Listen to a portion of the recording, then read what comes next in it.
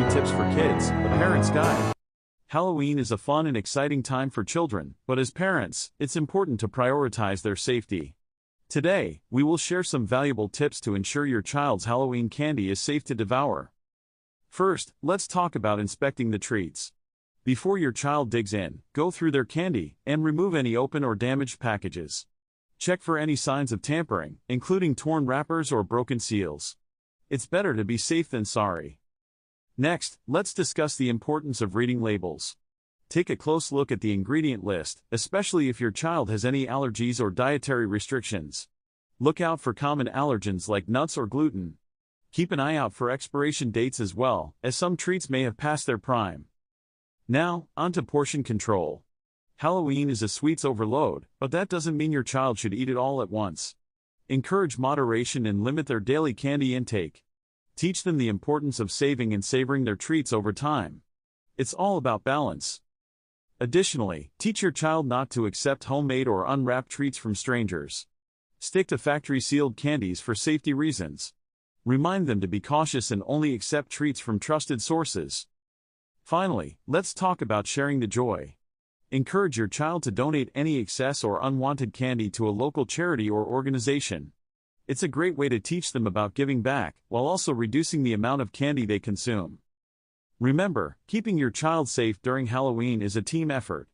By following these simple tips, you can ensure a spooktacular and worry-free Halloween for your little ones. Thanks for watching, and don't forget to subscribe to our channel for more helpful tips. Happy Halloween!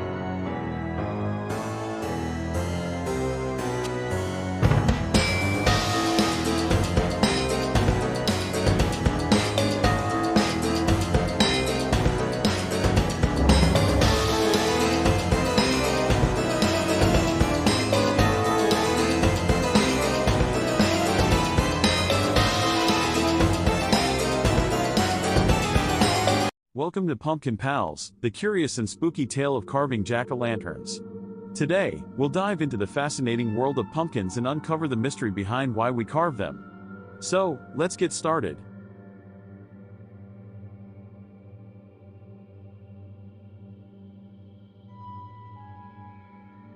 Did you know that carving pumpkins actually started centuries ago in Ireland? They used to carve scary faces into turnips or potatoes to ward off evil spirits.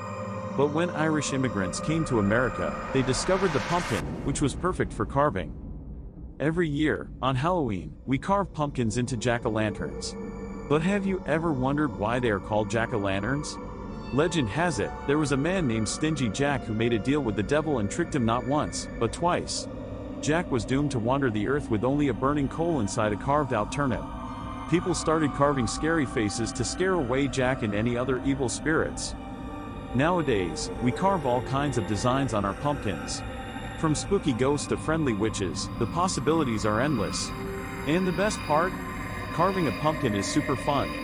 You can scoop out the slimy insides and create your very own masterpiece.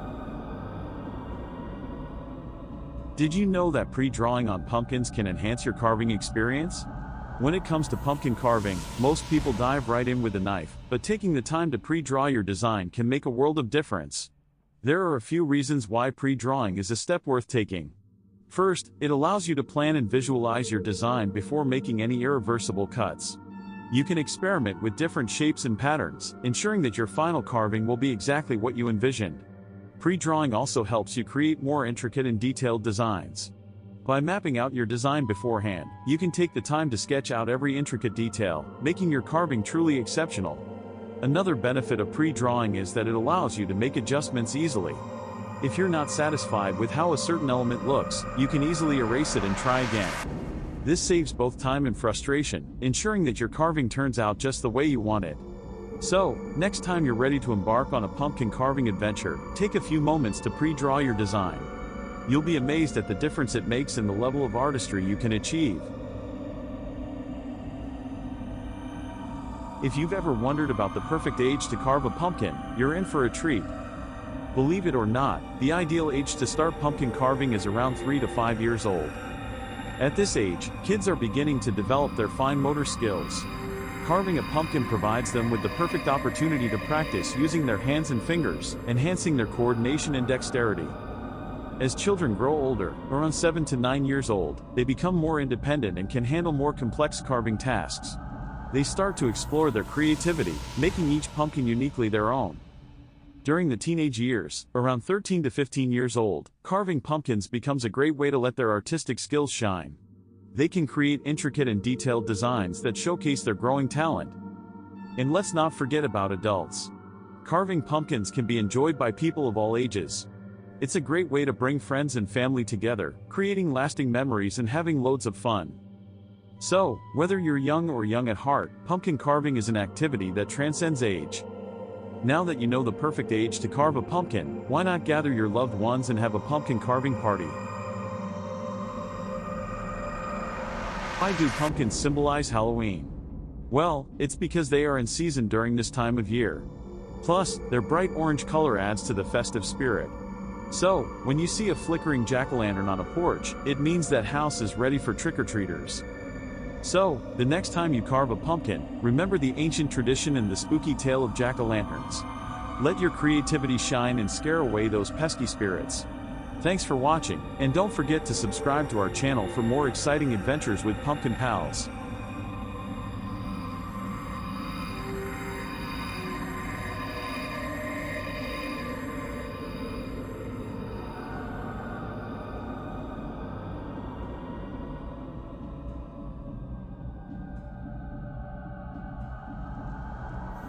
Welcome to our channel. In this video, we will show you how to make perfect homemade biscuits with our step-by-step guide. So let's get started.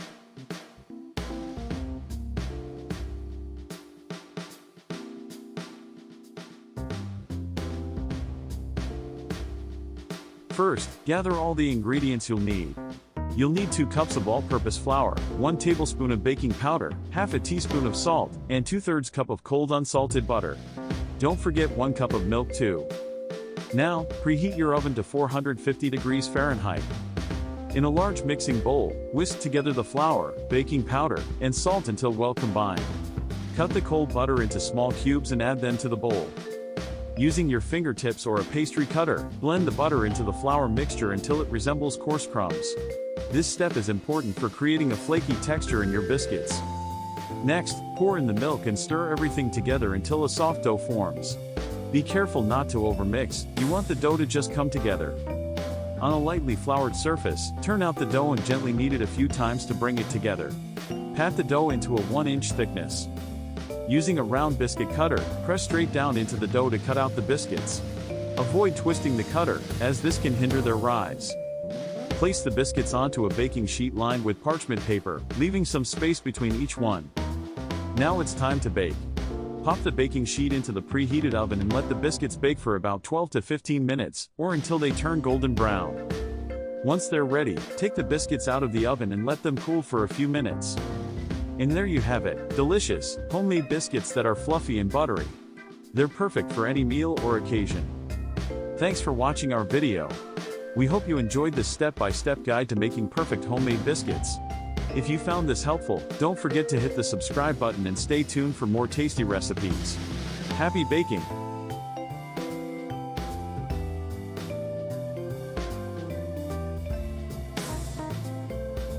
Nobody ever helps me into carriages, or over mud puddles, or gives me any best place. Ain't I a woman? Look at me. Look at my arm. I've plowed and planted and gathered into barns, and no man could heed me. Ain't I a woman? I could work as much and eat as much as a man when I could get it, and bear the lash as well. Ain't I a woman? I've borne 13 children and seen most of all sold off to slavery. And when I cried out my mother's grief, none but Jesus heard me. Ain't I a woman? Sojourner Truth, 1851, Women's Convention in Akron, Ohio. The history of black motherhood in the United States has been marked by separation. From the time of slavery, the American black woman has been viewed through the lens of the labor she can provide others. Her role as wife and mother minimalized by the expectations of her work outside the home. The legacy of these ideas formed during the infancy of this nation is still felt, even today, as Black women experience motherhood differently than their white counterparts, even in the first few hours after giving birth. Subjected to tropes such as the mammy, who in almost comical irony is characterized as the ultimate caretaker for white children, while simultaneously being neglectful to her own. Black women have for centuries seen their motherhood and their mothering called into question. The modern incarnation of the quote-unquote welfare queen characterizes the Black mother as a dishonest materialist who only has children in order to game the system for more money. The lasting impact of such inaccuracies has been devastating. During slavery, Black women were called upon to be wet nurses to the children of their white owners, often separated from their own children, sometimes permanently, just after giving birth. This practice continued even with emancipation, as many families, especially in the South, continued to employ Black women in domestic capacities. In the first decades of the 20th century, as economic opportunity began to expand for Black men, many Black women were for the first time in a position to make the choice to stay home and care for their own children. The dwindling supply of domestic labor didn't sit well with many employers, and laws were passed in many places requiring Black women to work, even if they had other means of support. A 1918 article from Greensboro, South Carolina, is a prime example of one such ordinance. It read in entirety: Negro women to be put to work. Regardless of whether they want to or have to, able-bodied Negro women in Greenville who are not regularly employed are to be put to work, put in jail, or fined heavily. At its special meeting yesterday afternoon, City Council discussed the situation with regard to this class of loafers at some length. And it seemed that all members of the council were agreed that steps should be taken to compel them to engage in some useful occupation. It was decided that an ordinance similar to the one now in force requiring all able-bodied men to work at least 5 days a week should be passed with regard to these women. Such an ordinance will be prepared and voted on at the next regular meeting of the council. A number of complaints have come to members of the council of Negro women who are not at work and who refuse employment when it's offered to them. The result being that it is exceedingly difficult for families who need cooks and laundresses to get them. Wives of colored soldiers getting a monthly allowance from the government have a number of them declined to work on the ground that they can get along without working, according to reports. Others have flatly refused jobs without giving any reason whatever, while still others pretend that they are employed, when, as a matter of fact, they derive a living from illegitimate means. The proposed ordinance will require them all to carry a labor identification card, showing that they are regularly and usefully employed, and the labor inspectors and police will be charged with the duty of rigidly enforcing the law. To make this abundantly clear, in the 20th century, there were Black women whose husbands were gainfully employed, some even by the U.S. military, who were told that by law they could not stay home with their families because someone needed a maid. The same 20th century in which most adults alive today were born. This assault on Black motherhood would continue. The 1940s saw a rise in the more widespread use of baby formula, and companies were quick to market their product to Black families. The combination of negative historical associations with being wet nurses and the reality of many Black women having to return to work very soon after giving birth made Black women prime targets for these advertising campaigns. By the 1950s, organizations such as La Leche League were formed. Their messages and campaigns were largely designed to encourage white women to breastfeed, while once again marginalizing Black motherhood. Images of white women breastfeeding their children began to be normalized, while one would only find an image of a woman of color doing so in the pages of National Geographic or the like. The Special Supplemental Nutrition Program for Women, Infants, and Children, also known as WIC, was launched in 1974. Women participating in these programs were more often than not encouraged to use formula, and to this day, Black women remain overrepresented in its participants. Historical wealth and wage gaps between races and genders leave Black women on average in the lowest income brackets. They are employed at a higher rate than any other group in the service industry, working jobs that often offer no maternity leave and almost certainly no accommodation for nursing mothers. A 2016 study found that Black mothers were 9 times as likely to be given formula than white mothers during their postpartum hospital stays. Other studies highlighted implicit bias on the part of lactation consultants who reported spending less time with Black mothers based on the false belief that they would, quote, not breastfeed anyways. Centuries of structural racism, societal norms, and implicit bias have led to the grim reality that as a group, Black babies have the highest infant mortality rate in the United States, with preterm birth also being a determining factor in the disparity of these rates. The survival of preterm infants is exponentially increased when they are given human milk and also time and contact with their parents. Yet, even today, having the opportunity to offer this care to their own children is still not possible for many Black mothers. It's high time we examine the root causes of such disparities and do the collective work of learning from the mistakes of the past in order to shape a better future for Black mothers and their children.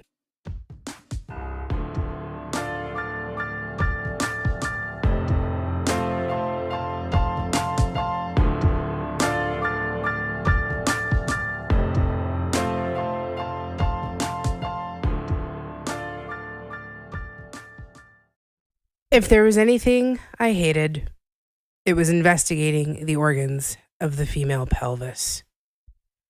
J. Marion Sims, the father of modern gynecology. The legacy of the good Dr. Sims and the slave women he experimented on has been a topic of widespread discussion in recent years. Yet the true legacy of his work, still in practice, is all too often swept under the rug. Much like his infamous statue, which, to be clear, was not actually destroyed upon removal from Central Park, but quietly moved to the cemetery in Brooklyn, where he is laid to rest. There is a tendency in our discussion of the past to relegate the sins of these historical boogeymen to a bygone era. Both proponents and detractors of men like Sims all too often fail to recognize the lasting impact their work has had. It serves no purpose to tear down statues and demand namesakes be revoked if we fail to address their tangible legacy. Much has been written over the years about Sims's work. Efforts aimed either to praise or to malign often mention his own words as a mere afterthought. Historiography reeks of the disingenuine when it relies on anecdote and conjecture to make a point. The good doctor himself wrote, "I made this proposition to the owners of the Negroes. If you will give me Anarcha and Betsy for experiment, but my operations all failed, so far as a positive cure was concerned. This went on not for 1 year, but for 2 and 3 and even 4 years. I kept all these Negroes." 4 years. 4 years of experimentation, consented to by someone who considered you chattel worth only as much as the price your children would fetch them. Let it be made abundantly clear that we're talking about upwards of 20 different surgeries on these women. Anarcha, Lucy, and Betsy, lest we forget their names. Surgeries done without anesthesia, while on all fours, with curious doctors and students observing and participating. The pain and humiliation these women were subjected to is unconscionable. Sims's actions are all too often excused by saying the man was merely a, quote, product of his time. The problem with this excuse is that it belies the fact that in many ways, times haven't really changed. The 19th century birthed many of our most reputable fields of medicine, along with the journals that chronicled their so-called discoveries. It was a time in which medical training was cursory at best and often perfected in the form of apprenticeships or field experience. These journals influenced the practice and tools of the field much the way they do today. The works of such doctors as Philip Tiedemann and Samuel Cartwright, respected authorities of the era, are riddled with quote-unquote scientific evidence suggesting not only surface but actual physiological and anatomical differences between the races. Assumptions about the so-called Negro subjects of their studies suggest differences in everything from circulatory patterns, respiratory capacity, and even a dulled sensitivity to pain in some cases. We would assume that such absurdities would be relegated to a distant past, their assumptions long since disproven, and we would be wrong. A study published by the National Academy of Science in April of 2016 came to the following conclusion. Many white medical students and residents hold beliefs about biological differences between blacks and whites. These false beliefs are related to racial bias in pain perception. Participants who endorsed more of these beliefs reported that a black patient would feel less pain, and they, as a result, were less accurate in their treatment recommendations. Let's be abundantly clear about what is being said here, because it needs to be restated. In the year 2016, there were medical students and residents who still held long disproven myths about racial differences to be true, and it actually affected the way in which they treated patients. The gravity of the legacy of mistakes made during the infancy of modern medicine cannot continue to be ignored. Removing a statue or renaming a building merely pay lip service to very real and often fatal disparities in this country. It's not enough to wrestle with the demons of yesteryear if we ignore their very real legacy in today's world.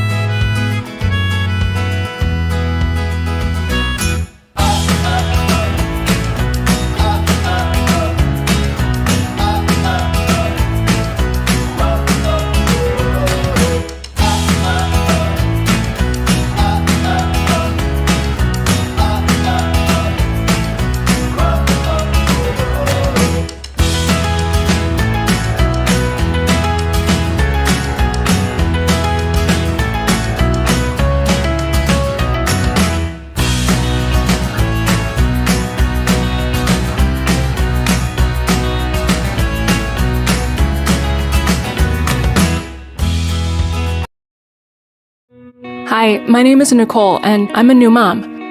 When I was pregnant... Hi, my name is Nicole, and I'm a new mom. When I was pregnant, I learned that more C-sections are being performed in hospitals than ever before, even if the mom and baby are healthy. This worried me, so I decided to educate myself. I learned many things I could do to avoid having a C-section I didn't medically need. I learned how to talk to my doctor about what I wanted for me and my baby, and I brought a friend to my doctor's appointment in case I was too nervous and needed support.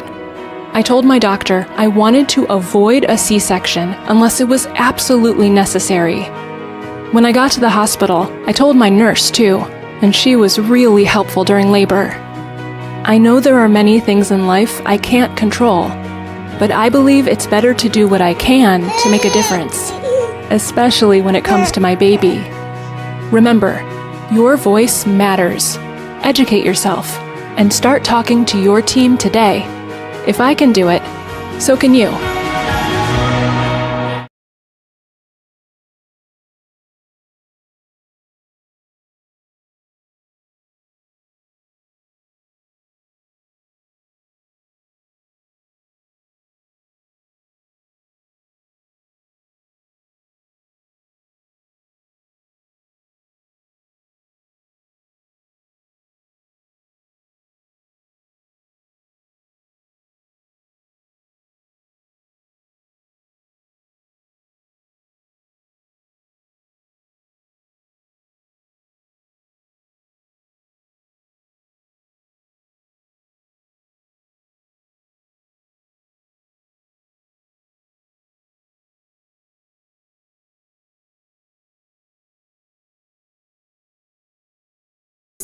And I'm a labor and delivery nurse.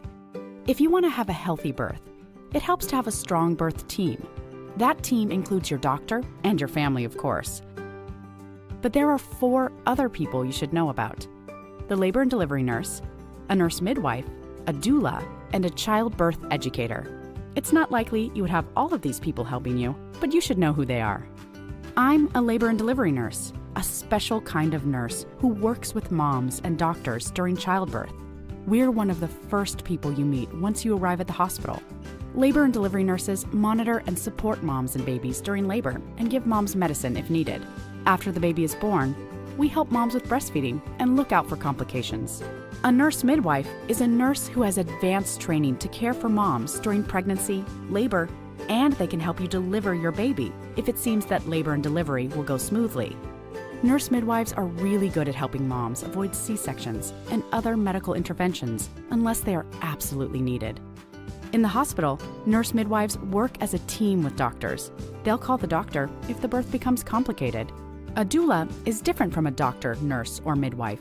They're like having your own personal coach who stays with you all through your labor and birth. They provide emotional support and help with things like moving, breathing, and relaxing so your labor goes more smoothly. They'll show your partner how to support you in labor and can even help you at home after your baby is born with things like breastfeeding.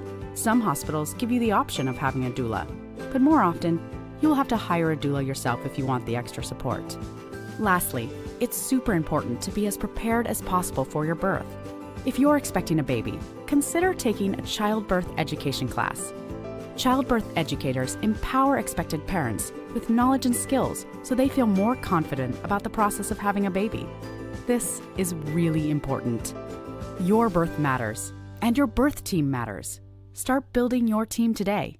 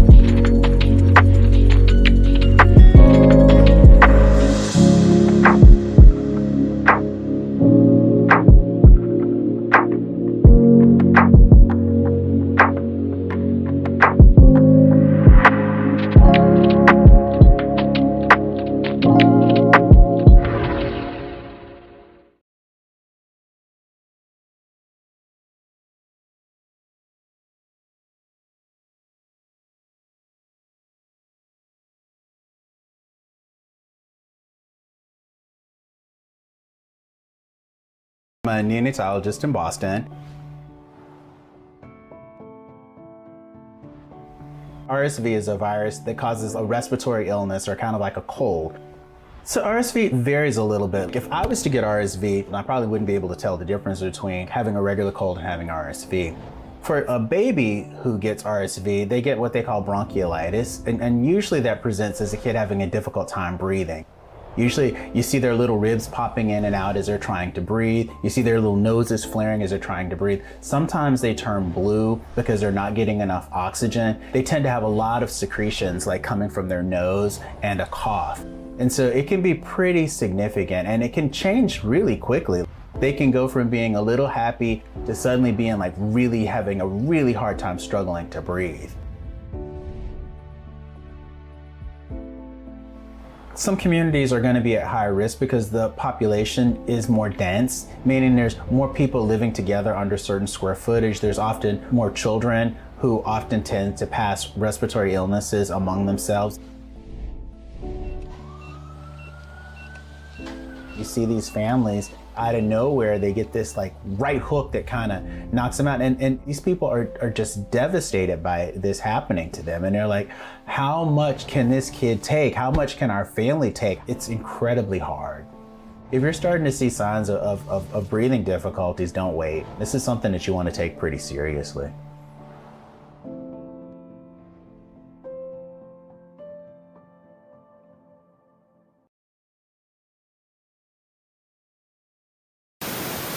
Hi, it's Jen. I just wanted to take a second and update you guys with what I've been working on this weekend.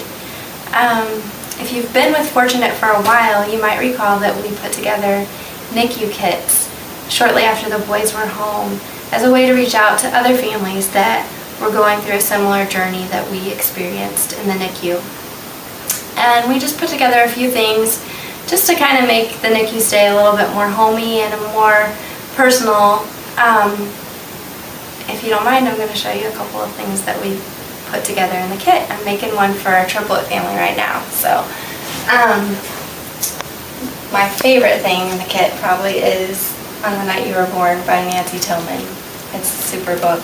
Beautiful, beautiful illustrations, beautiful words. Just go out and buy it for the next baby shower you have. It's gorgeous. The next thing we have is like a NICU journal, so that you can leave this with the nurse's station, and they can jot down some things that may have happened while you were gone. It's a good way for you to kind of keep things straight as they're giving you a lot of medical terminology you might want to keep track of. We have our schedules for the multiples moms. It has a feeding schedule and how much, when do you change them, all that good stuff that you don't have the brain power for any longer.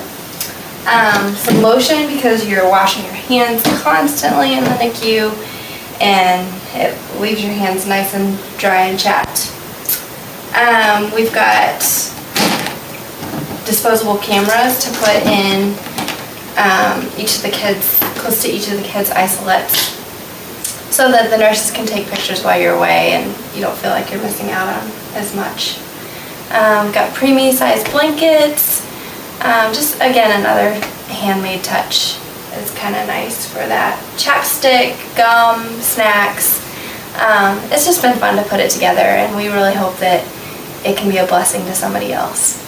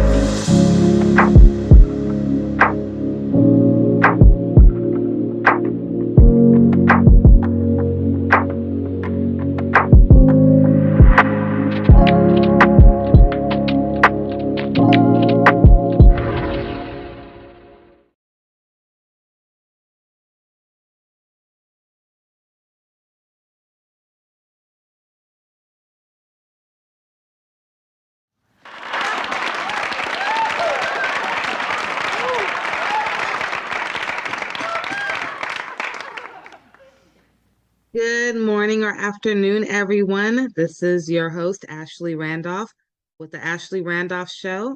I am here with another wonderful episode. Today, I have Dr. Natasha. Doesn't that sound so lovely? Dr. Natasha, she's wonderful. I'm so grateful to have her here, not only just for our families, but even for our healthcare professionals. So she's amazing. Dr. Natasha, thank you for being here with us. I would love for you to introduce yourself, a little bit about what you do, and then we're going to get started in this conversation that I've been dying to have with you. You're on mute, Dr. Natasha. Thank you so much for the invite. I am delighted to be here. I'm always delighted to have conversations with people who are doing dynamic work such as yours, right? So I, as Ashley, I am Dr. Natasha Wright. Dr. Tasha, that's it for short. I am a licensed clinical social worker. I am also a transformational coach. I work primarily with women in both arenas. I also run a group practice focusing on wellness for women. Yeah, right. So my days are spent servicing women and helping women navigate life in all areas of transition and maybe some hardships and struggles, but really being a sacred and safe place for women. I'm a mom of 2 little boys. Well, not little boys. One's 22. So, right. And the other's 14. So I don't think he would think he was little either. Yeah, they're not little no more. Them your big boys now. Right, because I'm like, my little boys. Well, I guess they ain't. So that's me in a nutshell. I reside in Connecticut. Ooh, nice fun fact. I'm across the way. Okay. I put myself on mute when you introduced yourself because you just have so much that's so good about what you do that I didn't want any interruptions in the background. Okay. Everyone, she does a lot of amazing work. I am so grateful to have her here. Even if it was for 5 minutes. I mean, anything that she can give any of us is going to be of value. Dr. Natasha, or Dr. Tasha, I'm sorry. Whichever one. As long as it's not Dr. Wright, it feels so formal. That I'm the same way. So I tell all my interns and staff, just please call me Ashley. I can't do President Ashley. I know that's my title, but it's okay. Okay, so I'm a mom with 3 kids. Okay, so like you got 2 grown boys. I call my son, he's about to be 12. He's way bigger than me. So I'm like, okay, you my grown boy now. I got 3 kids. I have 2 nonprofits that I'm running. I have all these different titles as well that I have to juggle every day. I probably work 7 days a week, but I'm working on getting that down to 5 days a week. Hello. It's been 8 years. I think I deserve that. What tips do you have someone like me, even if they don't have a lot of titles like me, but maybe just their day-to-day life of going to work and taking care of the kids is a lot. So what advice do you have for us? To start off, let me say blanketed, whether it's entrepreneurship, regular 9 to 5, the children. I don't care if you're a housewife, like there's a plethora of things to do. Yeah, absolutely. So almost context almost doesn't matter nowadays because there's always something going on. So the universal conversation that I'm having with women is the question that I originally or first start out with is, how are you?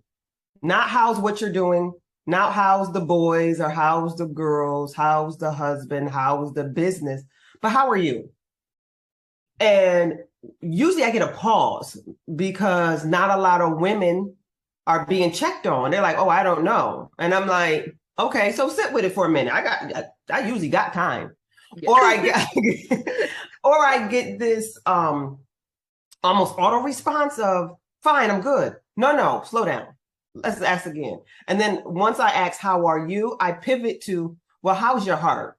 And that is a totally different question. And it forces people, women, to pause for a minute and examine what's going on in life.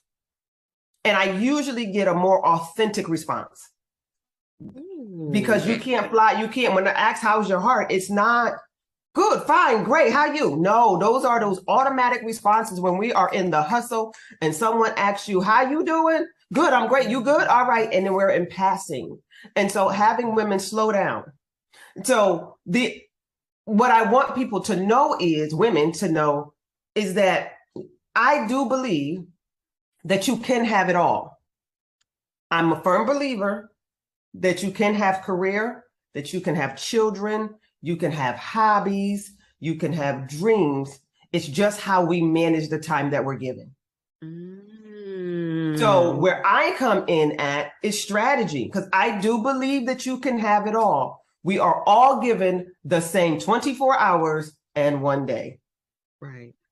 And I'm sure we all have dreams and hopes and desires, but what are we doing with them? Do they get lost in the hustle of life? So one tip is checking on yourself. How are you? That how's your heart question doesn't have to go from one woman to another. We can sit and reflect in our quiet time when we carve out quiet time and ask ourselves, Okay. how's your heart? But having that, stealing a moment to say, how am I doing? And then being real reflective of, I'm having a rough week. It's been a rough month. It's been a rough quarter. Everything is extremely busy. I don't know if I'm going to the right or going to the left. That's data that we can use to say, I might need a better plan. I might need some systems put in place. Okay. Because there are times when we are doing everything that we should be doing and that we can be doing. We're probably just not doing it in a most strategic way. Absolutely. I agree with that. Yeah. So it's like, well, I can't drop anything. And sometimes you're absolutely right. Sometimes it is the job. It is the kids. It is if you have a spouse. All of these, if you're caring for aging parents, if you're caring for small babies, if you're caring for sick children, all of that. And you're like, well, what do I do now? I can't drop any of it. Right. And so I don't approach it as you have to drop it, but let's just look at it. And how do we get a better system or strategy to help manage it? Oh, that's good. That's interesting. Yeah. That's interesting. Yes. Strategy is everything, though.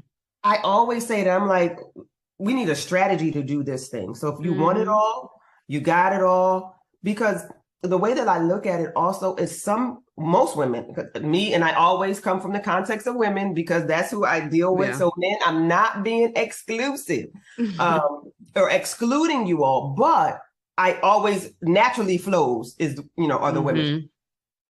That we can have it all, and just how do we have it all, right? It's that how to. So, and I believe that women are so gifted that there is usually a call, a urge, a mandate to do multiple things.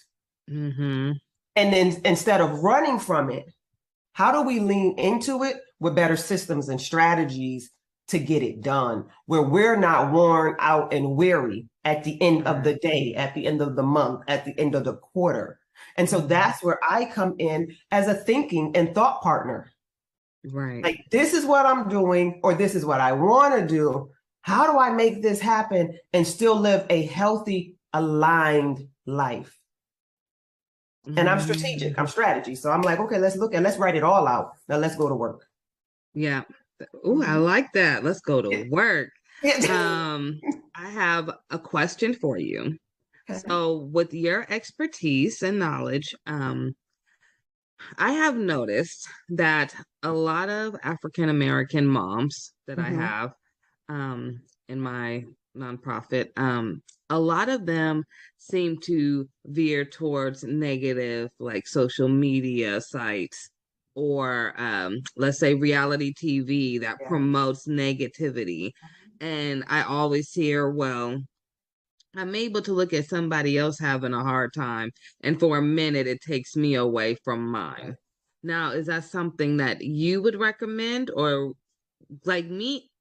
I'm sorry, I watch Christmas movies all year long because it brings me instant joy. Like it could be Yes. May, and if I watch it in 10 minutes, I'm instantly happy. I try not to stay on those negative pages or sites as much. What do you recommend? I'm with you. So I do not recommend watching these toxic shows, unhealthy. I do understand that some women find comfort in the craziness because one, they're able to detach from what's going on in their life. And then they're able, it's like mindless TV. Right. And but it's planting seeds. So as mindless as you want it to be, it's planting seeds, right? So for me, I like to tell the women that I work with, what's your intake? And then they be like, my intake, what do you mean? What are you seeing? What are you listening to? What is your intake of information? What are you watching? What podcasts or songs are you listening to? They have unconscious effects on your behaviors. I said so. Yeah, I totally. That's why I'm like, turn the TV off. So I'm not a big promoter of watching television. Now, I do love a good movie. I do love sometimes mindlessly watching TV, but I only allow myself to watch TV on the weekends. I do not watch TV. I watch TV from Friday afternoon, because that's when my workday finishes, to Monday night. Sunday night. Monday through Friday early afternoon, my TV does not come on. Wow. Okay, so I always have my TV on, but I'm hardly ever watching it though. But it's background always noise.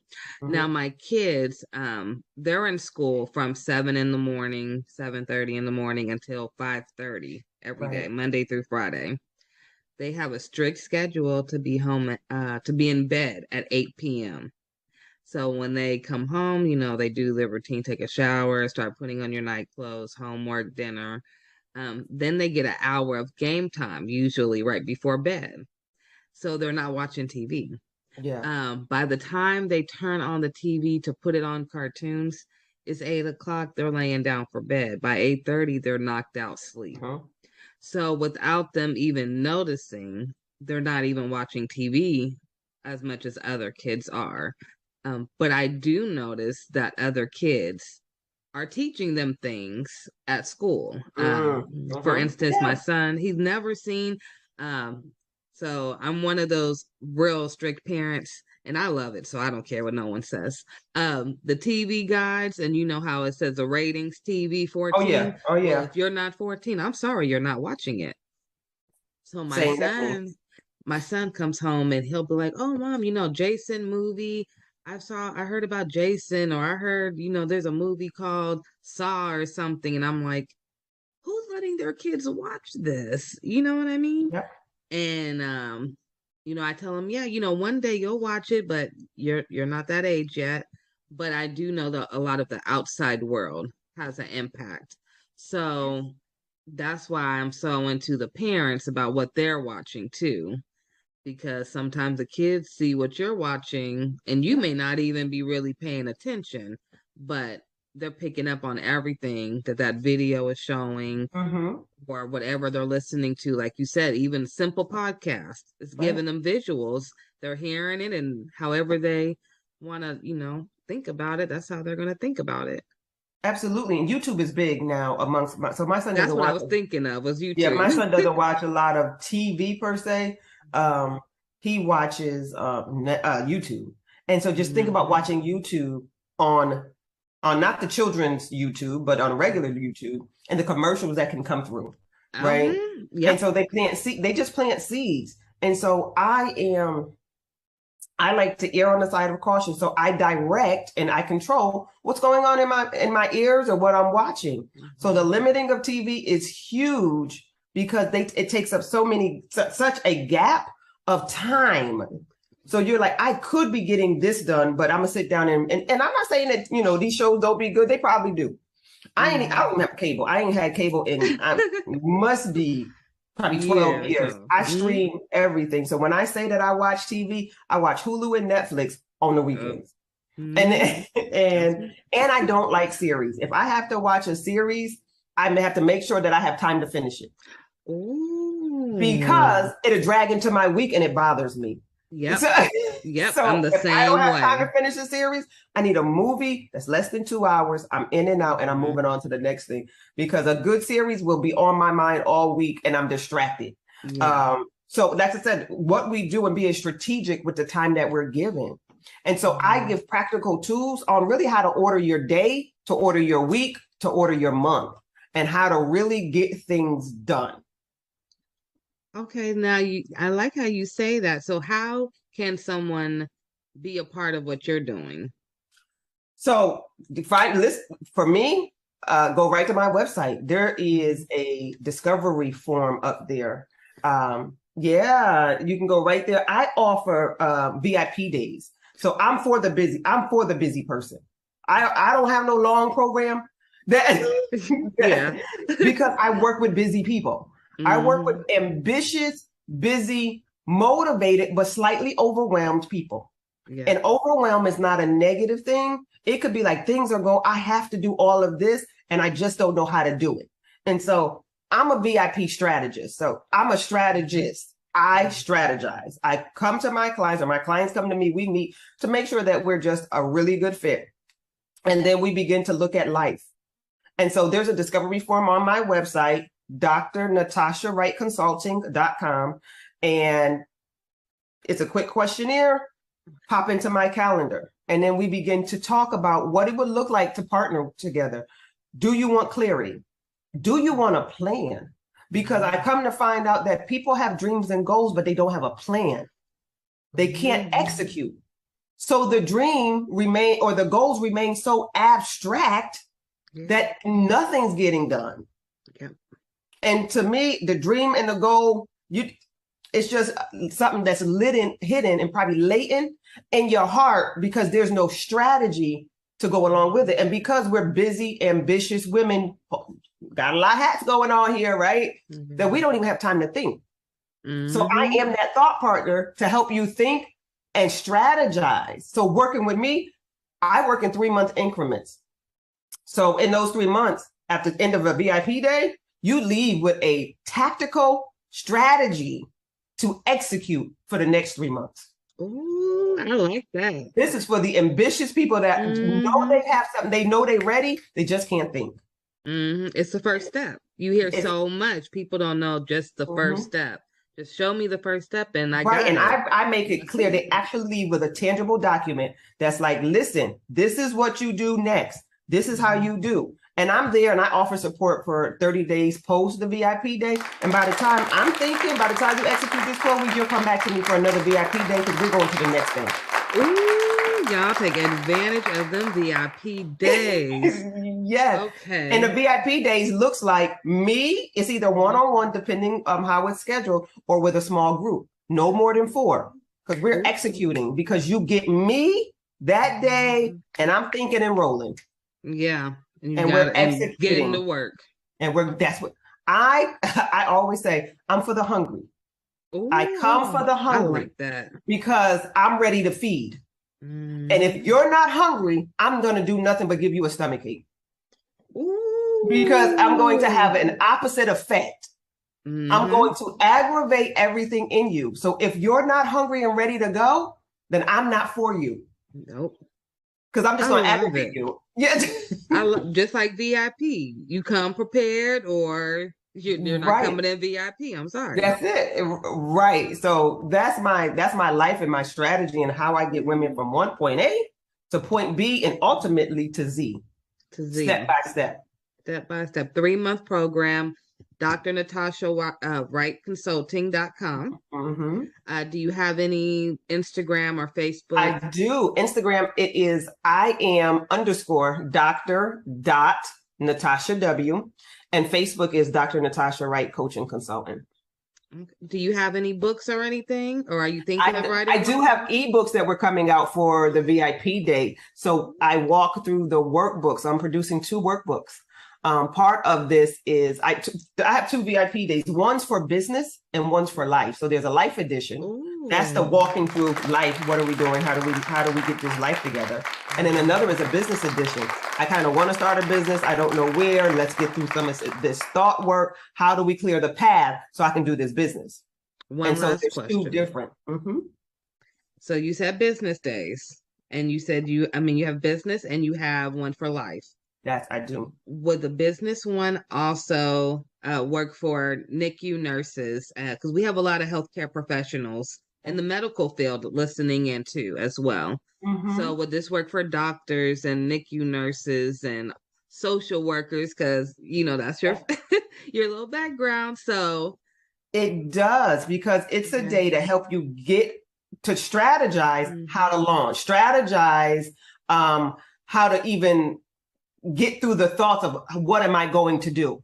So remember, it's very tactical. And so afterwards, after they're up and running, then they probably go off to a business coach for the intricacies of the business.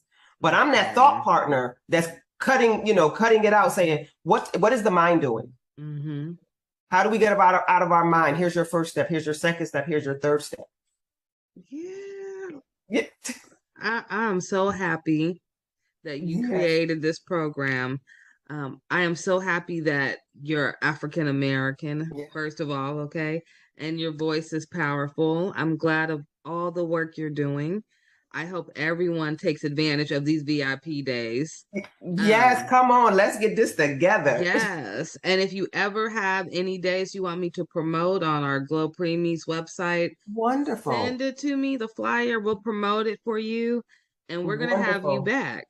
Sure. Listen, I'm here. I love talking about strategizing and getting from point A to point B and getting clear. Yeah, to me, it's money talk to me. If you get your life together, everything else kind of flows. Right. So it's like wedding bells. Like, how can you not love to strategize? So, I told you I'm on a tight schedule. So I keep everything around me in a schedule and to the time. Right to the T. So I appreciate you, and I always appreciate your little talks that we have. They're always so meaningful.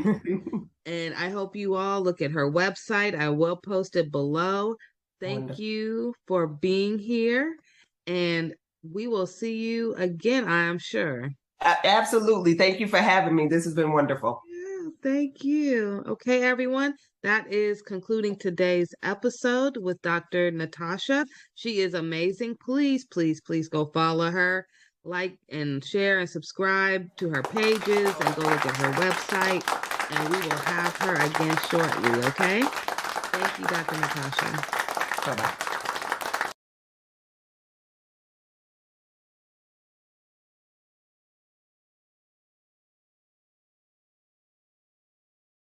Human milk is the natural food for newborns.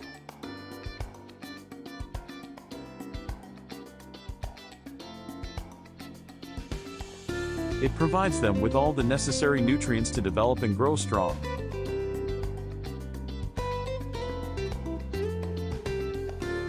However, not all mothers can produce enough milk for their babies. This is where human milk donation comes in.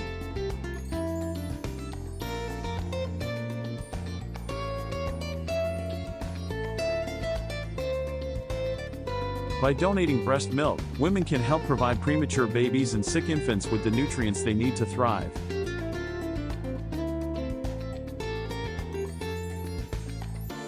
And just like blood and organ donation, there are human milk banks that collect, pasteurize, and distribute the donated milk to babies in need.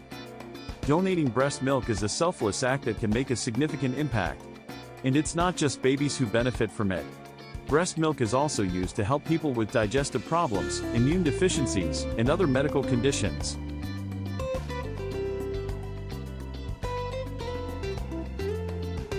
So, if you are a new mother with more milk than your baby needs, consider donating it to a human milk bank. Your milk can help save lives and make a difference in the world. Thank you for watching this video. If you want to support the cause, please subscribe to our channel and share this video with your friends and family. Milk. Welcome everyone to today's webinar entitled Marijuana and Breast Milk. This is hosted by the Maternal Substance Exposure Database, which we call MADEX, through CPQCC. If you have any questions for myself or for our speaker, please send that over in the chat. There's also a Q&A function that we're asking you to use, so that use the chat maybe for technical issues that you're having. As I've mentioned before, if you're just joining us, there is a link on the screen. You can type that in bit.ly/THC in breast milk, and that will take you to a really short survey that we're asking attendees to complete. We'll share the survey results with you later, so we promise it'll be interesting the more people that do it. But if you can go ahead and fill that out, we would greatly appreciate it. Here's a brief overview of what we're hoping to talk about today. So we'll do a welcome, a presentation that'll be about 30-35 minutes. We'll share those survey results and then have time for live Q&A. So as you're listening, if you have a question, please feel free to submit that in the Q&A box. The Maternal Substance Exposure Database, that's the group that's hosting this webinar today, is an optional and free database that's part of the California Perinatal Quality Care Collaborative. You might be familiar with us, CPQCC. A lot of you are from California. So we collect data on all maternal substance exposures. So those include, but aren't just limited to, opioids. And by doing that, we aim to improve healthcare for exposed newborns by focusing on treatment and length of stay in the hospital. And while the database is designed to capture information on infants who have been exposed to opioids, many of our members also use it to collect data on infants who have been exposed to other substances as well. So about 23% of our infant records in MADEX report maternal exposure to marijuana. We would assume that the rate for this data is much higher, since a lot of our MADEX centers do primarily use the database for opioid exposed infants. So this is an example of the MADEX report site, where if you join MADEX, which again is free and optional, you can compare your hospital to other MADEX participating hospitals. So we have 32 right now across California and over 500 infant records that have been entered to date. This data is used to drive improvements in the care provided to exposed infants. This is done through a range of reports designed to help you identify areas of high and low performance, monitor the effects of improvement interventions, and conduct research that advances the quality of care. MADEX is available and free to all CPQCC centers, but you do have to request access. So if you'd like more information on MADEX, send us a message in the Q&A or in the chat with your email. You can also submit your email in the evaluation survey for today's webinar. So again, this is, I'll say this one more time. So please take a minute to answer the following survey. You can type this in, THC and breast milk. The slides will be available afterwards as a PDF for download, and I'll send around that link. We are really excited today to welcome Dr. Christine Bixby as our speaker today. She is board certified in pediatrics and neonatal perinatal medicine. She completed both her pediatric residency and neonatal perinatal medicine fellowship at Harbor UCLA Medical Center. She attended medical school at the University of California, Davis, and she is a practicing neonatologist at CHOC Children's Hospital. She is an international board certified lactation consultant in IBCLC and the lactation medical director at CHOC Children's Hospital, where she focuses on breast milk handling and breastfeeding support in the NICU. She is a strong advocate for breastfeeding in Orange County through the Orange County Perinatal Committee and the Orange County Breastfeeding Coalition.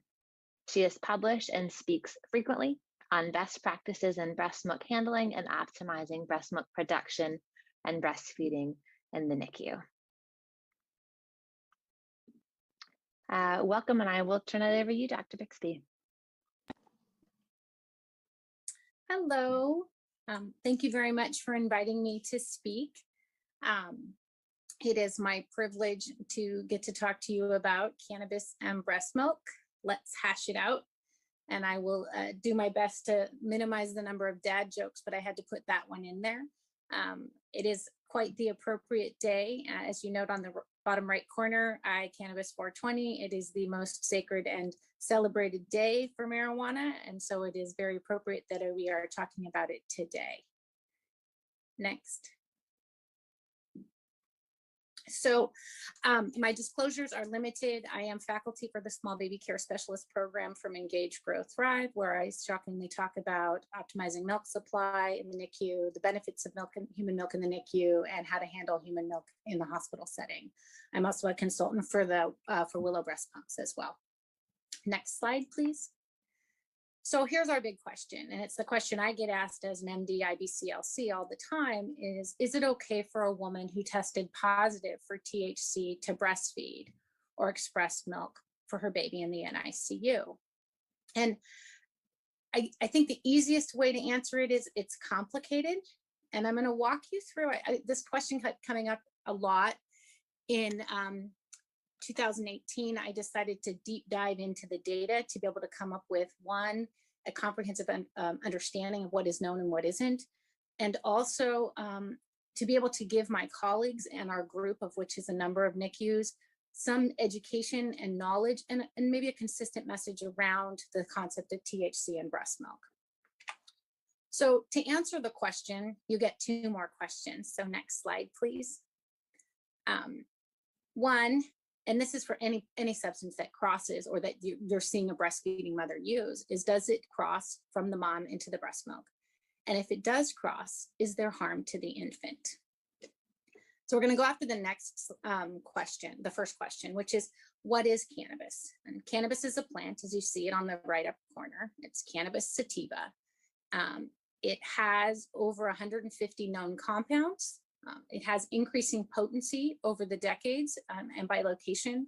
Of note, between 1995 and 2014, the potency or percentage of THC has increased from 4 to about 12%. There are some products that are made in Washington State with flower products greater than 20% of it being THC, and with their extracts having greater than 60% of THC. And we'll get into what THC is in a little bit. There are various forms of consumption: the good old-fashioned cigarette or joint, using a water pipe or a bong, my aunt and uncle's marijuana brownies, the more common and newer versions of vaping, and then this new thing to me called dabbing, which is where they pour butane over the plant and you get a sticky precipitate out that you can then smoke that allows you to have a much higher concentrate of THC with a very rapid onset. Important to note that with consumption, if you're smoking, you're going to have rapid onset as it goes through the lungs into the plasma, versus consumption of brownies or gummy bears, that's going to take over 30% or 30 minutes, and your oral bioavailability is fairly low. Other thing to note about cannabis, there are other additional unknowns as the growing of the product is not technically regulated. So there is potential for lead, mold, pesticides, rodenticides, herbicides, and fertilizers in the product, and we don't know what they are. Next slide. So two components of cannabis that everybody is very known in common colloquialism is CBD or cannabidiol, which is a phytocannabinoid that's extracted from the cannabis plant and then diluted with the carrier oil, usually a coconut oil. Not a lot is known about CBD. It's felt to be less psychoactive.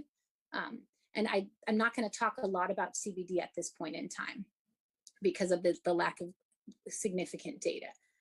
The big thing that we're going to talk about is THC, or delta-9 tetrahydrocannabinol, and I'm not going to say that word again. We're going to call it THC going forward. And it is the most psychoactive component in marijuana.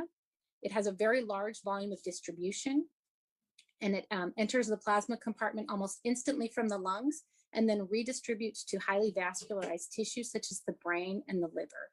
It's highly lipophilic, so it likes to store in fat and can be there for weeks to months. And important to note, the half-life of THC is fairly long. In infrequent users, it's 20 to 36 hours. And in chronic users, it can be about 4 days. We'll talk about further data that's come out just in the last few months about even a longer half-life. Of note, it is present in an exhaled breath for 2 to 4 hours after one cigarette. And I think this is an important thing for those of us in the newborn intensive care unit where we're putting babies skin to skin appropriately for moms to smell the environment around their babies so they can have that IgA exchange into their breast milk. But it's important to encourage moms, if they are going to be using cannabis, to do that after they've done their skin to skin and to maximize the time from smoking to when they actually do skin to skin with their infant in the NICU. Next slide, please. So where does THC function? And THC functions in a lot of places. And I think the big area that everybody likes to talk about and where we have some information and some data in both human and animal is the endocannabinoid system.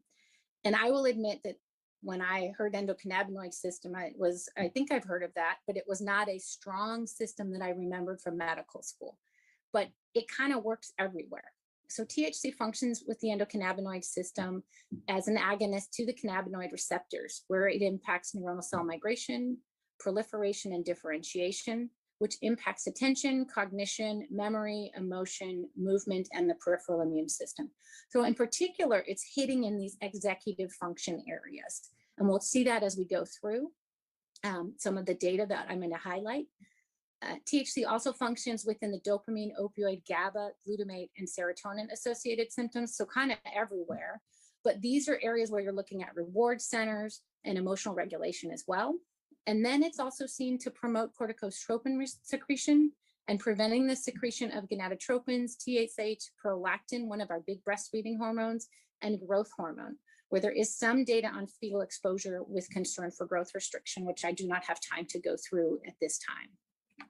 Next slide, please. This is just a quick review of the uses for cannabis. I'm not going to read through it for you. Of note, recreationally has become a very important and significant area of cannabis use in the current times. Next, please. So let's talk about THC in breast milk. And so we're going to now get into the weeds of, does it transfer or not? So what factors increase the likelihood of passage into breast milk? And it's important to note that certain things pass very easily and others do not. You have a low molecular weight, so less than 300 Dalton, and marijuana in particular is a 314 Dalton chemical, so it would pass in that regard. Low protein binding facilitates transfer, although THC is more commonly protein bound. Weakly basic, being lipid soluble, which we know THC is very fat soluble, that's that lipophilic. High oral bioavailability. THC is about 4 to 12%, so that's not on the high side, but there is some oral absorption.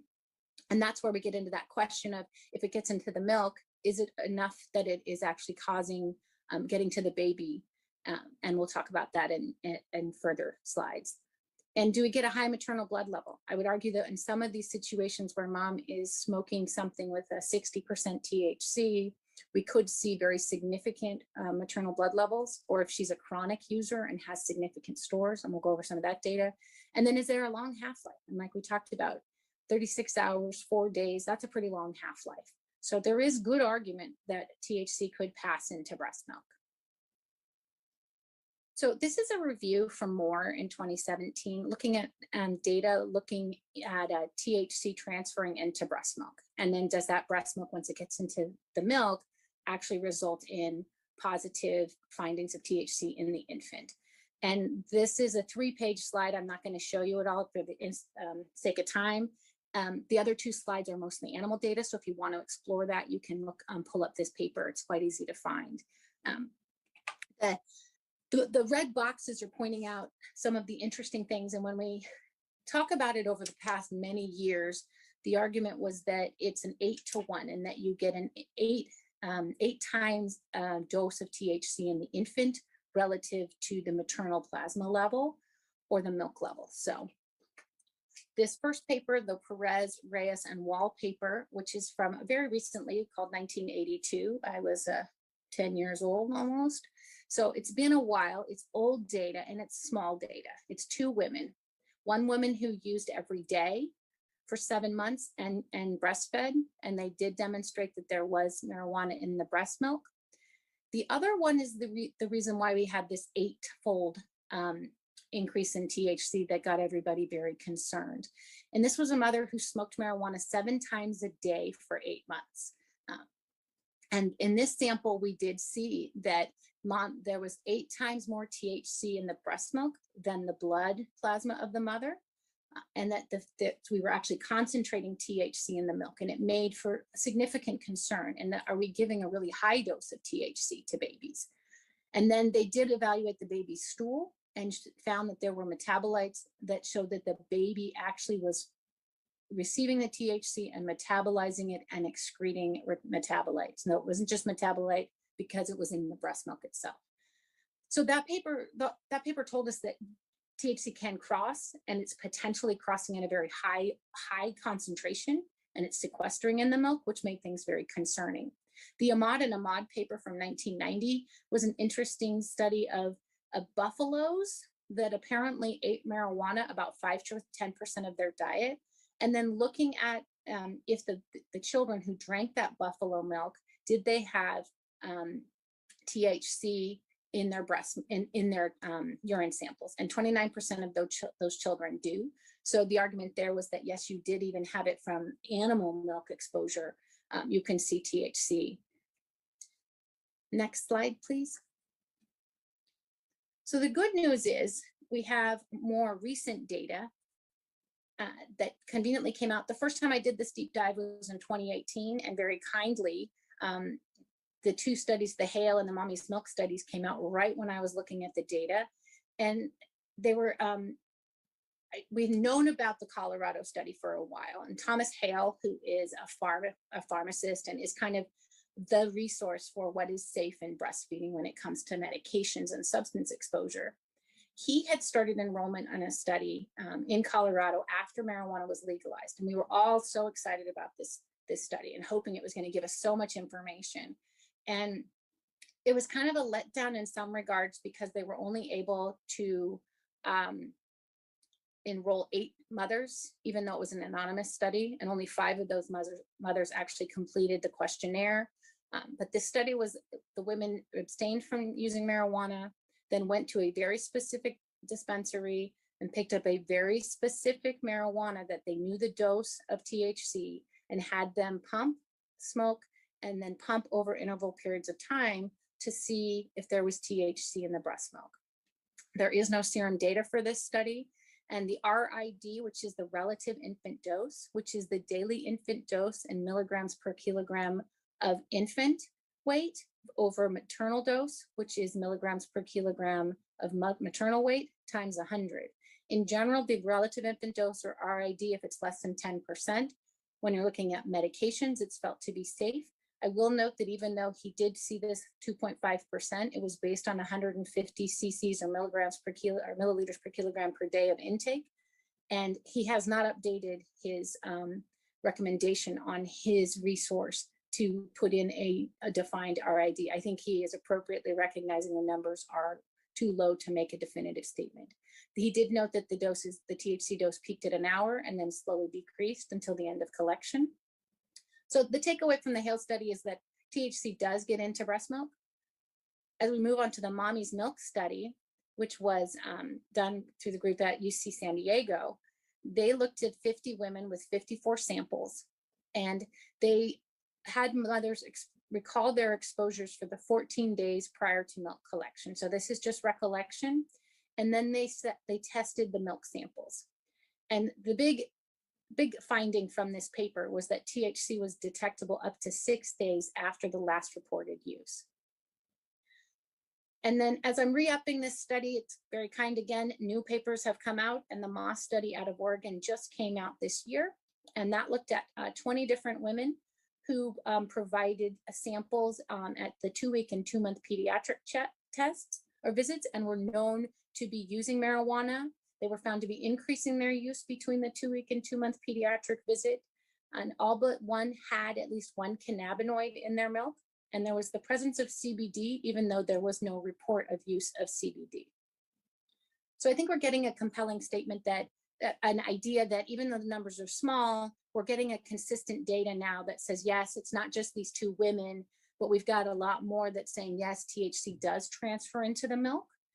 Next slide, please. This slide, I think this is an interesting concept because this is the one where what happens if we abstain? So this is a study looking at, and just published, but this is the Weimar paper, and it was just published March of this year. And it looks at women who were frequent users, greater than 2 times per week prior to delivery, who then abstained from using cannabis postpartum. And then they donated their milk and blood 2 to 5 times per week for 6 to 7 weeks. I feel like this is a really labor-intensive study. But what they found was that the maximum milk THC levels were 2.8 to 26, and the elimination half-life from milk averaged 17 days. And I think the important thing when you look at the graphic on the right is that the bottom axis is time in days from delivery and abstention. And what you're seeing is you still have a milk level of THC at 40 plus days. And this is something that I don't think any of us expected. It's something that we were concerned maybe there. Now, these are fairly heavy users, but it is something that we need to take into account as we evaluate our concerns in regards to THC in the breast milk. So next slide, please. I think we've answered the question, does THC cross from the mother into the breast milk? Absolutely. Now it's time to go, okay, if it crosses, does it get to the baby? We think it does. There is some amount of oral bioavailability, but does it cause harm to the baby? Next slide. And I think inherent to the fact that cannabis has been illegal and folks haven't really wanted to be like, yeah, I'm breastfeeding and smoking, because there is that inherent risk, legal risk, plus people's particular bias or response, there's not a lot of data, and there's not a lot of let me jump into a study and be a part of it, which is what we saw in the Hale study, in all of those studies just looking at milk transfers. You're not able to recruit huge numbers. So we kind of have to look in other places. And so I'm going to start with looking at what is known about cannabis exposure in the teen brain, and then look at some of the data in pregnancy and utero, which often spills over into postpartum exposure and breastfeeding, and then get into what we do know about breastfeeding cannabis, what little outcome data there is, what the current recommendations are, and then we'll get into the NICU patient and look at our approach at CHOP Children's. So before I get into the weeds of outcome, it is important to note that there is no reliable biologic sampling method to quantify the amount of marijuana use. I can't get a level like you can with alcohol and say, oh, this person's drank a lot, or this person has drank a little. We really have to go based on self-report. And self-report is inherently biased. Some want to report more use than they actually are to have that perception of them. Others don't want to report their use at all. The other issue with data in regards to THC and marijuana use is there are often confounders. There's often polysubstance abuse with tobacco, alcohol, and other illicit drugs. So the likelihood of a pure study with no exposure to other agents, I think, is exceptionally low. Next slide. So what do we know about the teen brain, and why do I want to talk about the teen brain? And the rationale for the teen brain is really that there's still changes going on and maturation of axonal tracts and networks in the teen brain. So we have a developing brain. And so does THC affect that brain? And in telling folks I was doing this talk, I said, oh, I was going to talk about teens. And in my mind, when I think about teen and marijuana use, I think of Spicoli from Fast Times at Ridgemont High, which then they all look at me like I don't know what I'm talking about, because apparently I've become old. So let me walk you through some of the things that we found that kind of go inconsistent with that meme type of that person in that movie. And that is that we do see short-term declines in attention, executive function, and memory. With regular use, they noted an 8-point decline in IQ when you evaluated a teen marijuana user at the age of 38, and that would persist even if they stopped using. Chronic use in the teen years, you can see reduced brain volume in memory centers like the hippocampus and amygdala. And that is also seen in the chronic adult brain, where you see decreased volumes in the amygdala, hippocampus, and parahippocampus. Chronic users also, when you do functional MRI, show impaired axonal connectivity in the white matter, and that is worsened if they have earlier age of onset of use. So we do see attention, executive function, and memory affected by their exposure to marijuana, as well as changes within the brain itself. Next slide, please. So what is known in pregnancy in utero? And I'm going to start with the animal data, and then we'll move into the human data.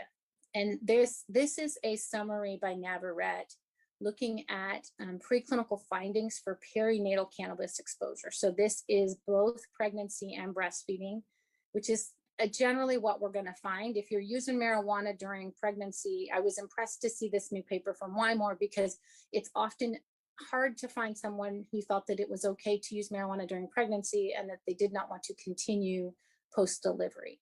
So they go through in this graphic, kind of summarizes things that, since we don't have time to get really heavily into the weeds, there are specific neurobiological alterations that I'm not going to read all of those out, but they result in behavioral alterations that you can see on this of the right-hand side, which is motor impairment, cognitive deficits, decreased social interaction, increased vulnerability to reinforcing and motivational effects of drugs of abuse. And that's what you're looking at with your dopamine receptors and your similar receptors that we talked about where THC functions.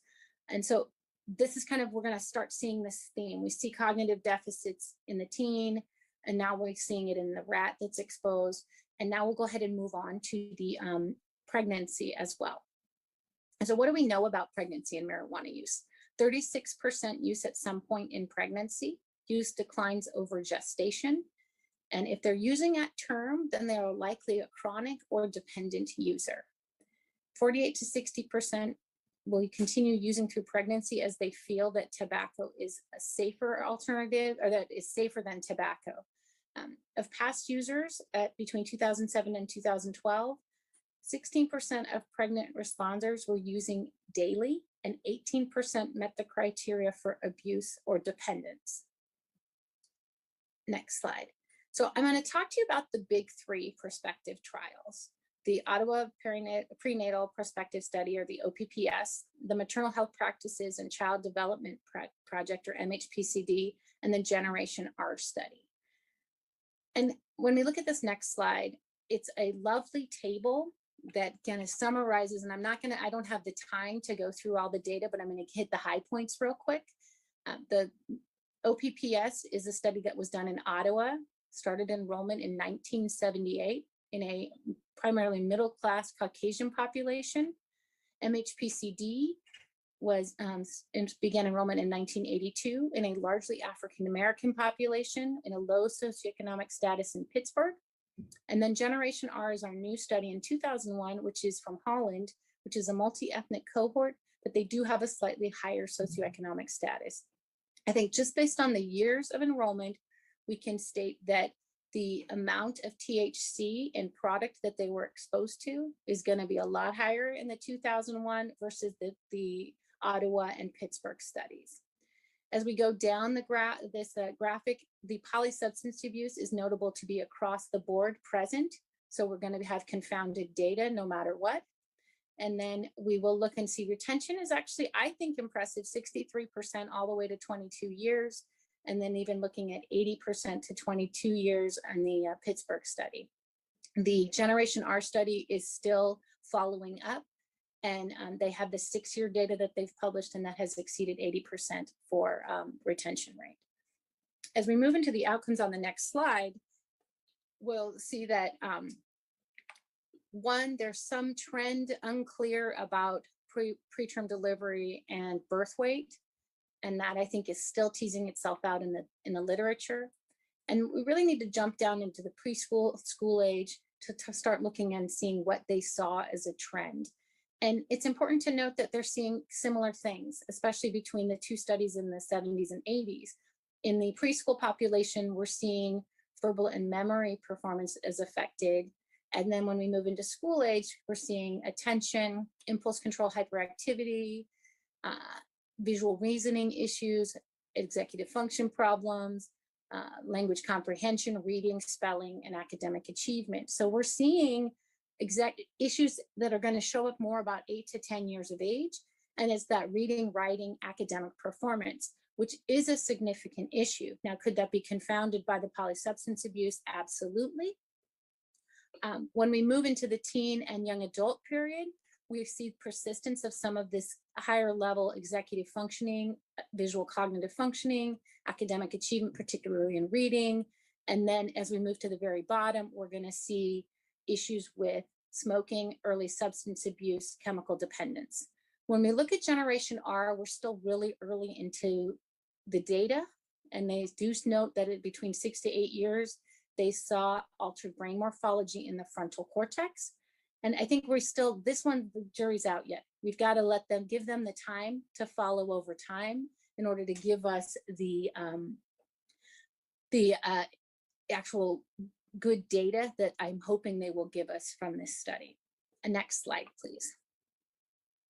So now I'm going to actually look at breastfeeding and cannabis, because I've looked at the teen, we've talked about the pregnant, and then subsequent potential breastfeeding exposure there. But what do we know specifically about cannabis and breastfeeding? So as we saw in the Wymore paper, maternal use does increase in the first 6 months postpartum. What also is important to note that THC and cannabis absolutely has a potential for affecting lactation, as we see a decrease in prolactin levels and a decrease in the oxytocin levels. These are the two big hormones of breastfeeding. Prolactin is your make and milk hormone, and oxytocin is your letdown hormone. And if we're seeing those, there would be concern if those are lower that it would impact your breast milk production and your ability to maintain a milk supply. So what we do know is that women who smoke cannabis, it does not affect whether they will initiate breastfeeding. They have the same initiation rates as the general population. But when studied at a greater than or equal to 9-week postpartum, you see a statistical decrease in breastfeeding if mom is using marijuana. And it's unclear if that is due to the decrease in the hormones, which one could argue it could be, or if it's due to other things such as social stigma, etc. Next slide. When we get into the weeds of the logistics of breastfeeding and THC, it is important to note, especially if mom is smoking her marijuana, that there is an independent twofold increased risk for sudden infant death syndrome. And I think that's an important point. It's not part of smoking cigarettes. So cigarettes we know has an increased SID rate. This is on top of that. And so it is very important, I think, to educate mothers that they should smoke outside if they are going to do it, to minimize that risk. When we look at the data on breastfeeding and THC, there are no isolated studies without in utero exposure. So the data is never going to really be pure. We're going to have to deal with the fact that it's likely we're going to have a prenatal, postnatal exposure between the prenatal exposure in utero and the breastfeeding exposure. And the evidence that we have, which is very small currently, on the effects of THC on infant development is sparse and conflicting. And I'm going to run you through that now. 2 papers that are referenced, if you look at any review, LactMed, et cetera, you're going to see these papers referenced. But again, this is data that's not too recent. The tennis paper was from 1985. It looked at women who were using marijuana while breastfeeding and compared them to controls. There was no comment on whether marijuana use was occurring during pregnancy or not.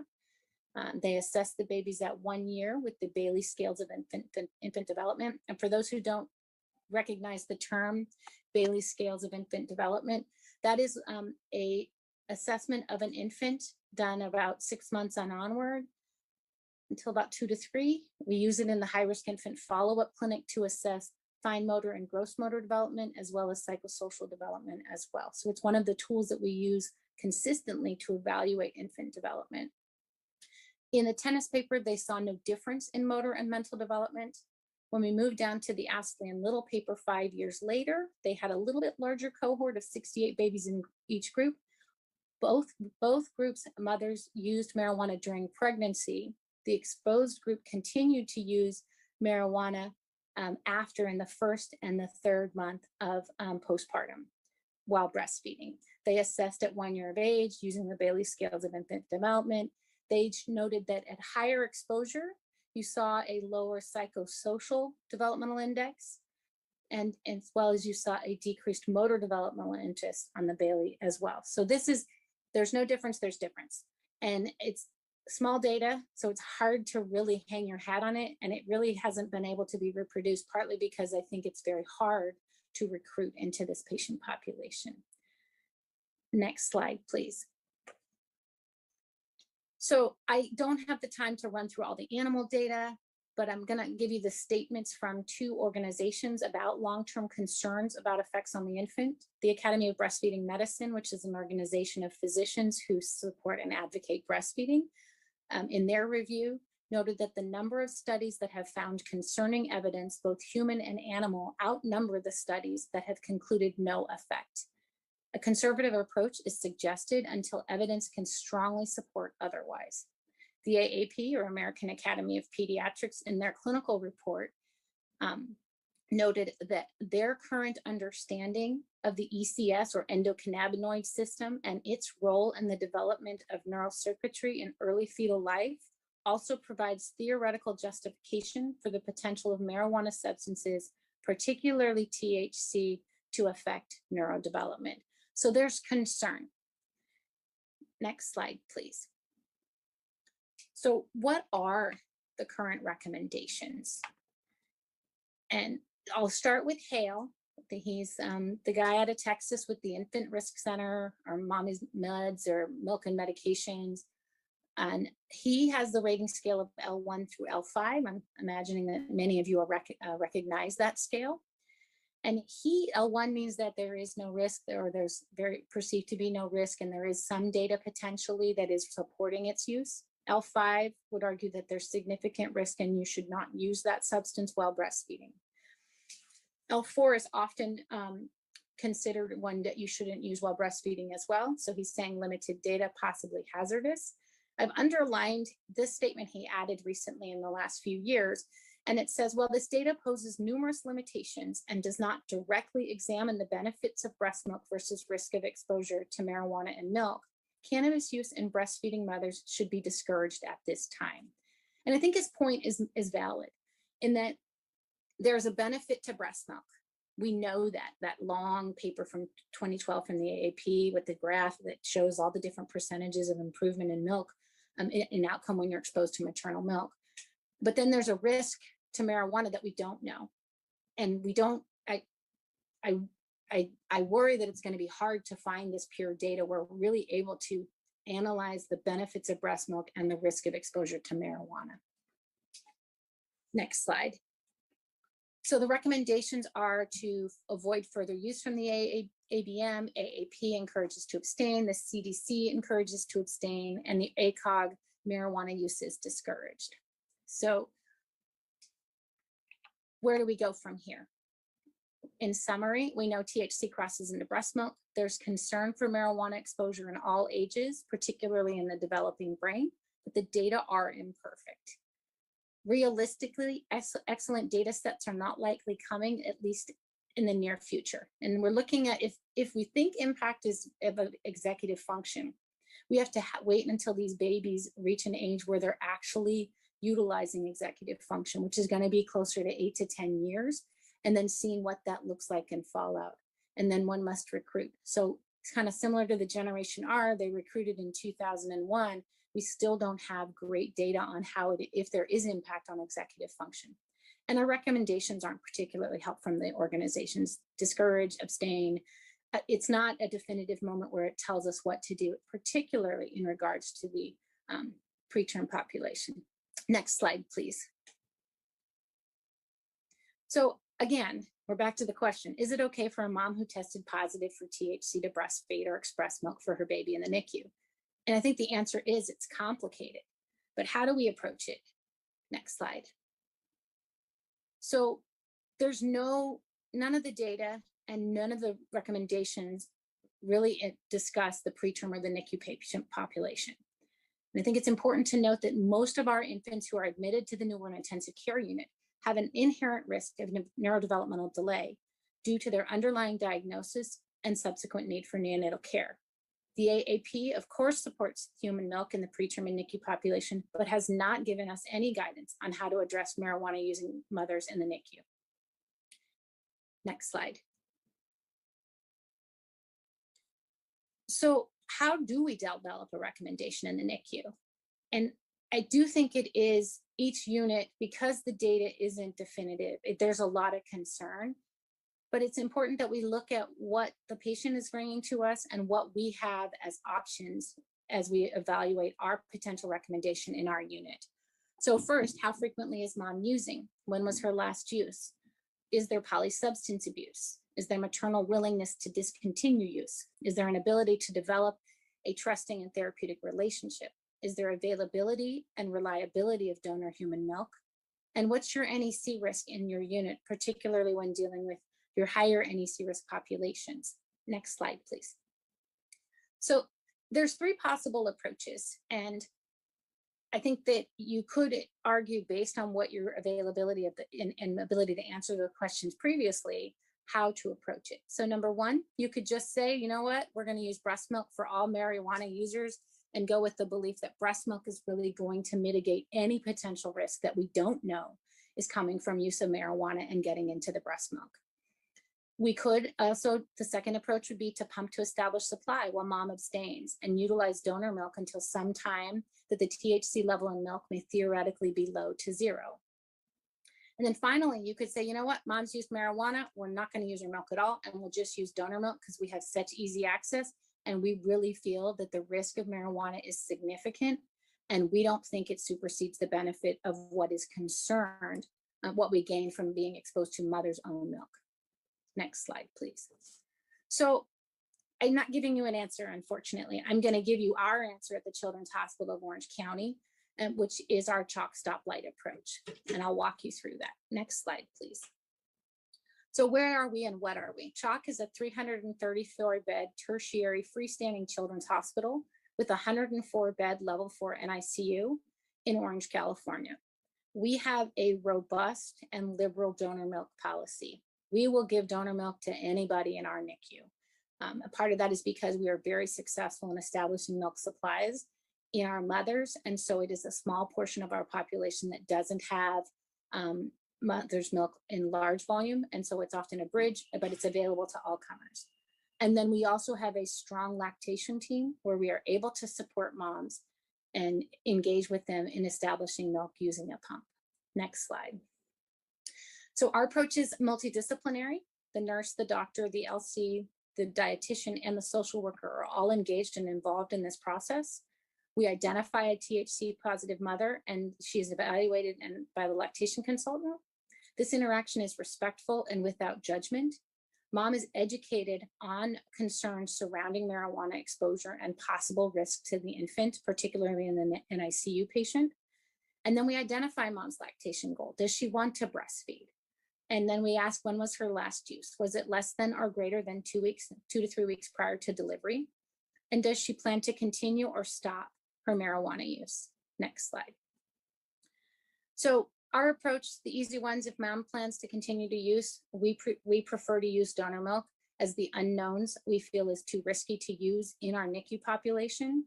And we will use donor milk throughout the NICU stay and transition to formula prior to discharge. If mom's use is greater than 2 to 3 weeks prior to delivery and she plans to continue to abstain, we will use her milk immediately. If mom's in that middle zone of having used within 2 to 3 weeks, but she does take the education and she does plan to stop using, we choose to go with using donor milk for the first 2 to 3 weeks, have mom pump and fertilize. I don't think one should ever dump human milk, so I do have them fertilize a plant. No maternal milk will be collected in our centralized nutrition lab where we do milk handling. Our diet order will be only for donor milk, with the date to reassess in that diet order, so we can see if we can start using at that time.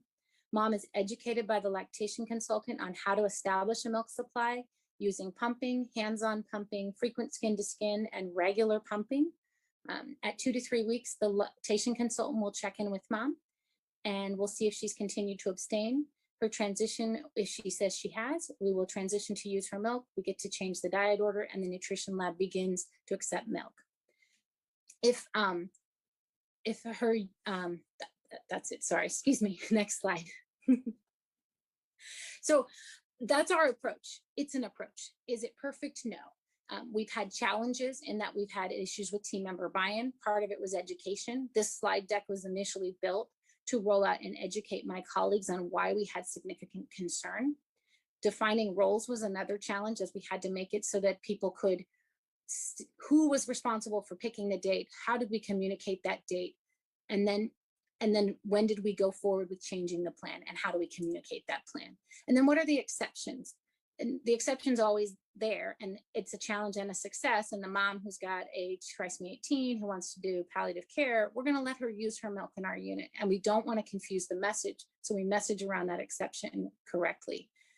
Our successes are we've been able to generate and develop a consistent message, and then when we get to change the diet order to use breast milk, and then again, that exception where we're able to message appropriately that we're making an exception because it's the right thing for this family. Next slide.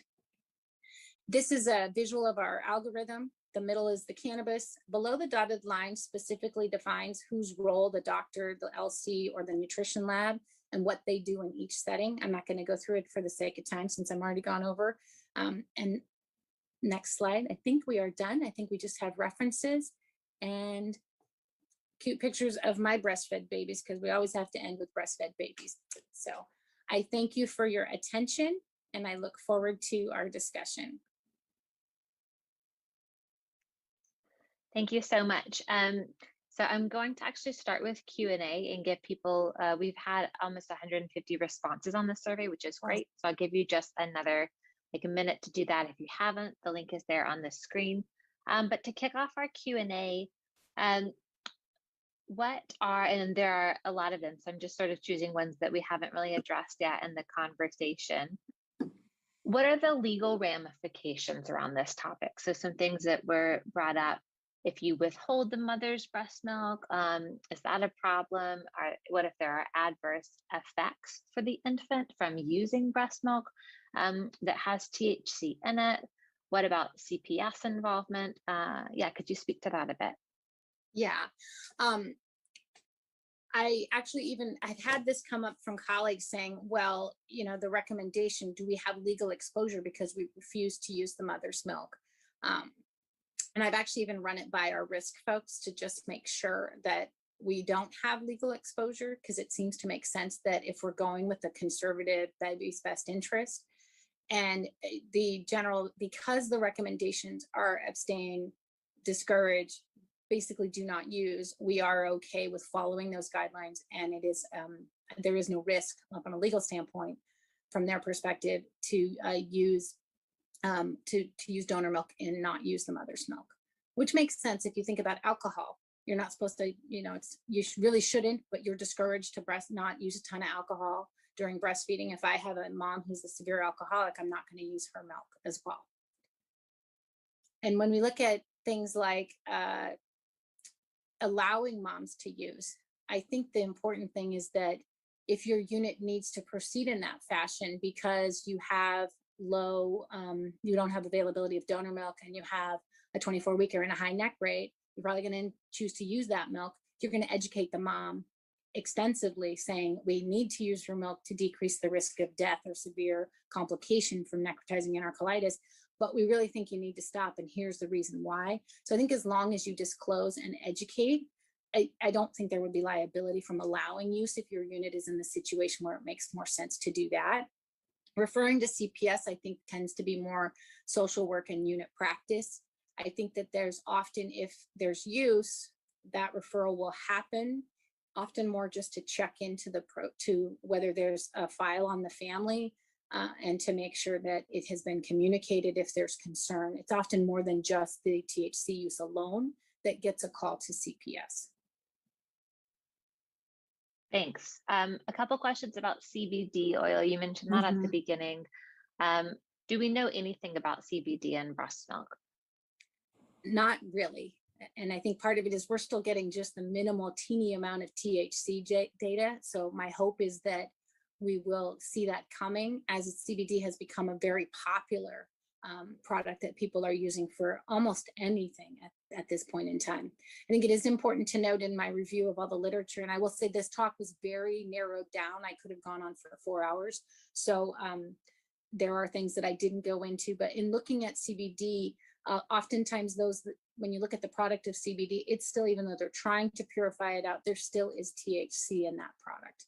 It may be a small amount, it may be more depending on how pure, how good their process is, but inherently there is THC with the potential to test positive as well.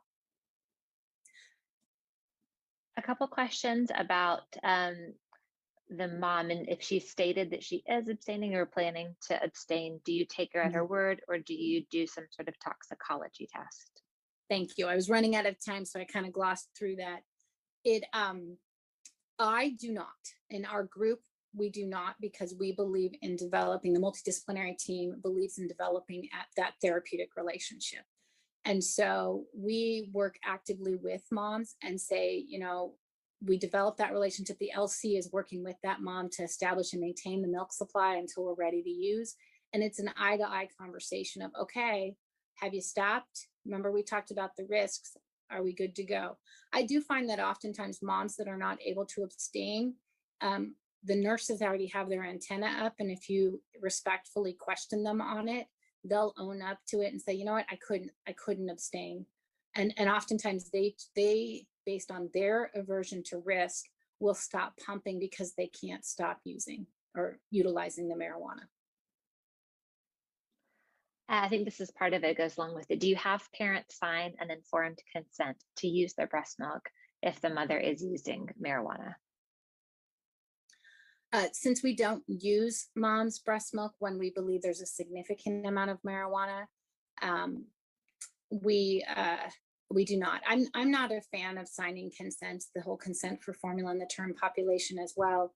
I feel like it's more respectful that we have an educated conversation and have that trusting therapeutic relationship. When you pull out a form that says you sign this saying that I told you you're going to hurt your baby using your milk, I think it undermines the whole process of being in the newborn intensive care unit and supporting both the baby and the family.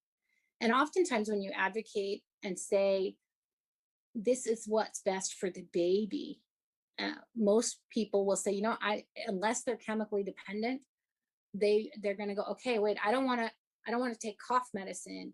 I don't drink coffee when I'm pregnant and breastfeeding. And so I think it can often, if you explain that there's concern and data, the problem that we suffer with, which I didn't talk about, was this perception of safety, because legal is safe. And that is a component that we do have to address by educating them on what is known and what is concerning about THC exposure and the developing brain. Thanks. For moms with chronic use, should the breast milk be restricted for 2 to 4 weeks? Is that based off the half-life of the data? No, this actually was when we made it, and we're actually going to be, I have a meeting coming up in the next few weeks to look at that Why More paper that just came out in March. When we picked 2 to 3 weeks, we knew that users often have positive urine upwards of 4 weeks. And because of the sequestering in the fat, we picked 2 to 3 weeks because we felt that it was going to lower the amount of THC, but was a reasonable time that we wouldn't lose mom's pumping. And for anybody who's pumped, if you're pumping only, it is not a rewarding experience. And yes, we have moms that have to do that because they're in the NICU, but if you're pumping and then your milk's being sprinkled on a plant instead of being given to your baby, it is not a rewarding experience, and it is not going to be something you want to do for a prolonged period of time. So part of why we picked 2 to 3 weeks is we felt that it would allow for a decrease in the amount of THC in the milk. We didn't have any notion that we would have 0 THC. We were mitigating risk in saying we could decrease the dose by something. According to that Why More paper, we're probably about at a half-life. So we've halved the amount of THC in the milk. So it's not based on it being gone. It's based on saying, how can I balance the likelihood of successfully maintaining a milk supply and not losing mom because we're going out too long versus trying to mitigate the amount of THC in the milk. And like I said, this is an imperfect, there's no perfect answer because we don't have the data. Thanks. A lot of questions about for a newborn nursery or for a well baby nursery, not the NICU. What approach would you recommend? What if you don't have donor human milk available? Yeah, the term population is different. And it's one that I am highly unsatisfied with my options because they're going to go home. They're going to go home fast. So they need to be fed, and they're going home into an environment that may be having THC smoke. And there you're looking at, wow, I'm going to have a potential increased risk for sudden death. And so breast milk is probably the best approach. I believe that mothers should be extensively educated in the nursery and really given the understanding of, okay, there's risk to your baby, and taking it into you're advocating, we're doing the right thing for the child, and really educating on, hey, in your pregnancy, what did you, and I think the approach needs to be, in your pregnancy, what things did you not do because you were concerned about it potentially affecting the baby? And then when you educate them about the marijuana and say, we believe you should not breastfeed when you're using marijuana and would ask you to stop, but we do know there are benefits of breast milk. So in my experience, I don't develop those policies, but the approach is to educate and allow to breastfeed, when to establish milk supply, and knowing that the benefit of milk there may be more helpful than the exposure, especially if you can get mom to stop, and you would just tolerate the fact that there would be exposure until that dose is out of the milk. Thank you so much. We have so many questions coming in, but I do want to make sure we have the time. So this is out of 168 responses. So I'll just go over this and then I'll turn it over to Bob to give us a wrap up. So what is your role in the hospital? Obviously, it's really varied. Lots of, looks like RNs and MDs and lactation consultants are the top. Does your NICU have written guidelines regarding breastfeeding or the provision of breast milk? It's really split here. You can see yes is about 40%, no 30, I don't know is 30. Does your hospital test for THC? Pretty much yes, in both the infant and maternal toxicology screens. If a mother admits to current THC use or has a positive toxicology test and no other drugs, would you allow her to breastfeed or provide breast milk to her term infant? The top answer is depends on a case-by-case basis at 38%, and then 31% yes. And then same question for the preterm population. Depends or no actually went out here at 33% as well. And then at your hospital, is it usual procedure to consult with CPS when a mother has a tox screen that's positive for THC but no other drugs? Yes is listed at 38 and no is at 38. So we're almost at a tie there. So we just wanted to share that to provide a little bit of context about the audience on this call and what your fellow healthcare providers are doing and practicing. So Bob, I will turn it over to you. Thank you, Caroline, and this is Bob Castro. I'm the NICU Medical Director at Salinas Valley Memorial Hospital and one of the maternal exposure or MADEX co-chair. Thank you, Christine. That was a wonderful presentation. It's great to hear from a fellow colleague who also has trained at Harvard UCLA. You remember that, Christine? Also glad to hear that you were only 8 years old in the 1980s and appreciate the Ridgemont High reference. Thank you to all participants for completing also the pre-webinar survey. Please remember, we are still hoping that your center, if it's not already participating, will participate in the statewide MADEX database. My and other centers who are participating have learned so much on how we can better care for infant exposed to substances in utero. We have started focusing on opiates, but as one of the MADEX co-chairs, along with Lisa Chai, Angela Wong, and Pam Aaron Johnson, we are discussing expanding the database in the future to include other substances exposures, including marijuana and amphetamines. But this can be done already at your specific center. So please reach out. We would love to hear from you. You will receive a link to an evaluation survey for today's webinar. Take a minute and complete it so that we'll know what you appreciated and what you would like to see in the future.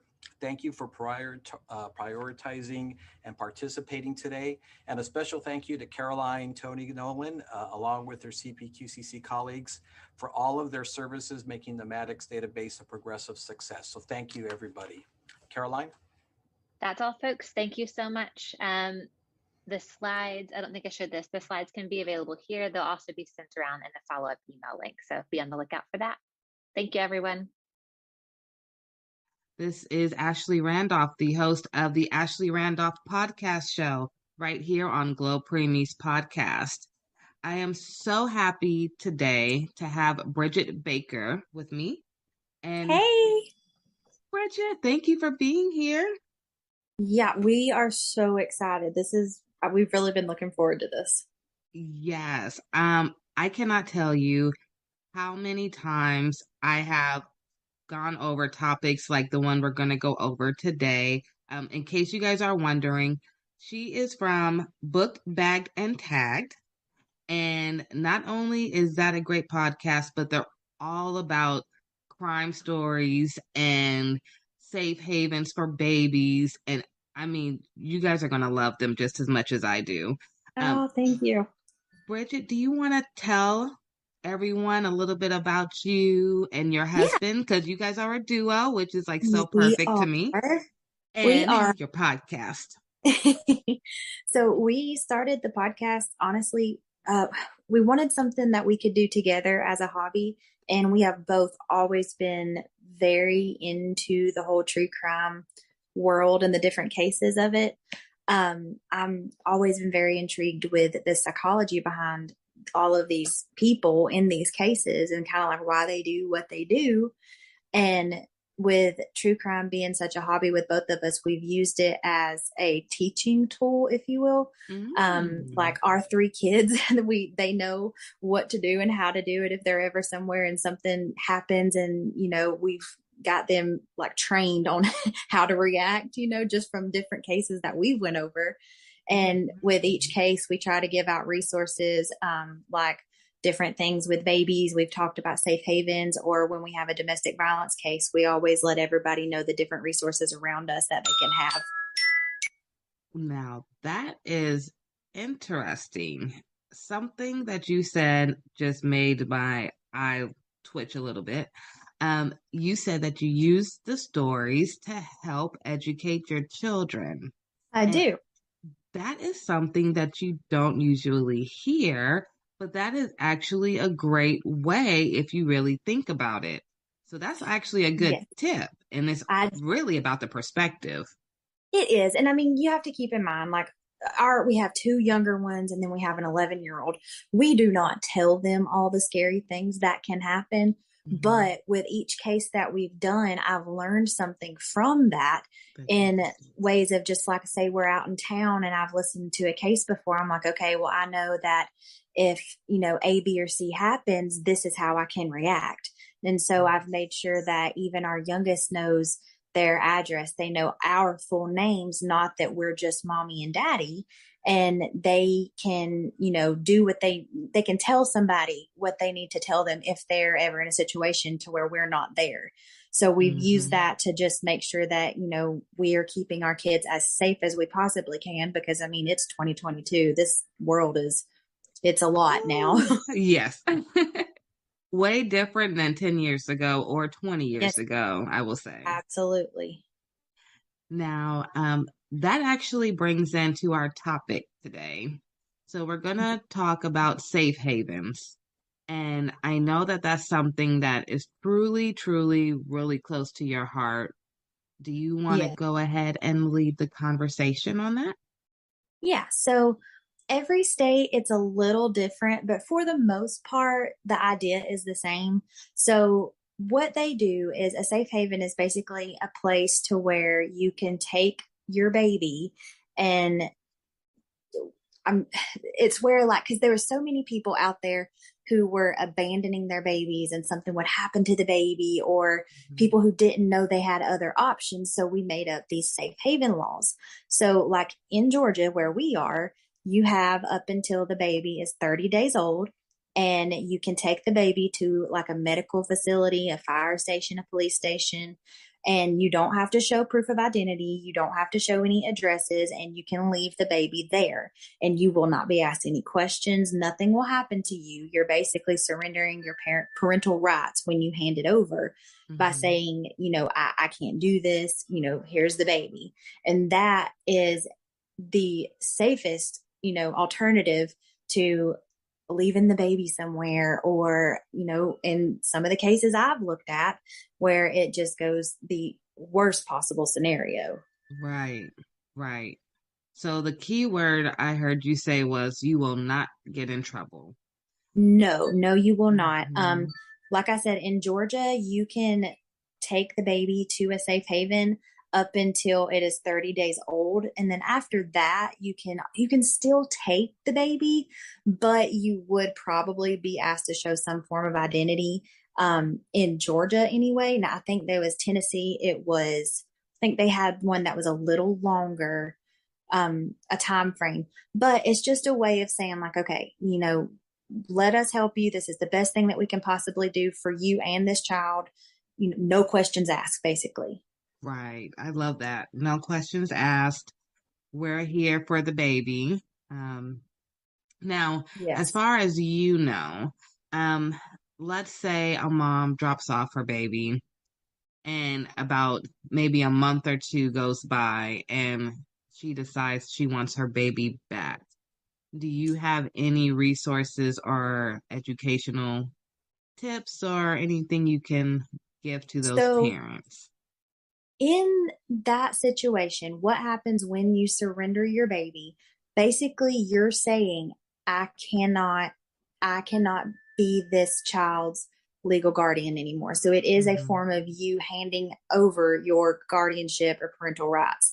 Now, to get that baby back, you would have to work with family services and things of that nature, just because, you did surrender your parental rights with it. Right. I'm not saying that it's impossible, but you probably it would take some time for you to get the baby back if that's what happened. Okay, so thank you for that. For any parents who do have that in mind, just keep that in the back. It's not hard. Well, it's not a hard no, but it will be a fight. Yeah, it's just but like they said, they you want have what's best for the options. baby. Yes. Right. The baby's in mind. Thank you for sharing that. As far as are there safe havens in every state, or are you not sure? I'm not 100% sure. I do want to say there's some form of a safe haven law in every state. Okay. I know that I think it was in 2020, there were 4,422 babies that were saved that year, which was almost tripled from, a few years ago. So it's something that sadly it is working.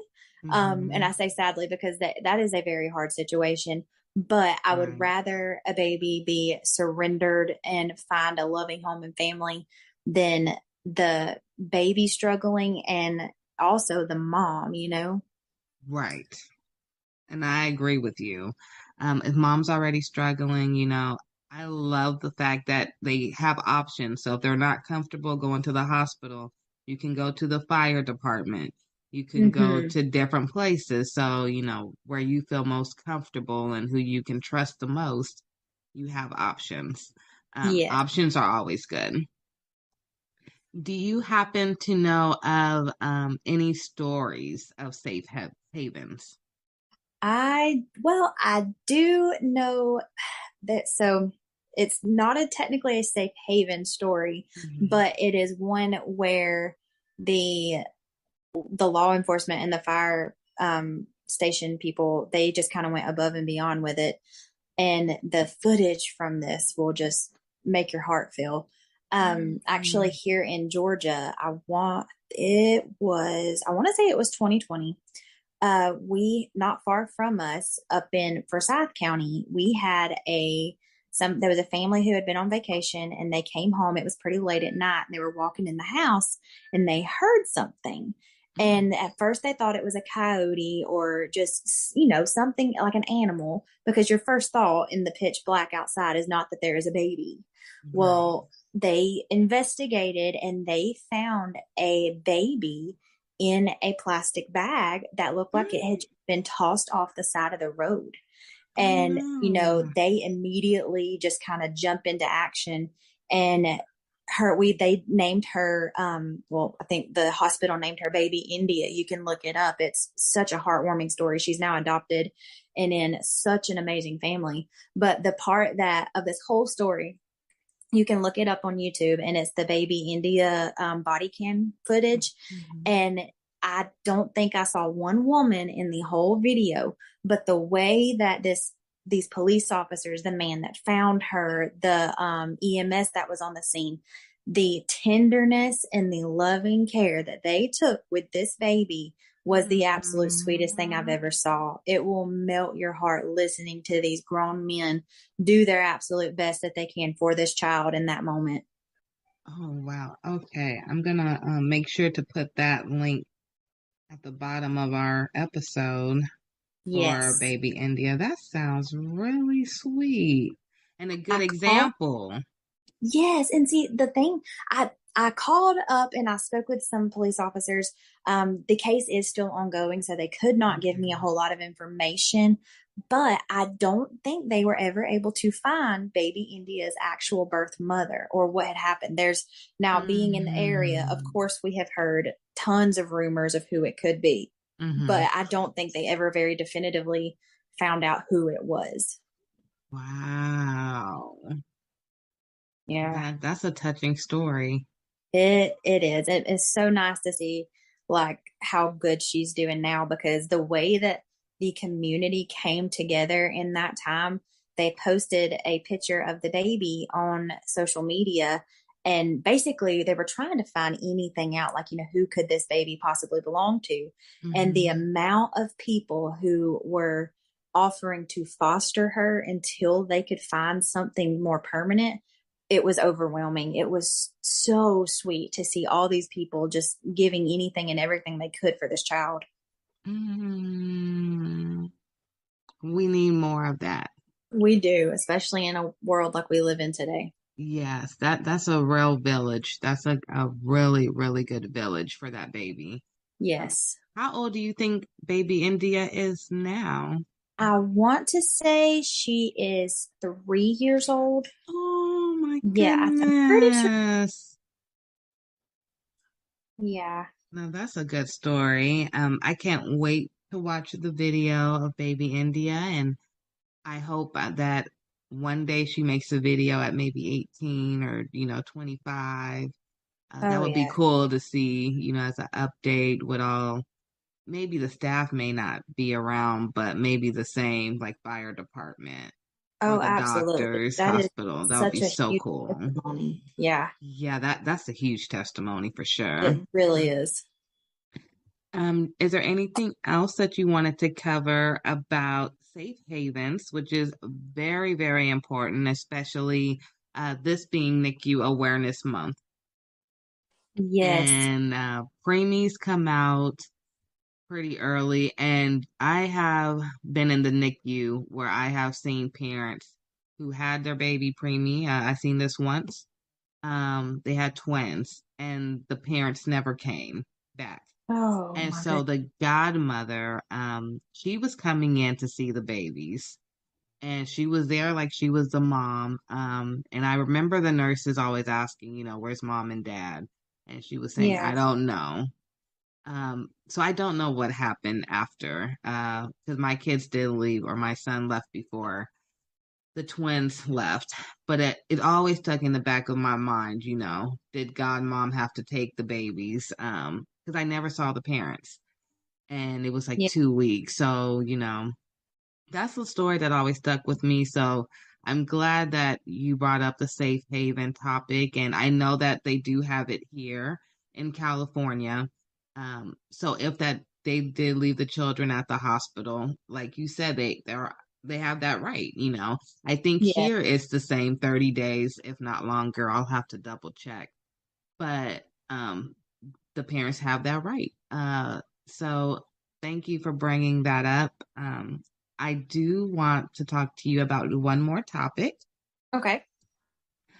I have to ask you, where is Irene? What is going on with her case? I know her family made a website called whereisirene.com. Yes. I've been following it closely, and initially, this is why I reached out to you, because this story was so mind-boggling to me that I had to get you on board. Yes. What is your thoughts with Irene? Where is she? Where do you think she may be? Just tell me your thoughts and let's jump into this convo. So she was last seen alive during a video call with her parents, and that was back on February 24th. So she ended up not being reported missing until March 20th. And there has been so many like different stories come out about this that I've heard, different theories, Mm-hmm. They seen her fiance using a debit card to purchase items that were, it was like a boots and shovel and Mm-hmm. things of that nature. And obviously, when you see that, your mind goes to one very scary place. Right. So they have, he is identified as a person of interest, but I think there was also, according to documents, he had been accused of transferring over like $3,000 out of her bank account and ended up Mm. charging $600 on her debit card after he had told the authorities that she packed her bags and left. Mm-hmm. So very sadly, I hate to assume this, but with him buying the things that he was buying, and it looks like he's using her Visa card and he hit the $3,100 limit on it with 80 different transactions back to back. Like that really to me all points to one thing. And sadly, it makes me feel like she may have already passed away and it's being hidden or, and again, I hate to say that, but it's just in so many cases I have looked at it's one of those things when someone shows you who they are, believe them, Believe them. Yes. Yes. You know what story just came into my mind as you were describing what's going on? Remember the young couple, the white couple that it was a young girl and her boyfriend or fiance. Gabby Petito. Yes, that was what, last year, or was that even this year? No, that was it was last summer. Yeah, and it's like such night and day. Yes. Still a couple. He had used her card.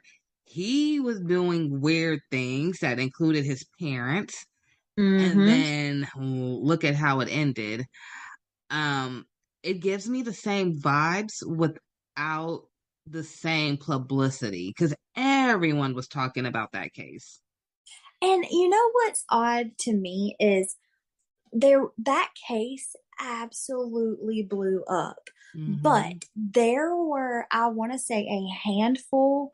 I can see 3 different people in my head right now. I just don't know their names, but that is my point of people who went missing in the same area within the last 5 years and nobody knew their name. Not one person. Wow. Yes. And it was like almost identical stories of them being in that area.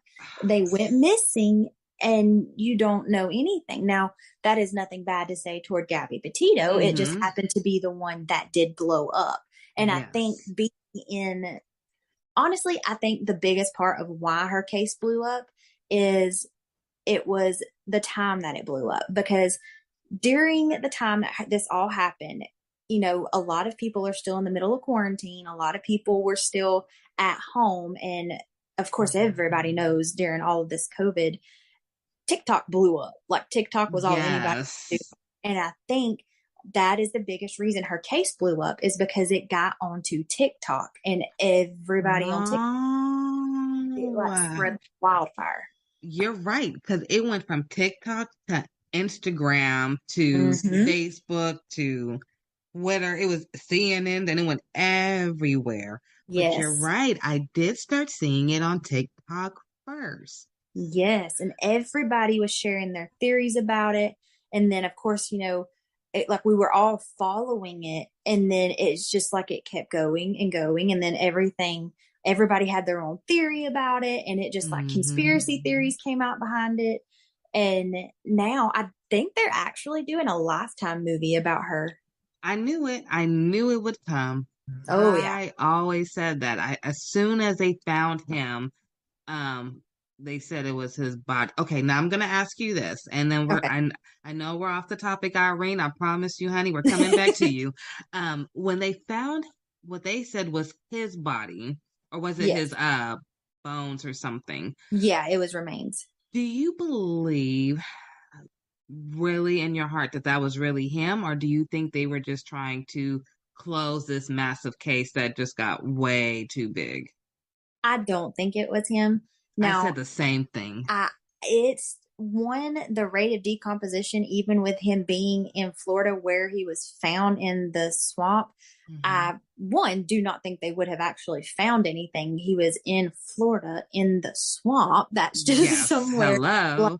Like you're not gonna find like the elements and the wildlife down there is unlike anything else, I really don't. And also they found skeletal remains, and he returned home on September 1st of 2020, and then he goes missing, and I think they found him on September 9th.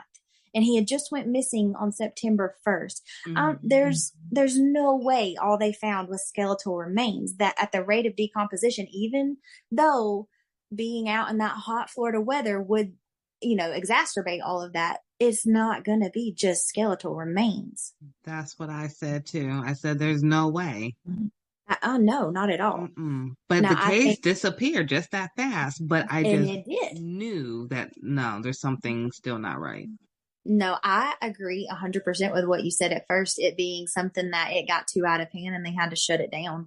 Yes. I think he definitely killed her. He ran home to his parents, and whether it be them or whoever helped him try to get away from all this. I don't think what they found was Brian. I don't. Ironically, I kind of feel like it was a coincidence, like a wacky coincidence.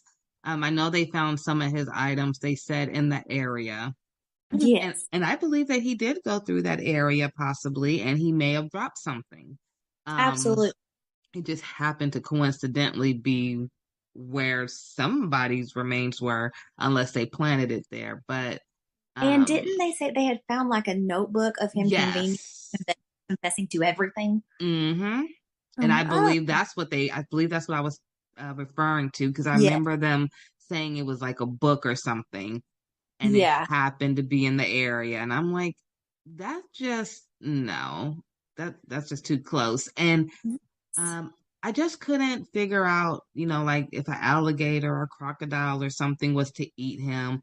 I assumed they would drag him somewhere.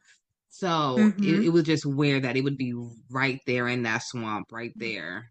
And so there is wildlife in the Everglades and all that where he was found, that there are animals that would and can very possibly swallow him whole.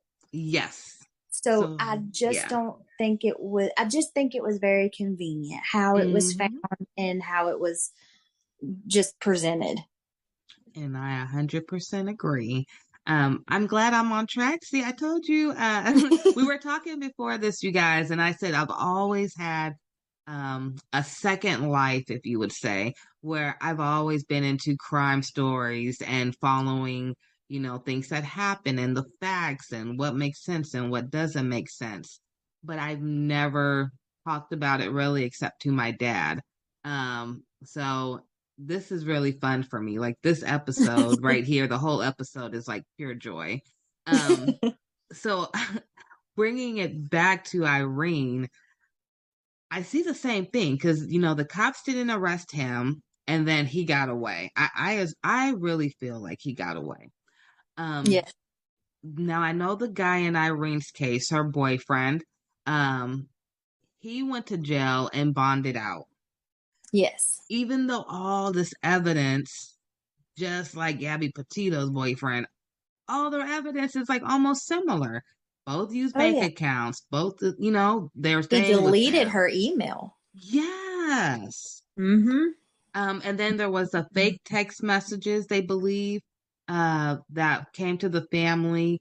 I think it was right after they last talked to her. And then that Yeah. reminded me so much. Like right now, I'm thinking of, I think Gabby Petito, like they were saying her Instagram wasn't the same caption and writing that she would use. And so Yeah. it's like things to throw people off. And it's like, how can you let someone else walk away? Especially for Irene, because you Yeah. know she was going to be a nurse, I know, and Yeah. um, she was I only mean, it's just 32. one of, yeah. And it's just like, this is, like you said, it's almost identical. And it's like, are we really going to do this again? Yeah, and it's like you know, I hate to say it, but it's like a slap in the face. Like, yeah, we know what happened the first time, but this time it's not as big. So you know, we'll just let the facts roll out however they come out, and if they ever come out. Mm-hmm. Um, Now, something in me tells me that she may be somewhere close to where they lived. I don't know Yeah. why. I don't have no evidence to prove it. But I always go back to, and you may know this story. I'm gonna call you my crime partner now. In Sacramento, I want to say like 20 years ago, or maybe even longer than that, there was a lady, and I'm from Sacramento. There Okay. was a lady who lived downtown, and she had a house, and she was having people come in who had like SSI checks and government checks. Dorothea Puente. Yes, and she Yes. killed them all and got all their checks. And I almost have like the same mindset for him. Like he used her and then he obviously took her money and Mm-hmm. then nobody knows where she is. And I almost feel like she has to be somewhere by that house. She has to be. Yes. I mean, in Dorothea Puente's case, it's funny. We actually did a case on her recently. So this is very fresh in my mind. You got to send me that link so I could post that too.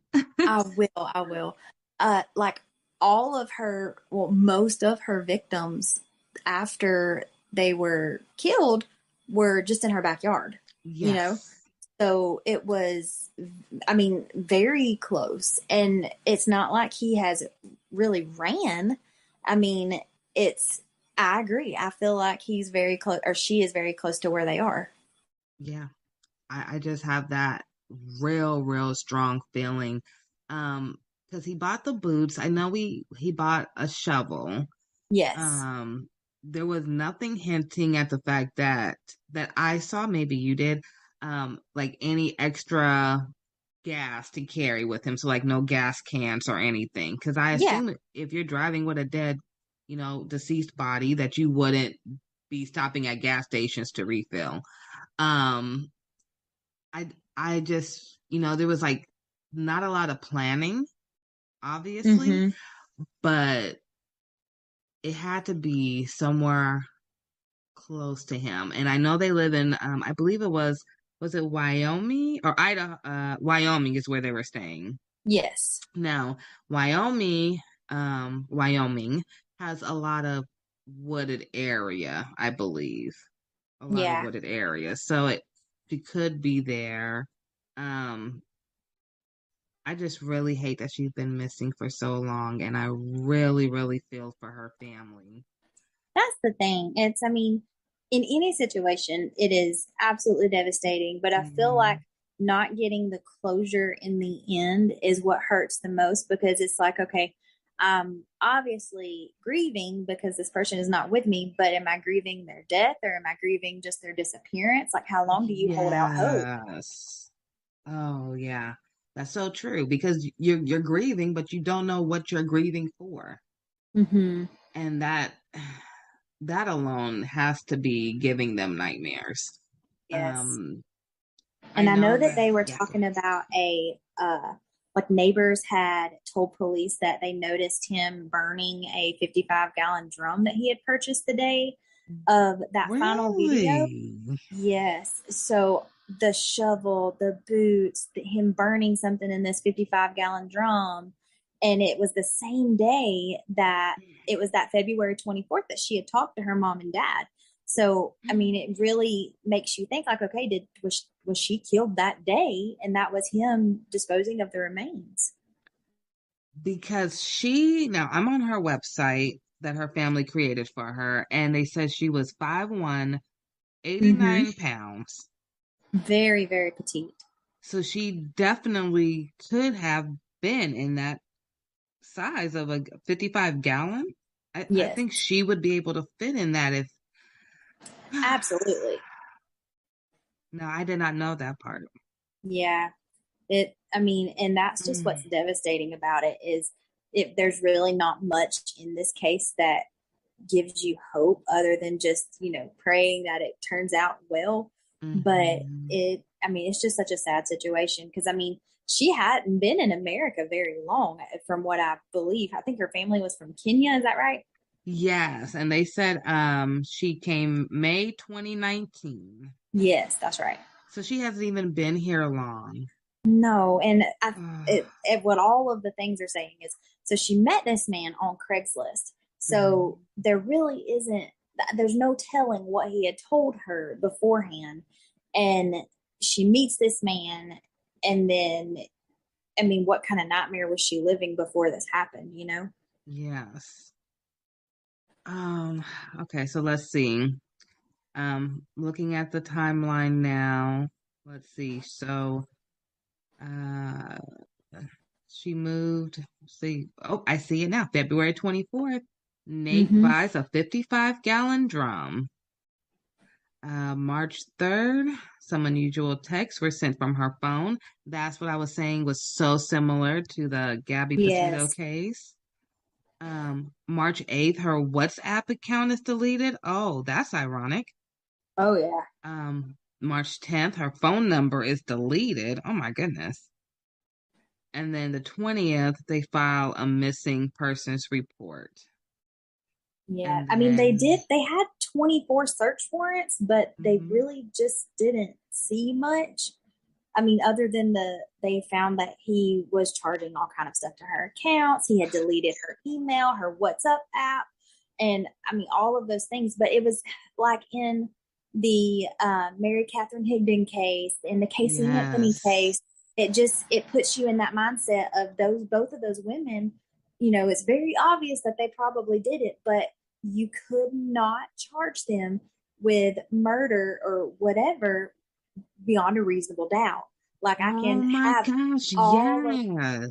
can have all of my theories all day long. And like the Casey Anthony case, like we know, but I cannot prove beyond a reasonable doubt that she did that. Just like it puts you with him, unless you have like very definitive, concrete, evidence. That's where the jury has that gray area in which it would be awful to be a juror on a case like this because you're kind of put in a situation of like really life or death. Because a lot of times, it's either a death sentence or life in prison. And it's, if you make the wrong choice, you have somebody's life in your hand. So they take it, which you should take it very seriously either way, but you know what I'm saying? And I mean, it's just one of those things. That's why those women got off, because beyond a reasonable doubt, they could not prove that they did that.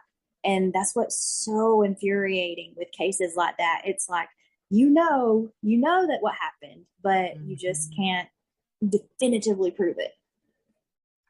Now, you almost gave me tears right now because I totally forgot about the Casey Anthony case.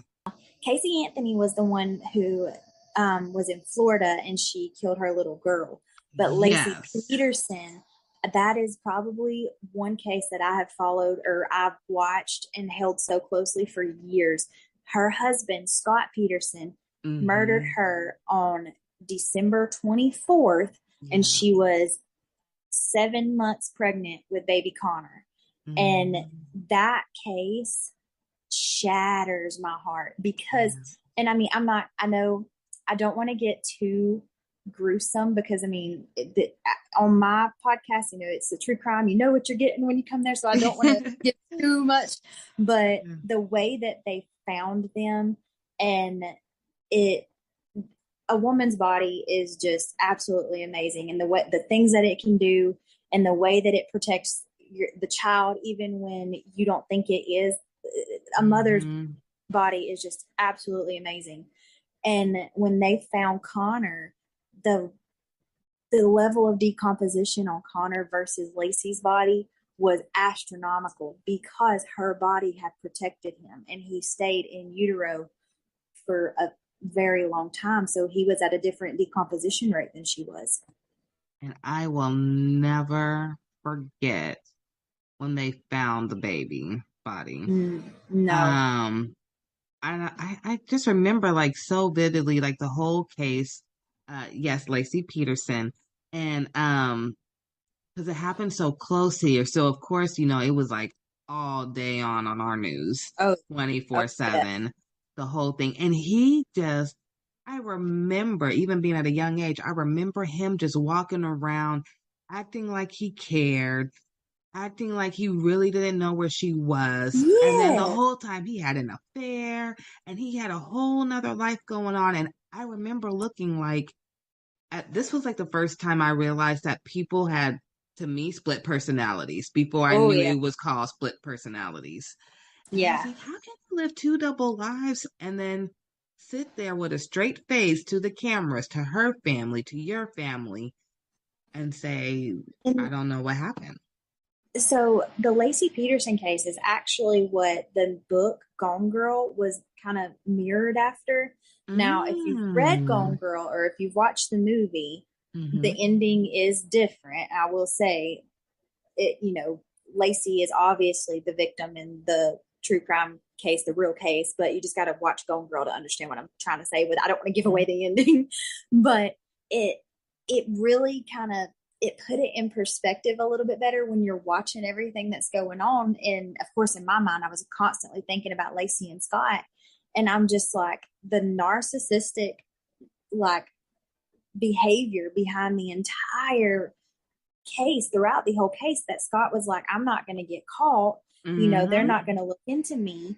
Or the fact that he could turn on those tears at the drop of a hat. I was like, there had to be more going on at home than Lacey had said anything to anybody for it to take a complete 180 turn. You know what I'm saying? And it's just I so actually said that now that I'm older and I work a lot with families and families with babies, most of the time it's arguments that went too far. Yes. And so when I look at Lacey Peterson, which I hope did not happen with Irene's case, somebody usually gets fed up. And so maybe Lacey found the pictures of the affair, or, there was something, because it was getting close to Christmas. Yeah. Maybe she found a gift for the other woman and she went bonkers, or some money was taken out and she saw it was at a store that he shouldn't have been shopping at, anything. And that whole scenario right there is exactly what happened in the Chris Watts case, where she kind of found out she was pregnant and she found out about him having an affair while she was away, and he killed her pregnant with their son, Nico, and then he killed their two babies. And they were, I remember, 2 and 4, 3 and 4, something like that. And there's a video of the youngest one singing that Coco Melon song about my daddy is a hero, and knowing how their lives ended. It's so, I don't understand. Like, something that, I know beyond a shadow of a doubt that I was put on this earth to be a mom. I I'm just a motherly spirit. I've raised my siblings and our 3 boys. And, that's why I think I've held the baby cases and the cases with these children so closely, because I don't understand the kind of person who could do that. But I read somewhere, what was it? I can't remember who said it, but they said something along the lines of, I don't understand how somebody could do this to a child. And the police officer turned around and said to them, as long as I've done this, I've had people ask that question. And the second you can answer that question is the second you turn into that person. So I stopped asking myself that question. And I'm like, yeah, there's some things that you just can't explain. And it's better to stop trying to ask the question and just be the one that gives the resources and has the hand held out for whoever needs the help. So these babies don't have to keep suffering through the lives behind the curtains and behind doors that their parents are hiding. Now, that was a good way to bring both topics together. I must say that. See, I told you guys she has a good podcast. You guys have to watch it. Thank you.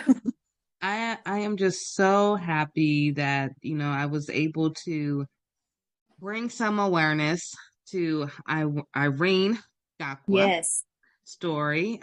Beautiful Black woman. I hope that this helps people look for her. If anyone has any information out there, please contact the Gillette Police Department. And you can also contact the National Missing and Identified Person System. And I'll make sure to post the links below. Bridget, I wanted to say thank you again for our wonderful episode. You are more than welcome anytime. I mean, we can talk about these stories all day long. I would love to have you back. I would love to start doing a series with you. Absolutely. Even if it's once a month. I know you have your own things going, but we'll talk more. And this was really, really, really powerful. You brought us safe havens and information and even a good story. And then we spread awareness about not only Irene, but we talked about Lacey Peterson. We even brought up the name Casey again, Casey Anthony, so people remember, we talked about Gabby Petito. So there's all these spaces. So we all have to come together to help one another. If you do see a sign of any type of stress, there's a common trend now that says, if a couple is arguing, stay out of it because they'll be the one getting back together and they won't be talking to you. But then you also don't want to end up with a situation like what we have in front of us. Exactly. And you have to remember, like, domestic violence, it is not always black and white. There's a lot of gray in there. But at the end of the day, you have to say, do you want that person maybe a little angry with you that you stepped in, or do you want to get the phone call that you never want to get? Exactly. Another good resource is the Crime Stoppers USA. And it's just like, it's a 1-800 number. You can add the link for that, of course, but they are always taking any tips or anything out there for any cases. Yeah, thank you for that. Please use these resources, guys, if you need to. Crime Stoppers is amazing. I do know that. And hopefully we can find Irene. I do have one more question for you before we leave here today. And I hope we don't come back on another episode. And I said, oh my God, you were right. The 55-gallon barrel that they found. Yes. From now we know you're not exactly, forensics or anything, but from what you have went through with your stories and background, if she was in there, do you think they would be able to possibly find some DNA on that barrel proving that she was there? They can. It's absolutely possible that they could. It just really depends on what condition that the barrel is in now. Like blood and different things like it depends on the surface. Like with cotton or, fibers of that nature, it's near impossible to get anything out of because of what it is. But as far as like a barrel, you can bleach that, you can clean that, but then that changes it would show something completely different that they could kind of detect if there was bleach in there or not. But I would say that it would be very, very hard to keep absolutely everything off of that, or to clean everything off of that. So I think that you very well could still find something in there. Well, thank you, Bridget, for answering that. Before I let you go, I had that burning question. No, it's okay. Before I let you go, do you want to tell everyone where they can find you and your husband? And Yeah. Go ahead. So we are on Instagram. It's Booked, Bagged, and Tagged. And we post, like, after every episode that we do, we'll post like pictures of like who the victims were and things like that. I'm a visual learner. I have to see faces after I listen to a case. Yeah. And we also have a Facebook group, and it's the same name, Booked, Bagged, and Tagged. And in there, we do a lot of polls and things. Like after each case, it's like, okay, what do you think? And stuff like that. We're on every major platform as far as podcasts go. Apple Music, Spotify, Amazon, Google, things like that. So it's pretty easy to find us. Well, thank you, Bridget. I hope you guys get 1 million subscribers after this. That would be amazing. This was a wonderful episode, and I will make sure that we talk again very soon. Absolutely. All right. Thank you.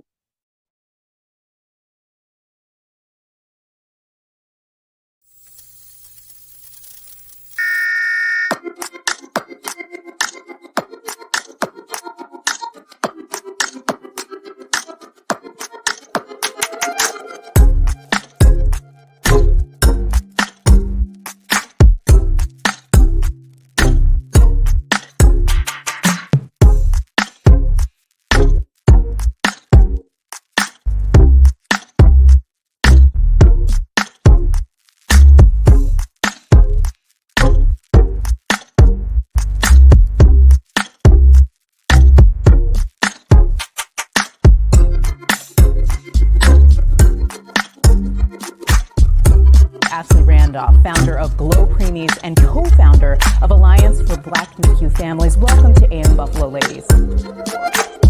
Ashley and Beth, thank you so much for being on this great stage to talk about Ashley Randolph, join us now. Ashley Randolph, founder of GLO Preemies and co-founder.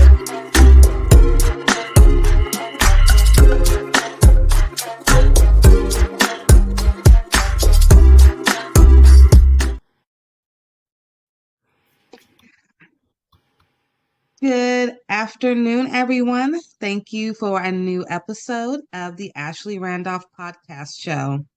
Today, I am so excited because I have someone very special for a very special topic that you guys have been kind of seeing me talk about on TikTok lately.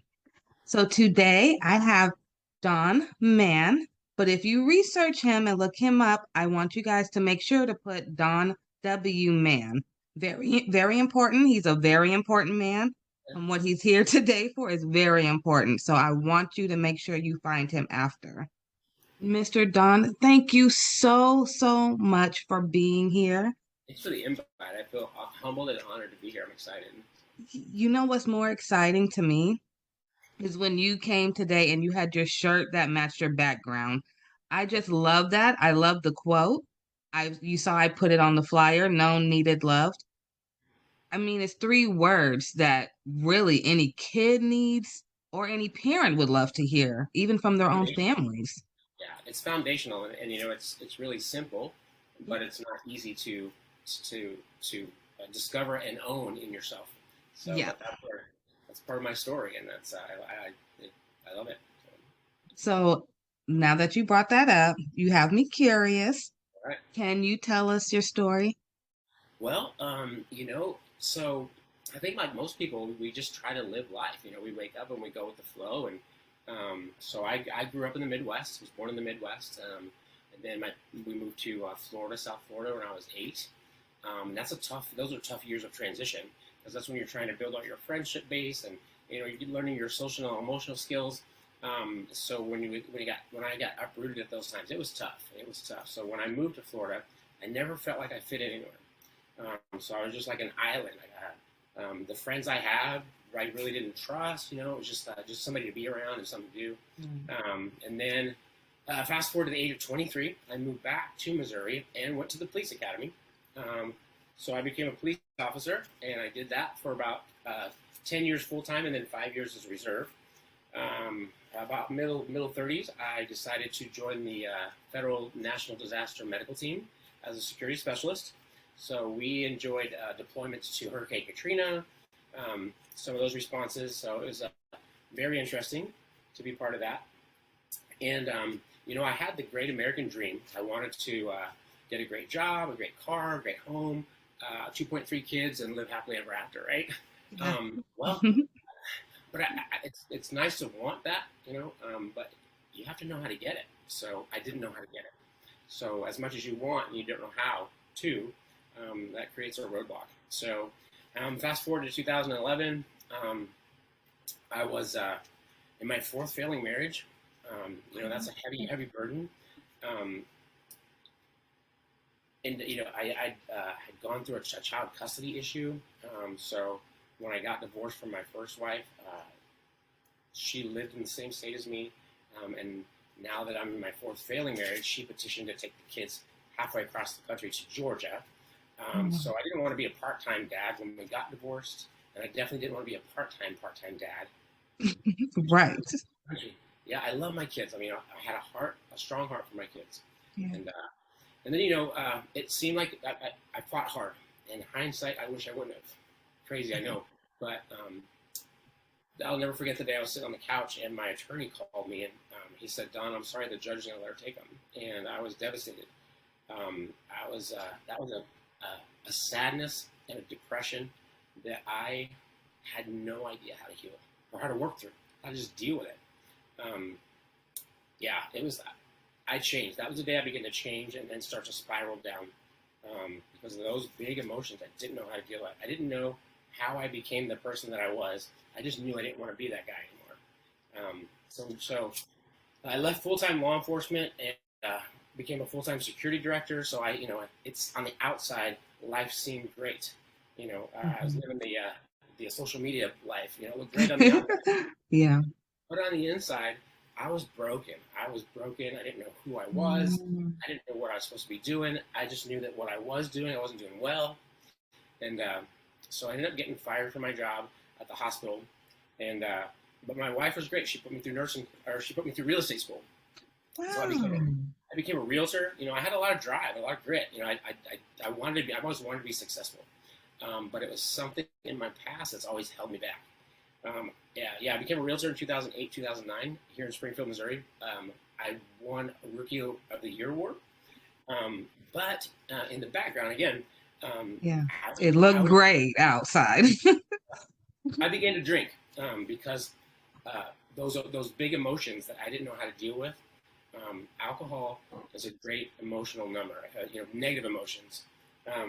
But the problem with that is it also numbs out all the good times in your life too. And it often comes with legal battles. And so that's kind of what happened to me and the crazy thing is so my ex-wife ended up sending the kids back because it didn't work out with her. So in March of 2011, I had all my family there. I was making great money as a realtor. We had a 5-bedroom, 3-bath house with an in-ground pool. I just bought my wife a Mercedes. So on the outside, it looked like it was perfect. But on the inside, I was so tore up and so lost and broken. And I was March 9th. I was driving home in her Mercedes, and I was drinking, and I sideswiped a wooden fence.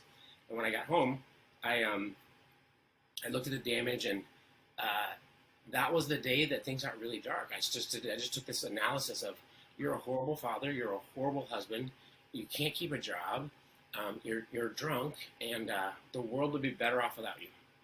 And so I was convinced.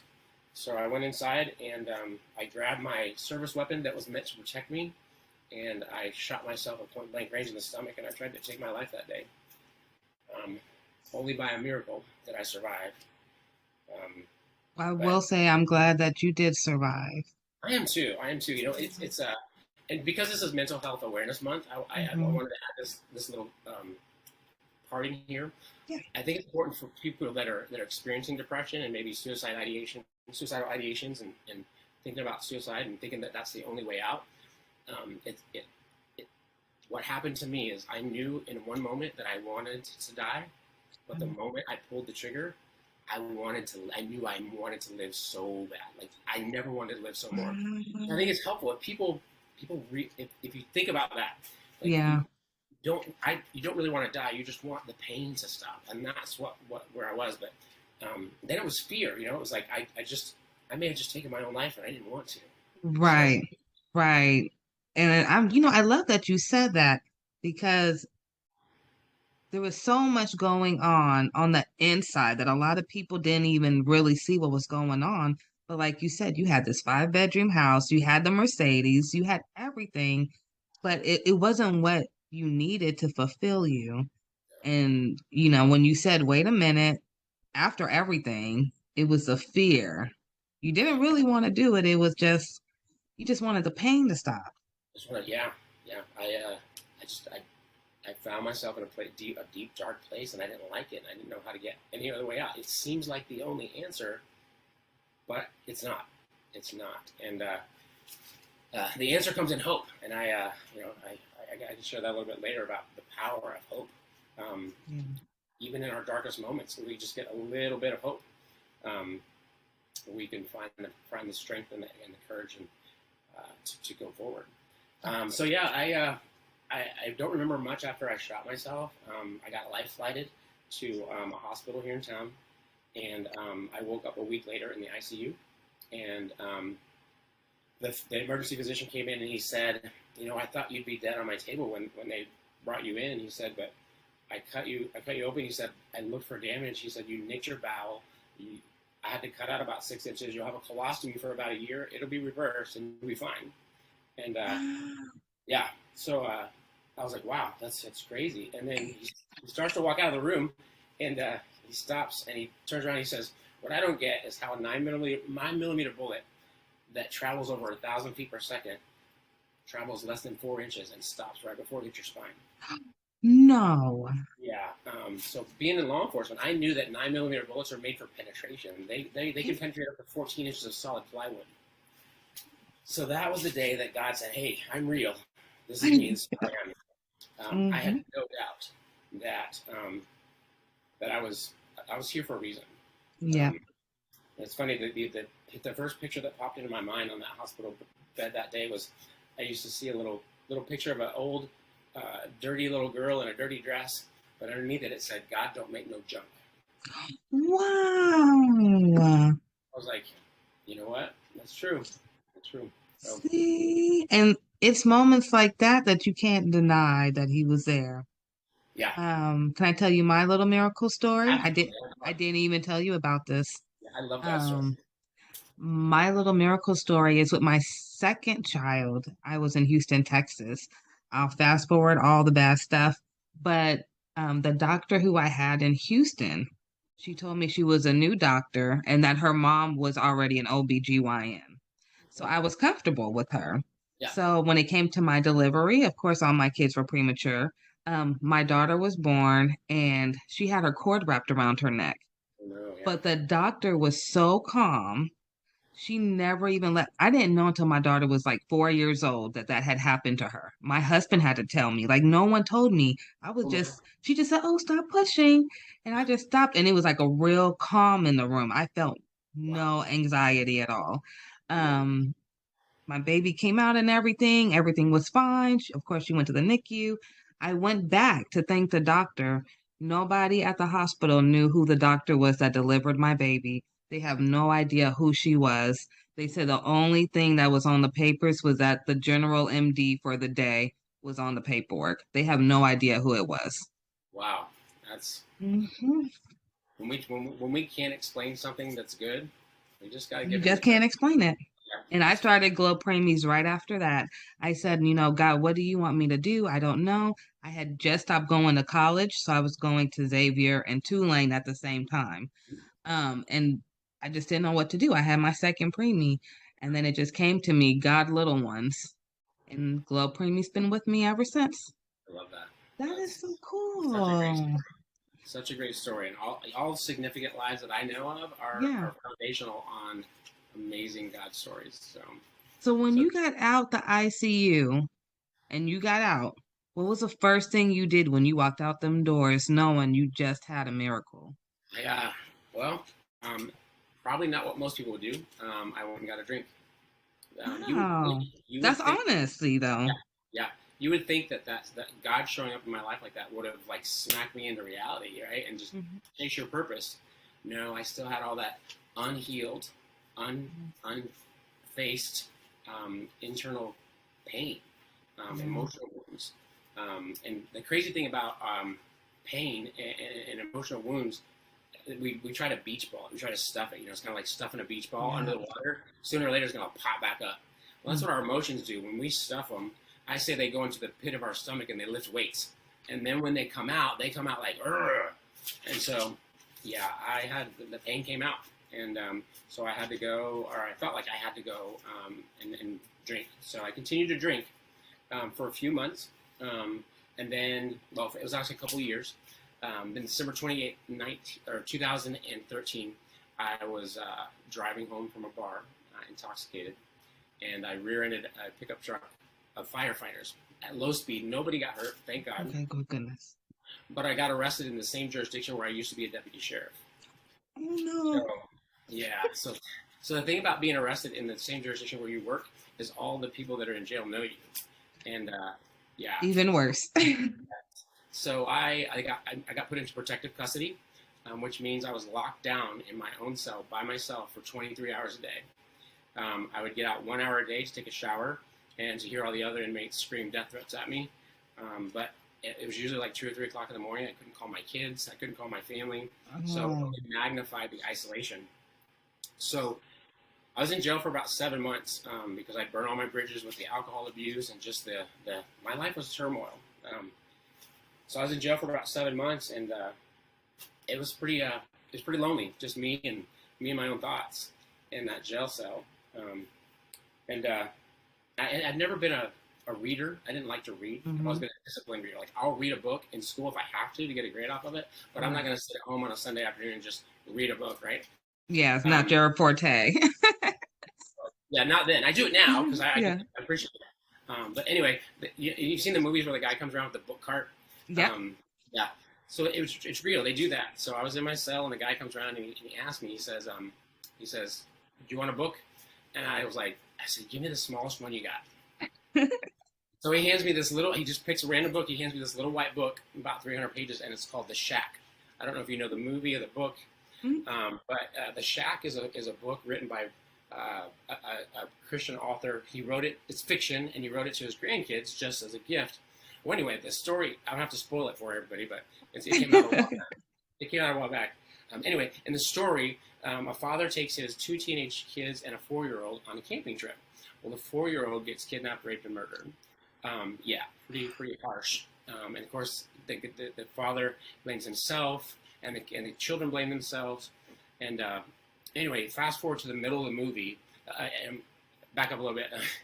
So he ends up having this whimsical journey where he meets God, Jesus, and the Holy Spirit. And in the middle of the book, he's talking to an angel in heaven. He's in a cave talking to an angel. And she said, his name is Mac.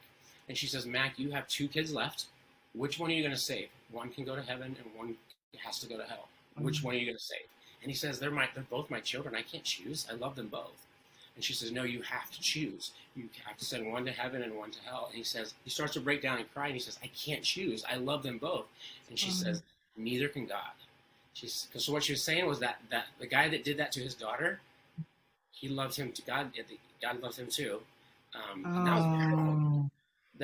And then something clicked for me that day. God showed up in the hospital room that day when he saved my life. He decided to show up in that jail cell too that day, because I thought, wait a minute, hold on. like everything just stopped. I'm like, you mean to tell me that with all of my mistakes, all of my mess ups, my unfabulous life. I mean, I'm in jail. You mean to tell me that God loves me as much as he loves the pastor behind the pulpit? That's crazy. That's big love. That's crazy. I want to know that, right? Yeah. So I dropped the book on my bunk and I said, God, this is your life anyway. Take it and do what you will. And that was the day I fully surrendered. And life has been, I didn't get zapped and get released and life happened. I actually stayed in jail for another couple of months. But here's the crazy. I love this part of the God story. So my brother, because of our past, he's always been a self-proclaimed atheist, right? Oh, okay. So I'm in my jail cell one day, and the jailer comes by and he says, "Man, get your stuff. You're bonding out." And I was like, "Who's posting my bond, right?" Because I burn all my bridges. I said, "Who's posting my bond?" He said, "Your brother's posting your bond." Yeah. And so I get out in the truck and I said, "Why did you post my bond?" And he says, "It's a loan. You're paying it back." And that's all he's ever said. So I love that God can work in and through people that claim not to even believe in him or have met him yet. So. I had to put it myself on mute because I was making so many noises. Yeah. After all that time, your brother finally came through for you. Yeah. And it was like you seeing these little miracles almost that were happening for you out of nowhere. Yeah. Yes. After the little small book. Yep. Yeah. It's like God will he used that little book to show me how big he was and how much he loved me, how much he wanted me and his family, right? So it was that spark of hope that I needed. A little mustard seed of hope, literally. Yeah. But then life is hard. We go from in that moment I went from feeling great and feeling amazed, feeling like I had a zest for life, to I had nowhere to go. I got out of jail, but I had nowhere to go. I couldn't go to my family. Oh my gosh! Yeah. So I ended up. I had my brother drop me off at a homeless shelter in Springfield, Missouri, and so I lived in a homeless shelter for 4 months until I was able to get a job and get back on my feet. But it was just one foot in front of the other. Just the determination to know that that I'm here for a purpose. I may not know it right now, but it's going to get revealed not by staying where I'm at, but by taking one step at a time and trusting God to get me there. So, and that became the journey of finding out if I'm known, if I'm needed, and if I'm loved. So, okay. So I have a question. So you're at this part of your journey. Okay. Now I have to know, were you talking to your kids at this point? Because I know a lot has happened to you. It's like a year now, maybe. Yeah. So I had 2 older kids and then 2 younger kids. So the older ones, my oldest daughter was probably 14 when I attempted to end my life. And I remember about a week before that, because I drank all the time because I was in pain all the time. Not an excuse. That was just where I was at. But I'll never forget her little face. She looked at me with tears and she says, "Daddy, you chose alcohol over us." And even though that wasn't the truth, that was her truth. That was her reality. And I had that hurt, that cut deep, right? So yeah, my kids, they knew they wanted Dad, but Dad was just not part of their everyday lives because I didn't even know who I was and what my role in life was. So yeah. What a strong story you have. Yeah, and you'll get people that tell you. So when I got out and I started making better choices, they're like, "Well, you don't need permission to go be their father. Go be their father." Well, that's insensitive because I made some poor choices. I can't just rush back into their lives because I'd made some choices that left some scars on them.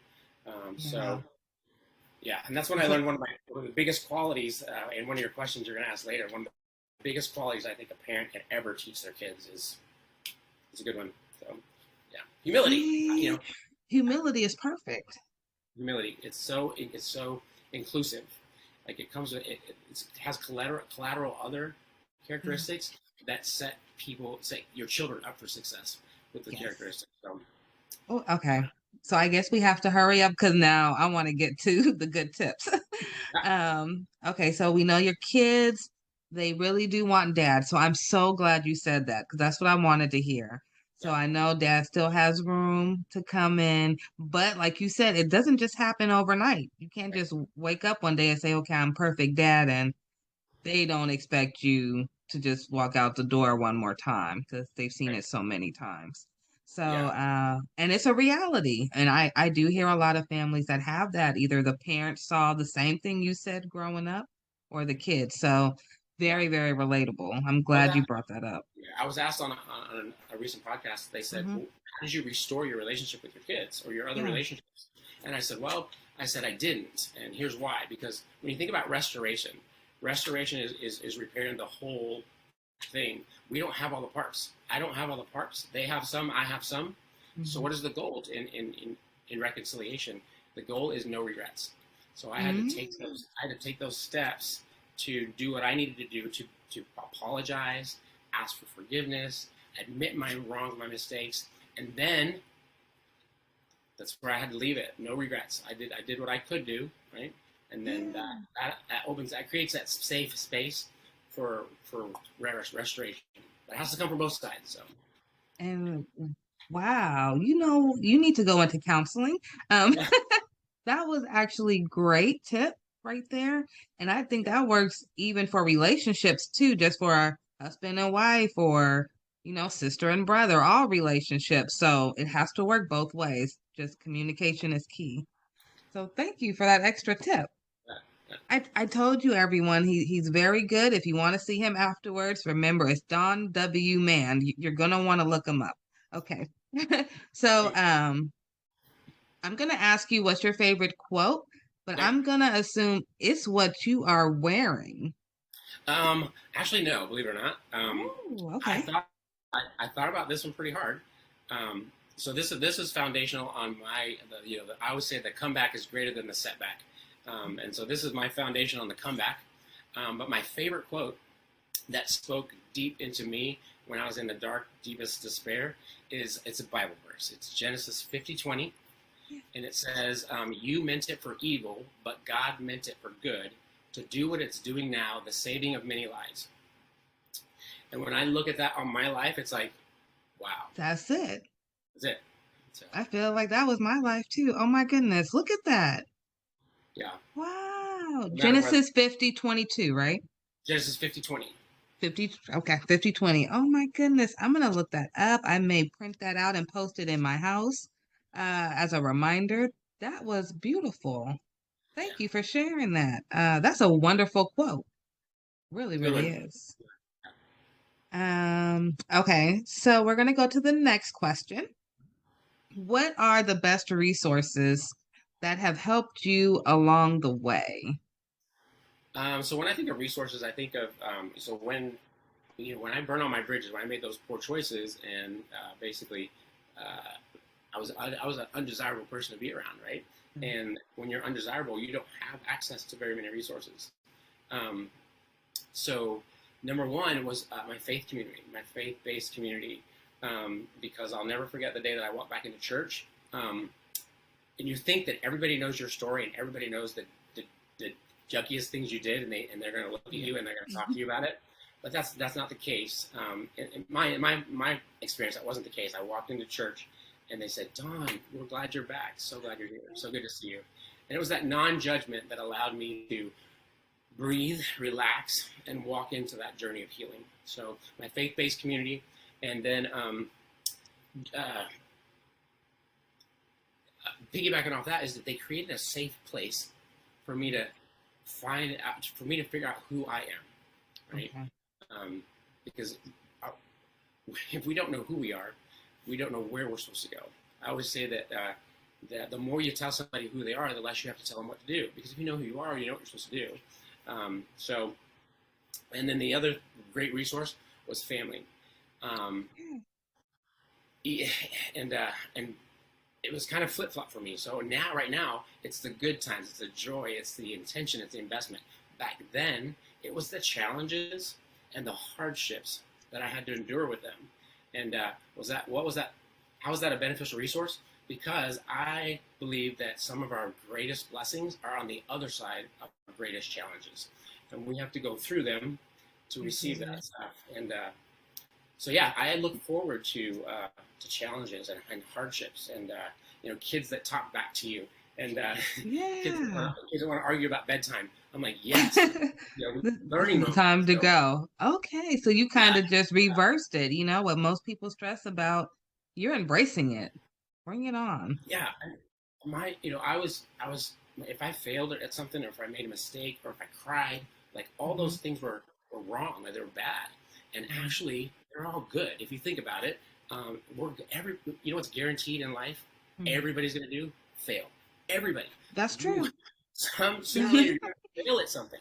So instead of finding yourself in the middle of failure and decided to take a heavy weight of a loss or something negative, no, fail. I think Will Smith said it, fail forward, right? Find out, don't ask yourself, why is this happening to me? Ask yourself, what am I supposed to learn from this? If you reframe it, there's no such thing as a loss and failure. It's just a learning. And it's going to work perfect. Yeah. I love that. Kind of the same tips that I give my son and my daughter. So just reworded a little differently. So that's amazing right there. So yeah, I love those resources, especially the family one, because I know that you said earlier, there was a lot of tension between everyone and now they're your best resources. So I love that. Always depend on your family. It may be some hard moments. Nobody said there won't be, but there will always be something brighter at the end. Okay, so I do have a couple of questions. So I know that you love talking about bullies. Yeah. And our youth. So I actually had a son that I had to change him schools twice last year. Straight A student, National Junior Honor Society, smart kid, skipped a grade. The school that he originally was, he was getting bullied by the older kids. I believe because he was younger and he do wear glasses. Yeah. So then we switched him to a different school. And then last year he's a new kid.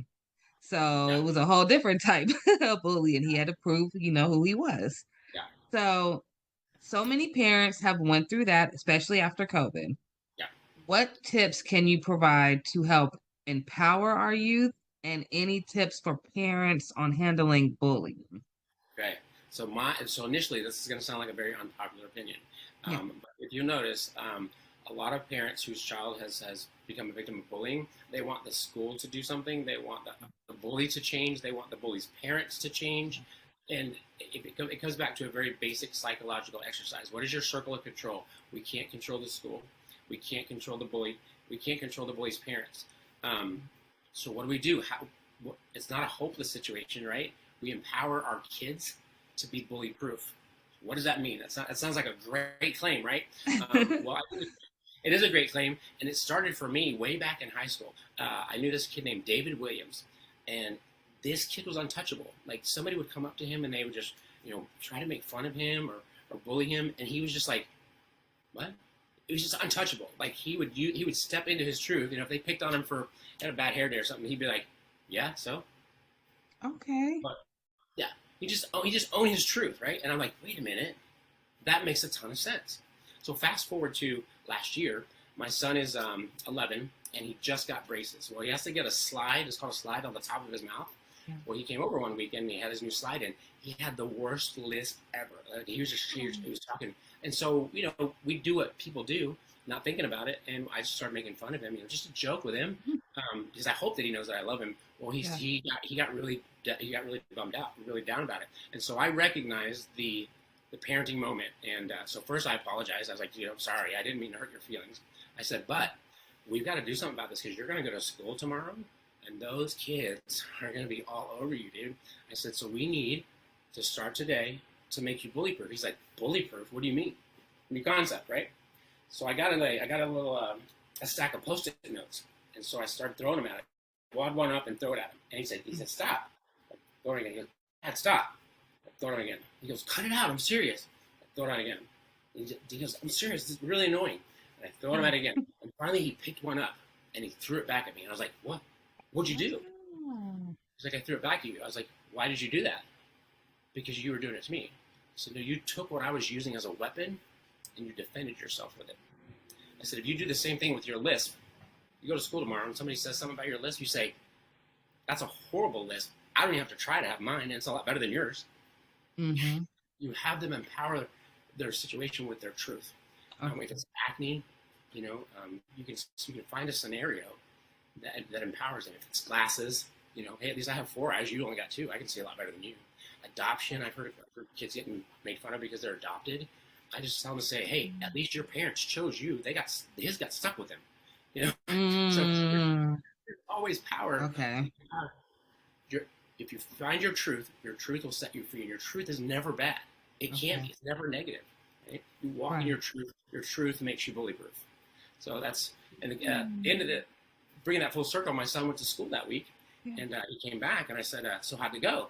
And he said, Dad, nobody really bullied me at all. They just asked a couple of questions and left me alone. Why did that happen? Because he had the confidence. He was ready for it. And that's what bullies do. Bullies are kids that don't feel great about themselves, and the only way they know, their default to make themselves feel good, is to find a weakness in somebody else. Absolutely. So he went to school. There was no weakness. Like, he had that list, but he was ready for it. And bullies sense that there's no weakness. They're not going to come at him. So it's every situation is different, depending on what your kids are being made fun of for. But I think a good parent who really knows their kids can turn that truth into, let them walk it, let them own it, and let them use it. Don't let somebody else use it as a weapon against you, but use it as a defense. So if you're courageous enough to own your truth, nobody can bully you for that. So. Yeah, at all. Nobody can use you against you. Right. So. Yeah, and I got an example of that in my life too. With the alcohol and the DWIs that I had for my poor choices, I actually got a felony conviction, and for a long time, that was my label. Wow. And so I held myself back because of what I believed. I wouldn't apply for jobs that I wanted, and if you never ask, the answer is always no. Yeah. Until somebody was saying something, they were calling me a felon one day. I said, look, I'm not a felon. I committed a crime that's a felony. I have a felony conviction. That's not who I am. My value and my worth is not the sum total of my poor choices. So that's it. You're more than just a title. That's what I always say about myself too. Yeah. Labels. I don't like labels. No, I don't like labels either. I have to agree with you on that one. So I have a question for you. And I don't think you talked about this, but I wrote down, did DARE make a huge impact for you? So, I don't think I mentioned it, but when I was in law enforcement, I got training to be a DARE officer, and DARE stands for Drug Abuse Resistance Education. So I got certified, and I started the first DARE program in a little town called Sarcoxie, Missouri. It absolutely had an impact, and here's the impact it had.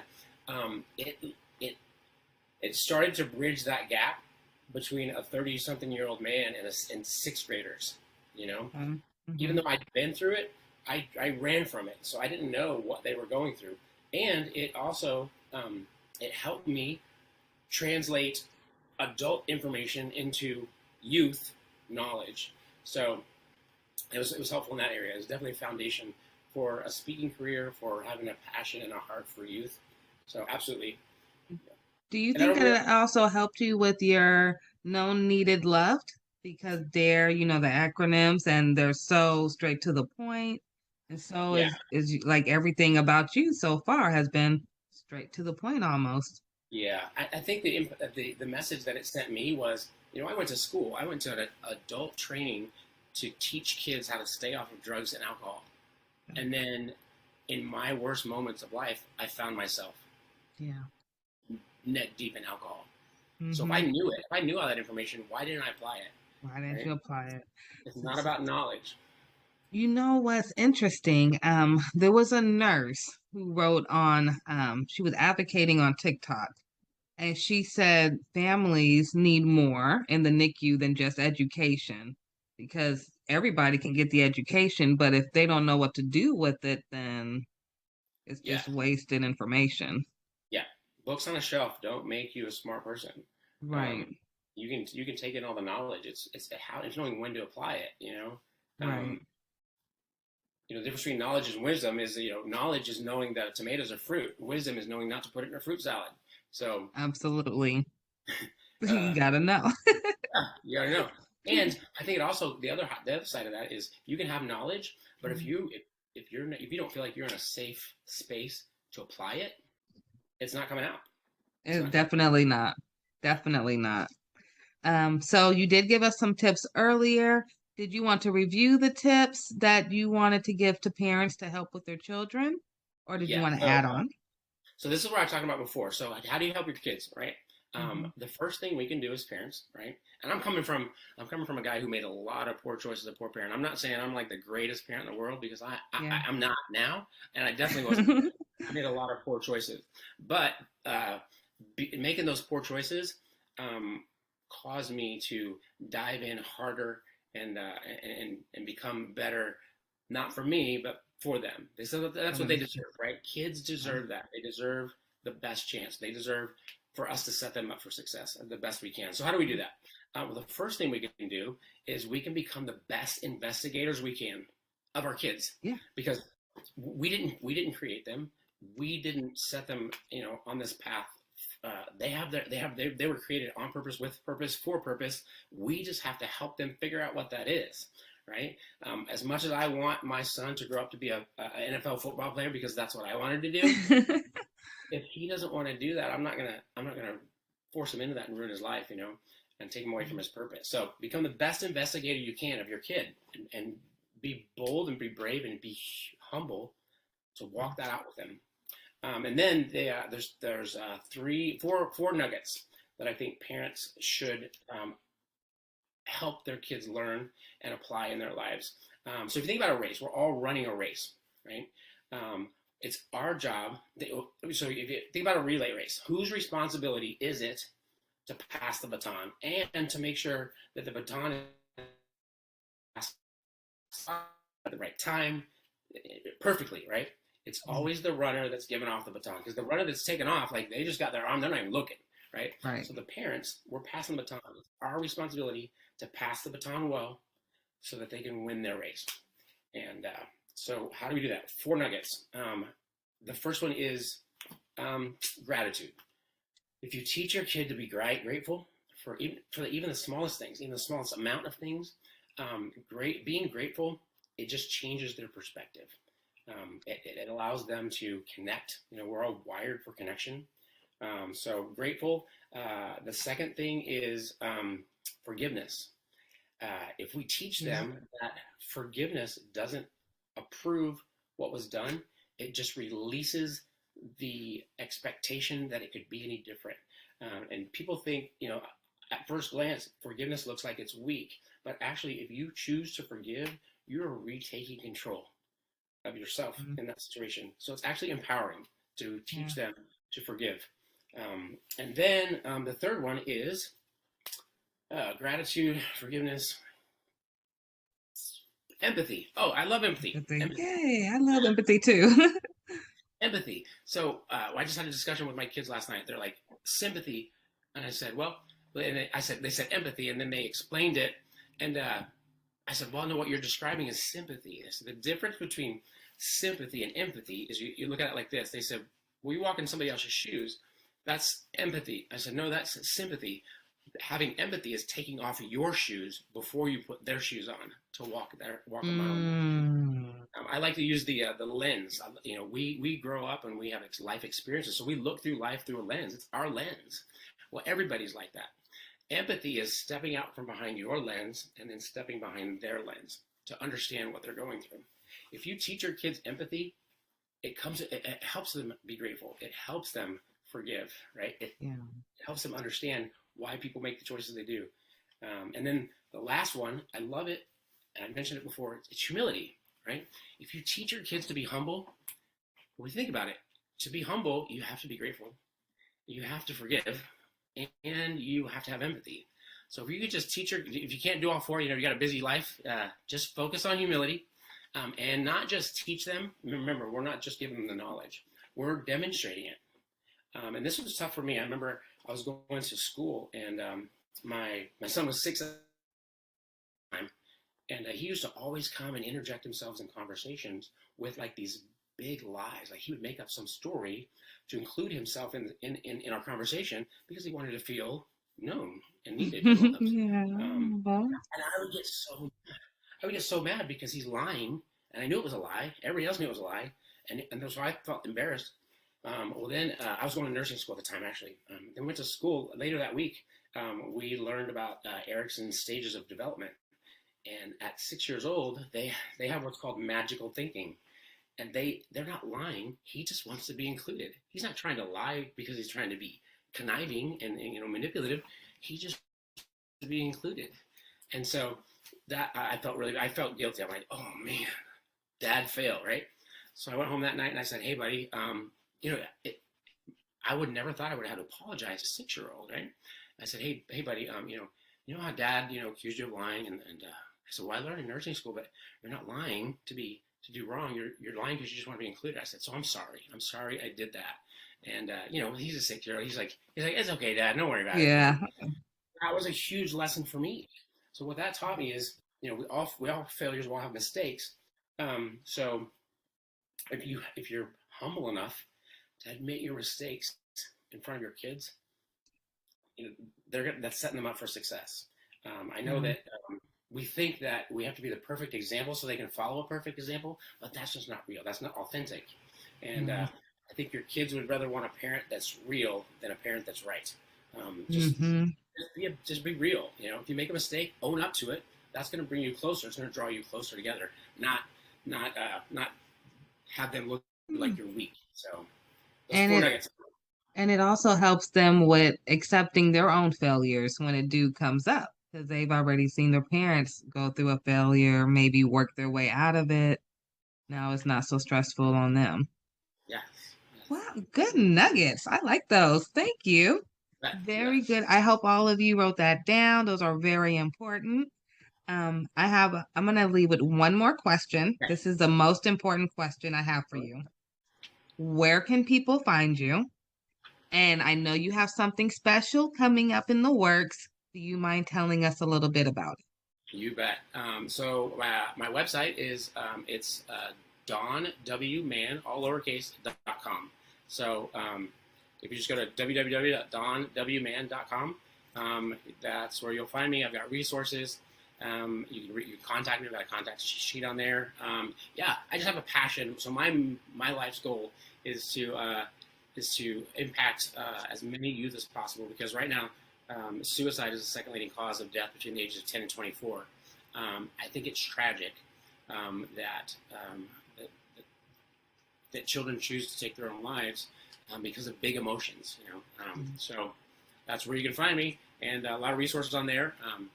We'd love to hear from people. Love to hear stories. I love stories. Everybody has stories. Yeah, you love stories too. Good. So you guys don't just send me stories, send him stories too. He loves stories. Yeah. And so I am in the process of writing a book. I've had so many people say, Don, your story is so crazy, you should write a book. So I'm going to write a book and hopefully finish it by the end of this year. And then there's editing and publishing. And so, but yeah, it's going to be called Known, Needed, Loved, God's Story Through My Life. So I am so blessed to be able to give my kids a second chance for the father that they almost lost. So, What a story. What a story. And when the book comes out, please let us know. We'll share it on all our websites. We thank you so much. I'm a huge advocate for mental health, usually for postpartum moms, but it can go with the youth and the dad as well. So I thank you for being here. I thank you for sharing your story. I appreciate the invite. So honored. Thank you. I appreciate it. You're welcome. And please come back and please let us know when the book comes out. We'll make sure to include everything in the description for you, okay? Thank you so much, Ashley. I appreciate it. You're welcome. Thank you, everyone. See you next time.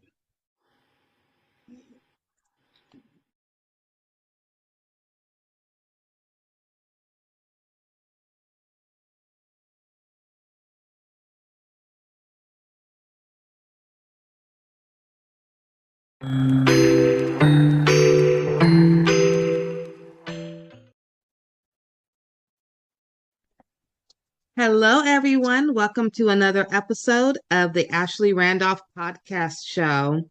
I have a lovely guest today, and I'm so excited. I've been planning this for maybe 2 weeks now for Miss Marie Mosley. She is the author of Pretty Divorce, which is a very touchy topic, which I am absolutely so excited about sharing with you all. I know we do get some questions to our case managers about do they have any resources for when going through a divorce or how to find a lawyer and things like that.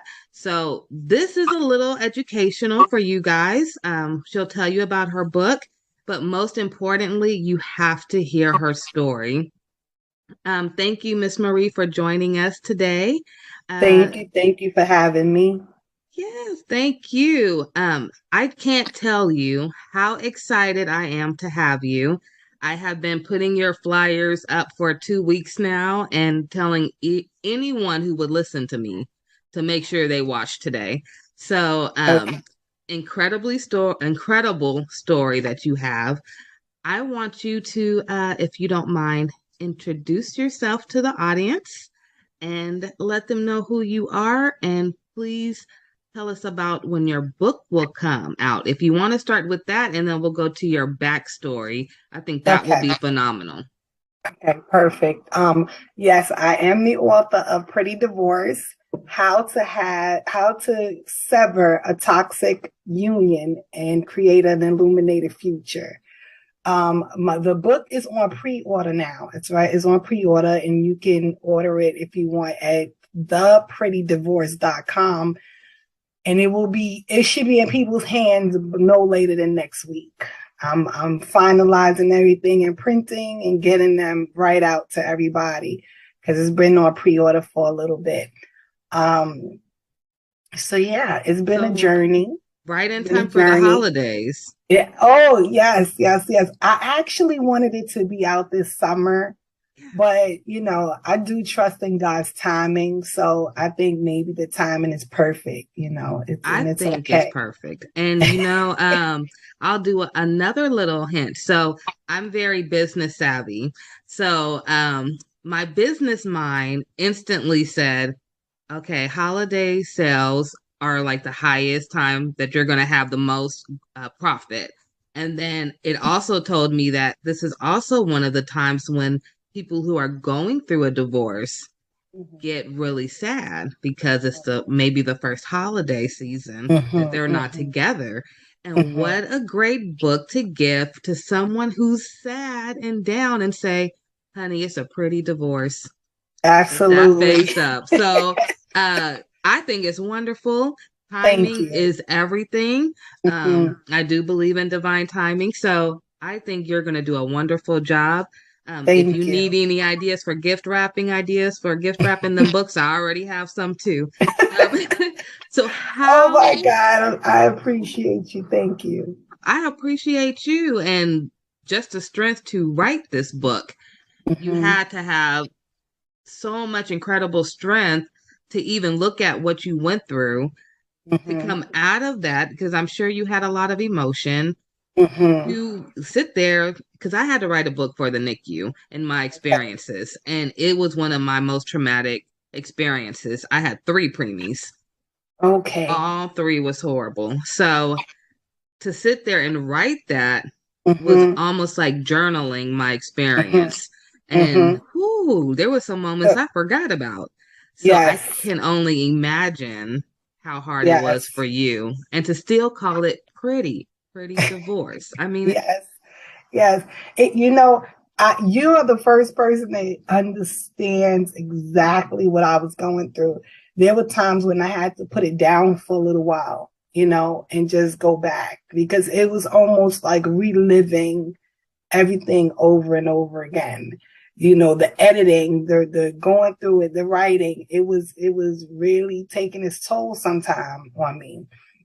And I began the process because let me go back. I want to say this part. At first, I really did lose my identity in this marriage.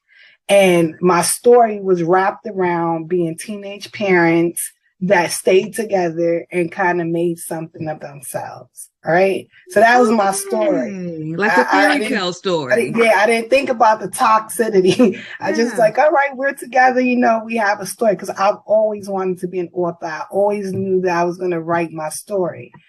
So, but it took me years to redevelop a new identity, my own identity, without separating apart from the relationship, because we were together from the time I was 13 till I was 38.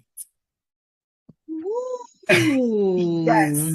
All of those years. All those the major milestones. Major, the good 20s. Yes.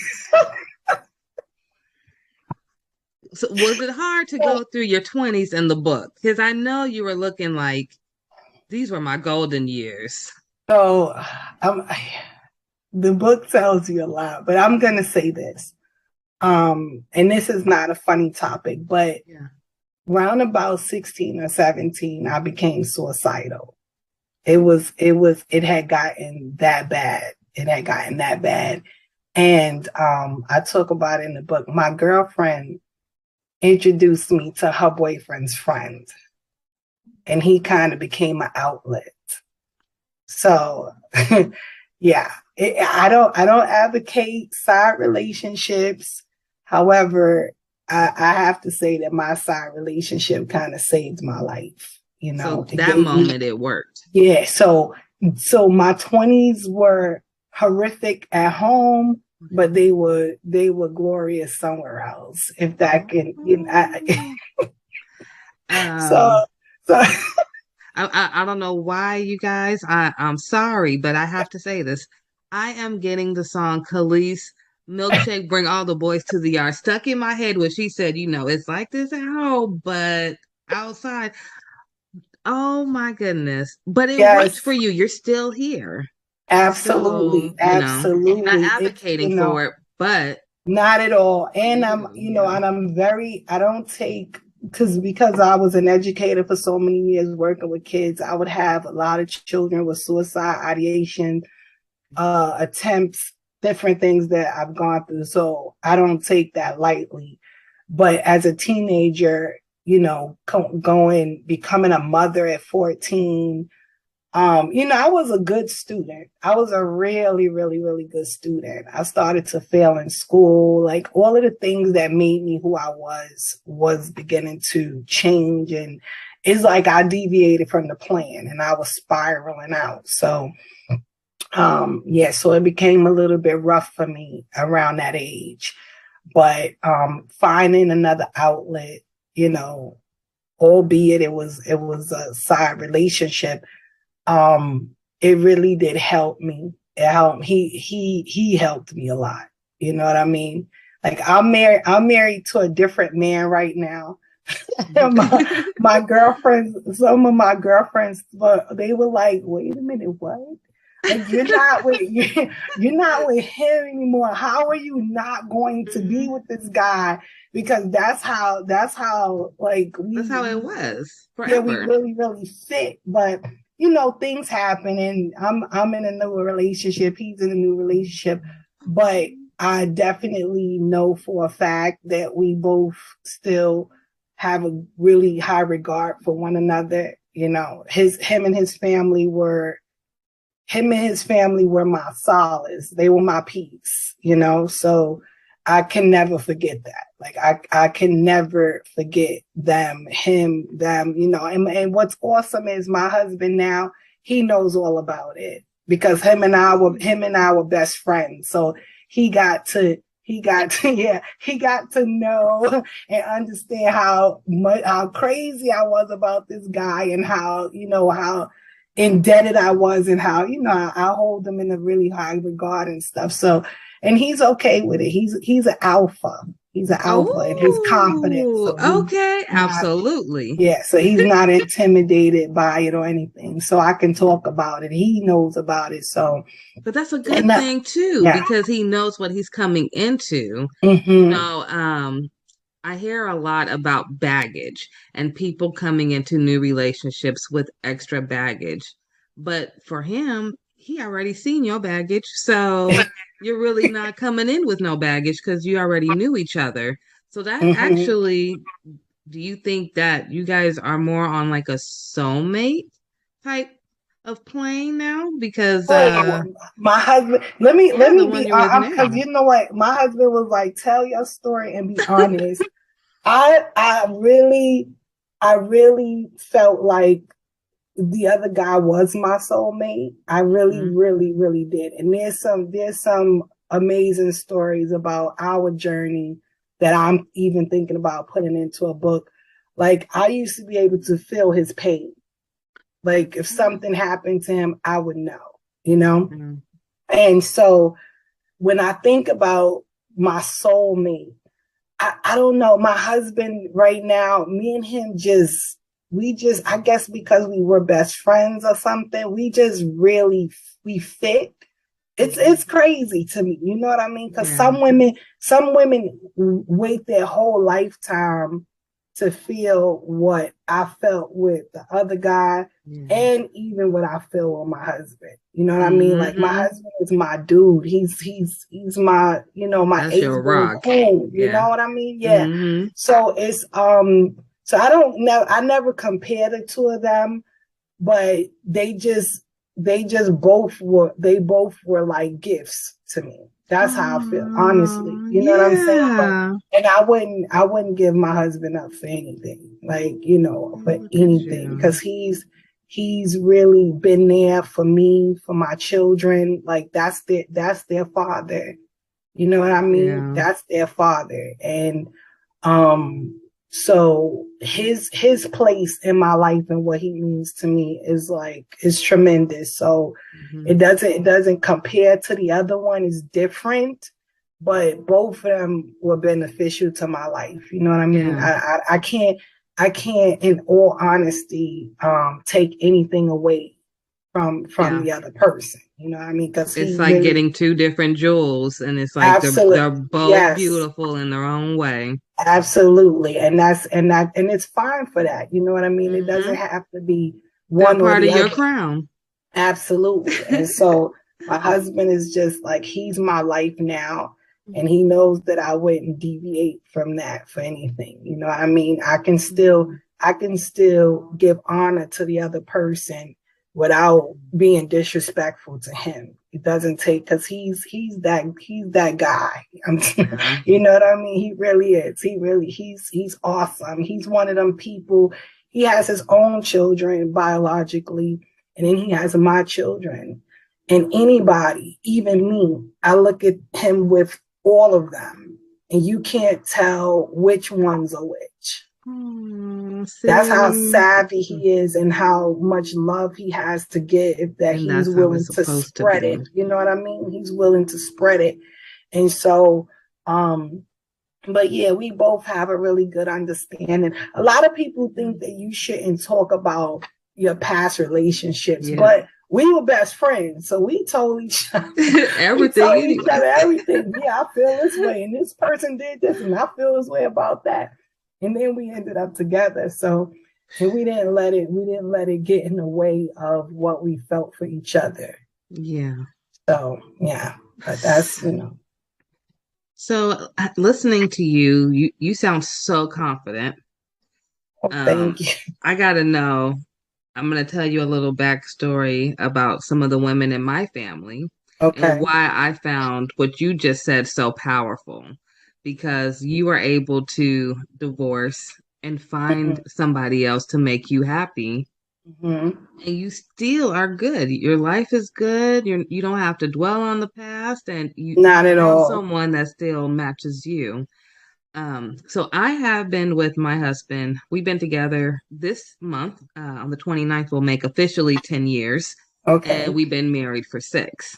A lot of the women in my family are not married. They have all got married and divorced. And divorced is where they stayed. So to me, growing up, it was almost looking to these women. They were all powerful, independent women, but it was like, why did you stop on your love life after divorce? Like, they didn't feel they were worthy enough.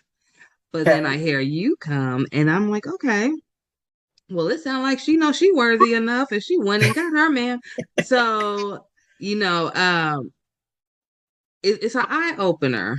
So, for those who are out there listening to or watching, if you have a background like me where the family that you have, they get divorced and stopped, here's a story that tells you you can continue to move on. And so it's powerful to me.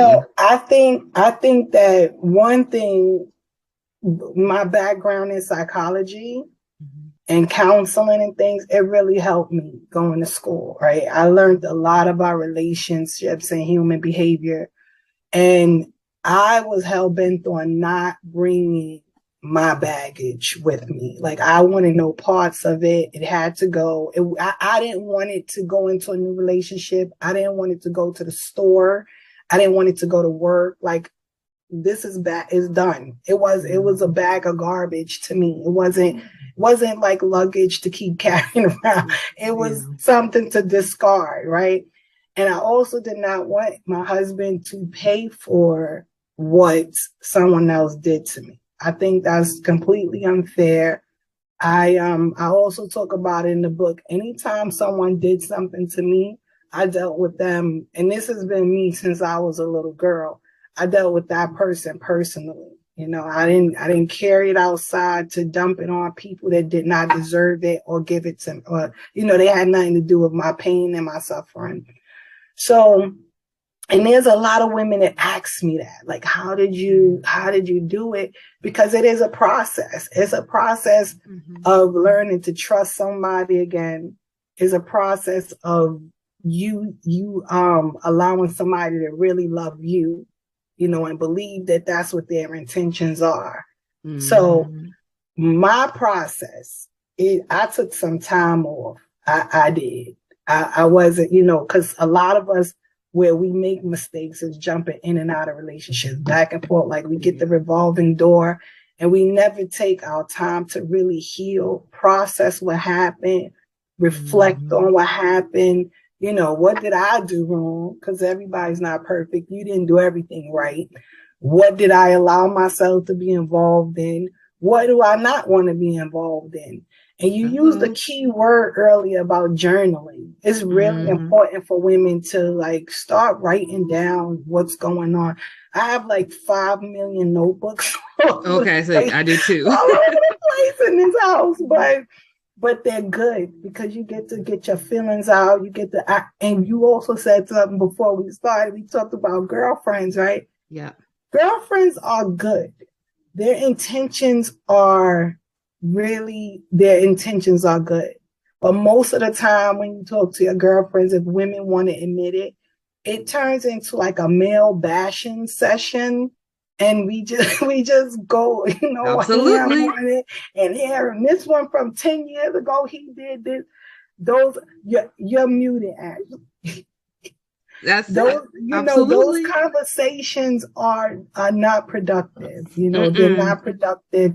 And they keep us stagnated. They keep us bitter. They keep us resentful. And those are recipes for never really going on because now you're not really open. You're not open to having love come to you. Yeah. And you're not willing to give love because somebody already trampled all over it. But that saying about the $1 bill or a $10 bill, you can crush it up, smash it, kick it all around, and you drag it through the dirt. And when you open it and take it to the store, it's still worth $10. Still $10. So if we can understand that our value is not diminished because of the stuff we've gone through. And life does go on after whatever his name is. Like, it's okay. You don't let one monkey stop your show. You keep the show going. You have to, because if not, they win. I don't like to reduce it to that, but the truth is they win. Yeah. They left you a shell of a woman, while they're out enjoying their life with whomever, and you're sitting around you've not really find yourself, and that's only if you want to have another relationship. Some people go through so much they don't want to be bothered anymore. Yeah. But even in those places, I think that if they went through some healing and mindset changes and self-development, reinvent yourself, turn things around. It can work for them. They don't have to be alone. I don't think that we're designed to be alone. I agree. I don't think we are either. We Definitely are not. I think we were designed for companionship, and to have someone that genuinely loves us in our lives. And because one man didn't appreciate it and didn't understand the treasure that he had, that's his problem and his loss. Yep. And you have to shift your mindset. You have to.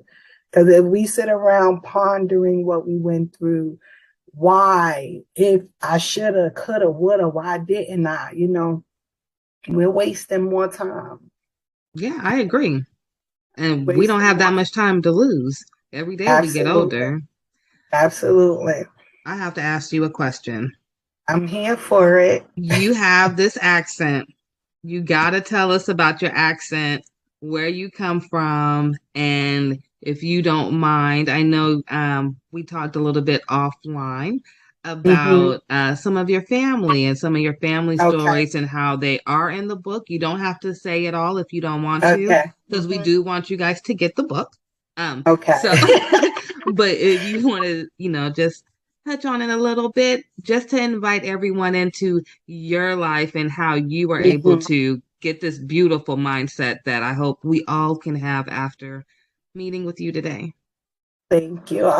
So I was born and raised in the Bronx in New York City. Right? Growing up, people thought I was Southern for some reason. Now, my dad, I don't know. My dad is was born and raised in South Carolina. So I didn't know, maybe his genes were that powerful that I got his accent. But I'm originally from Bronx, New York. We just quickly, my dad died when I was 5. And we came from, we came from a quaint little neighborhood. And after his death, we had a fire. Really? So no, I shouldn't leave my precious dog out. After my dad died, maybe like 2 months later, we lost our dog that was there when I was born. And then we had the fire. And then we moved to the projects in the South Bronx, which were a bit intimidating, but we had to do what we had to do. That's where we were placed. And so we lived there for a while, after getting used to all of that. Around about when I was 12, my sister passed away. And I don't want to say, well, my sisters, both of them are my favorite siblings. I'm going to say, my brothers, I got my oldest brother that I'm like in love with, my oldest brother. But my sisters were my sisters. They never treated me like a pesky little kid. I was like their life, anything, like, what do you want to do? Take me shopping, doing my hair, everything. So I love my sisters. But my middle sister, she was 22 years old and she had a preemie. Yes, she had a baby. She was born 1 pound and 7 ounces. Ooh, little warrior. Yes. And she fought through that. She came home on Valentine's Day of 1983. She was born in 82. Oh wow. Okay. Yeah. So a long NICU stay. And my sister, they gave my sister the wrong medication. Oh no. For an allergic reaction. And she ended up, oh God, I've never told nobody this. I wrote it in my book, but I didn't never utter the words. Well, you're in a safe place, so know that. Yeah, I know, but it's still difficult. It's still hard every time, I know. Oh, God, so she ended up, she was hallucinating from this medication, and she and the baby went out the window. Oh no. Yeah. And I'm so sorry. it's That's been why a you're minute, such but a fighter. Man. so the baby passed away that day, and then my sister was in the hospital for 2 months. And the day we told her, because we didn't tell her for the whole 2 months, she was in the ICU, unit for 2 months, and the doctors suggested, because she couldn't really remember what happened, and the doctors suggested that we didn't tell her, because it would be detrimental to her healing and her health and everything. And once she got herself together and she was in the regular room and she was asking, like, now I'm out of the ICU, I can see the baby. I need to see the baby. They got a psychologist, my mom, the clergy, we all were in there, and we all told her what happened. And she was gone the next day. No. Yep, she was gone the next day. The doctor said she went into some sort of cardiac arrest, that she had this pneumonia that they didn't detect in her system. And I was like, I don't think that's it. Like, my sister adored that baby. You know what I mean? Every single day at the hospital, for as long as sit there and wait till she go back in and visit. You have preemies, you know how it what you go through, you know what I mean? I'm thinking, if I was her in her place, and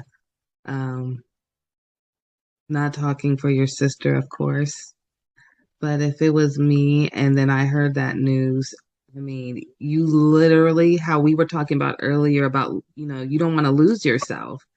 But when you're in the NICU, you kind of do lose yourself, and then you become all about that baby.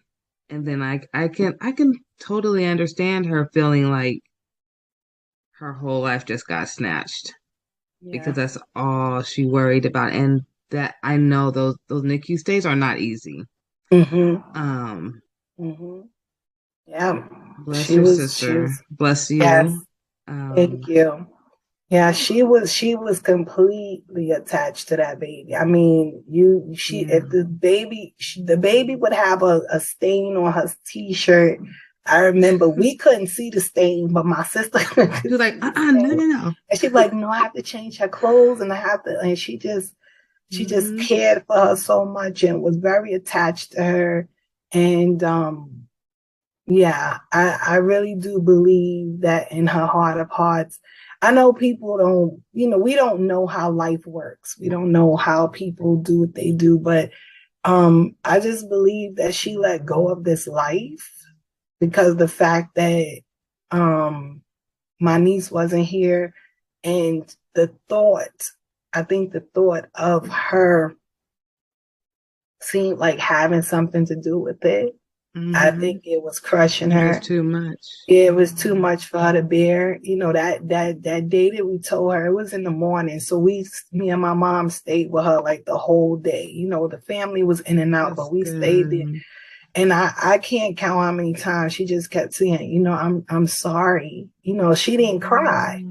She didn't cry. She just was like, I'm so sorry, Denise. Do you forgive me? And I'm like, no, like mommy said, it wasn't your fault, that they gave you the wrong meds. It's not your fault. Like it's nothing for me to forgive, you know what I mean? But, she was in shock. She was she was over it, So I ended up losing my niece 6 days after my 12th birthday. Oh, you were so young. I think after my 12th birthday, and then my sister passed away in 2 months after that. And I literally had to go back to school. Like, I literally had to go back to school. Like, I didn't just bury them. you know. And it was my 13th birthday. I'm wrong. It was my 13th birthday when I was going into 7th grade. Yeah. Wow. I had to go right back to school, like maybe a week after we buried my sister. Like, you know, and try to maintain grades and act like everything was, you know. Now, not for nothing, school was a big thing for me. So it really was a way to get my mind off of stuff, but it wasn't doing what it used to do for me. It was horrific. Like, I think I felt like a zombie some days walking around, you know. So your brothers, are they older or younger? Yeah, I'm the baby. You're the baby. Okay. The bunch, yes. So it was 6 of us. It was 6 of us. Big family. Yes. And I'm the only child until I was 18. Then my dad had another child, so I do have a half sister who's just as intelligent as me. But wow, 6? Yeah, 6 of us. Yep, and she was the 3rd oldest. It's my sister, my brother, my sister, my brother, then me. Okay. So you had a lot of brothers. Did they during this time, because you're talking about going back to school, and obviously you went through something very traumatic. Do you think your brothers was very consoling to you at that time? Because you're the baby, so I'm gonna be completely honest with you. My sister was like the glue. Yeah. You know, and we realized something very, very weird. My older sister says that my other sister was my mom's best friend. So my sister was born February 1st. My mom was born February 20th. Oh, okay. My mom passed away August 28th. My sister passed away August 31st. No. Yes. Yep. And it really was strange because my mom is buried on top of my sister. Wow. So when we finally got because due to COVID and all of this, it took a little while for, to get things in order. But when we finally got the stone, the way my mom purchased the stone, so 20-something years ago, it was left with enough room. So instead of us buying a brand new stone, we just had them remove it and add my mom's information to it right under my sister. And when we went there, we were looking at the stone like, wait a minute, they were born in the same month. They passed away in the same month. And my sister was like the life of the party. She was the one, that one person in the family that kind of lights it all up and have everything and everybody. So anybody from New York to South Carolina, I'm skipping Washington, D.C. We have a lot of family there. Anybody that knew my sister was really devastated. It was hard. At the time, I'm going to say really that no one kind of wrapped around me. No one really, was like, oh, little sis, like, how you doing? And as I was writing the book, I realized that we all were in the daze. We all were traumatized. It was so tragic. My brothers thought that her boyfriend had something to do with it. They were on the warpath. They were thinking more about that. Really, yeah. Yes, because she was at our house. She had left her house in the pouring rain with the baby. That's how we knew something was wrong. So, and she came to our house for like shelter. And then her boyfriend showed up around 3-4 in the morning trying to get her to go home. And so she went home. And then the next phone call we got was that she went out the window. So my brothers were on the warpath. We didn't know what happened. She couldn't really remember too much.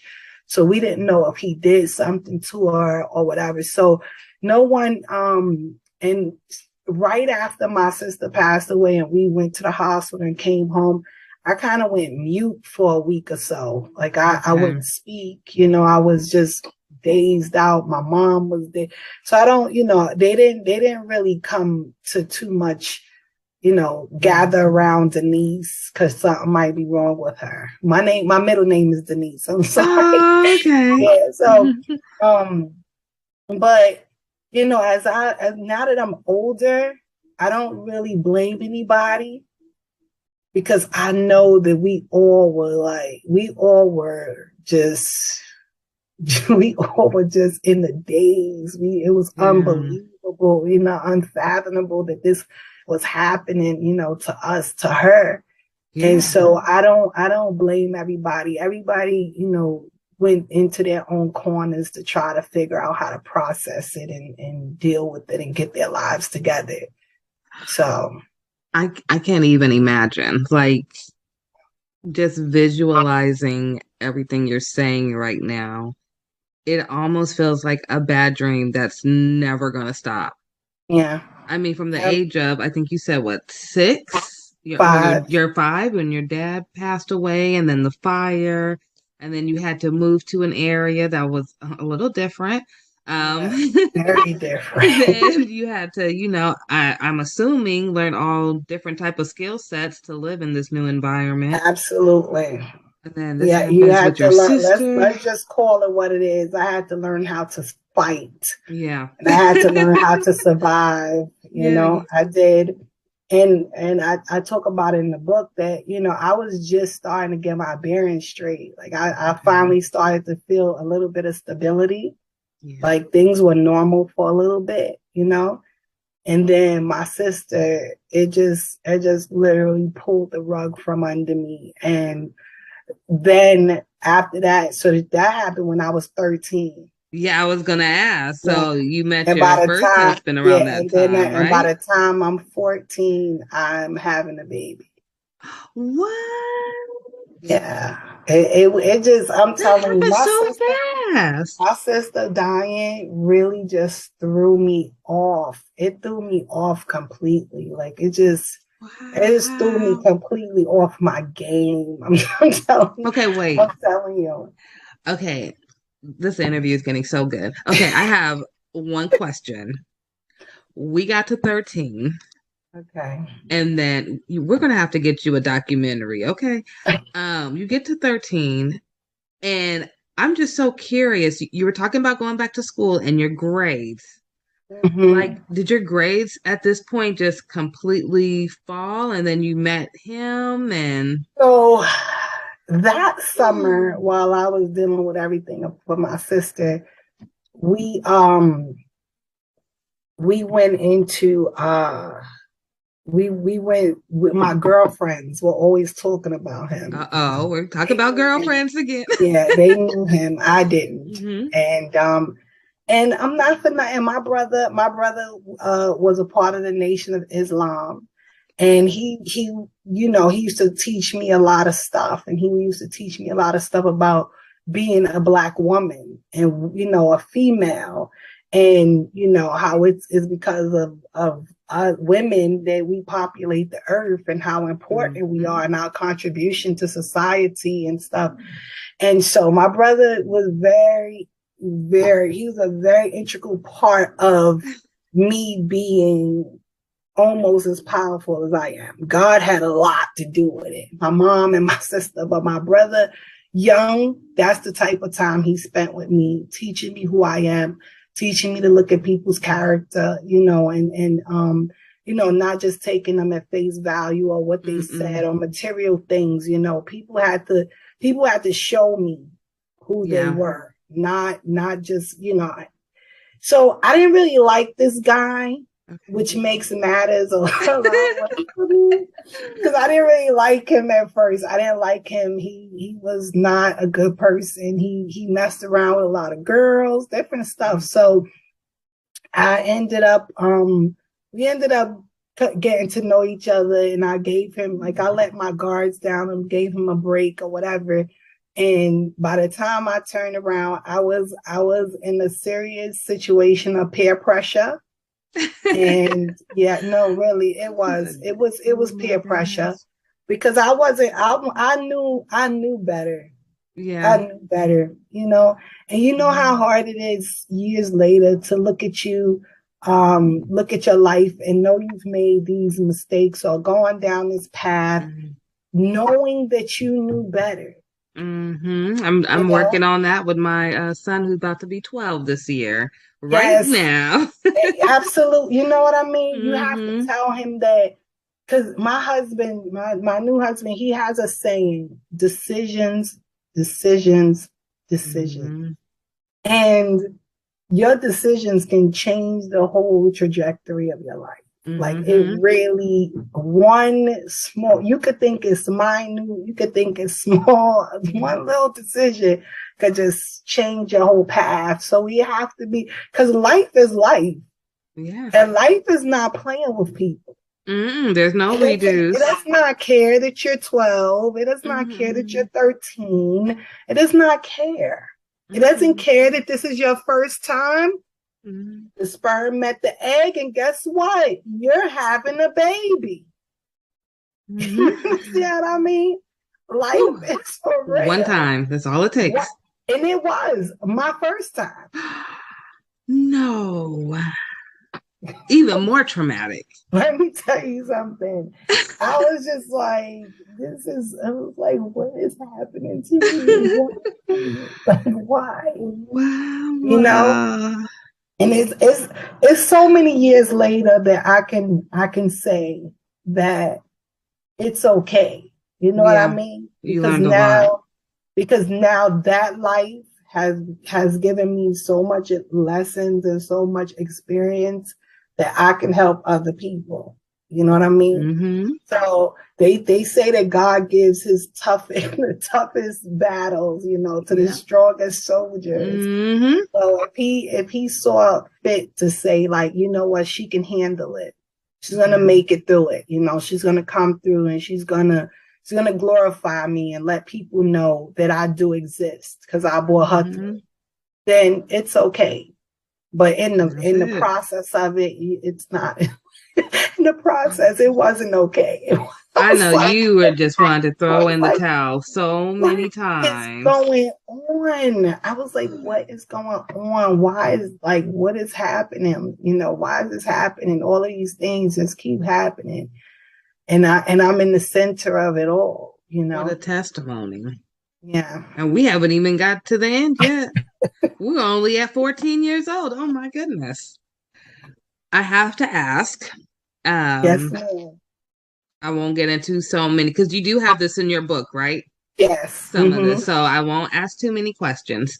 But I am so curious to know, when Mama Baby came in and said, Mama, I'm pregnant, what was Mama's response? Because you the baby. We got to remember. Yes, absolutely. I'm glad you realized that. I can't wait for you to read this book because I'm glad I can't wait to read realize that I'm 13 and pregnant. And as a woman, you can say, she's still a baby. Because some people didn't treat me that nice. Yeah. Some people didn't care that I was 13. But you'll read about that. So my mom, my sister, the person that didn't treat me well, was on the warpath against me, and I had to get to my sister. I couldn't think. I couldn't take time to think about anything, so I had to call my sister. My sister is my rider. She does not have children. Okay. I am. And I don't care about her godchildren. I don't care about my children. That's her nieces and nephews. I am the closest thing she has to her own daughter. You claiming that right now? Oh, absolutely. And you can ask her. She'll tell you. She has always treated me well. She has always taken care of me. She has always, she's never, in all of my ups, downs, back and forths, mistakes, my sister has never treated me like, what's wrong with you? Are you dumb or something? Like, what's happening? But she's always That's all we want to hear. She's always just like, little niece, what's up? What we going to do? What you want to do, So I got to my sister, and once my sister was on my side, that was all she wrote. That was really all she wrote. You know, she was like, she had just moved into a really nice area of the Bronx.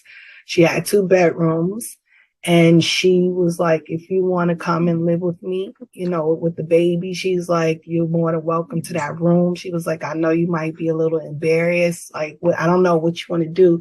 You know, she was like, well, I don't care. But all I know is you're finishing school. I'll pay for daycare. I'll do you're finishing school. You understand? And I was like, all right, you know. So when we went, she went with me to tell my mom. She actually told my mom for me. Oh, so good. Buffer. She wasn't one of those people like, you have to say it. You're gonna say it. It was like, Mom, this is what's going on. This is what's happening. This is the part I'm playing. Like, so what? And my mother was like, what? My mother was like, like, wait a minute. Wait, that ain't a part of the plan. You know, we talk about college in this house. We talk about finishing school and education. That's not a part of the plan.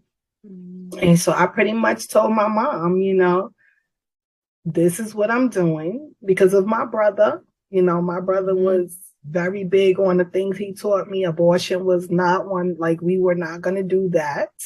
So, you know, I told my mom I didn't want to do it, you know, and I was going to have this baby. You know, I made my bed and I'm going to lie in it and we going to be okay, you know.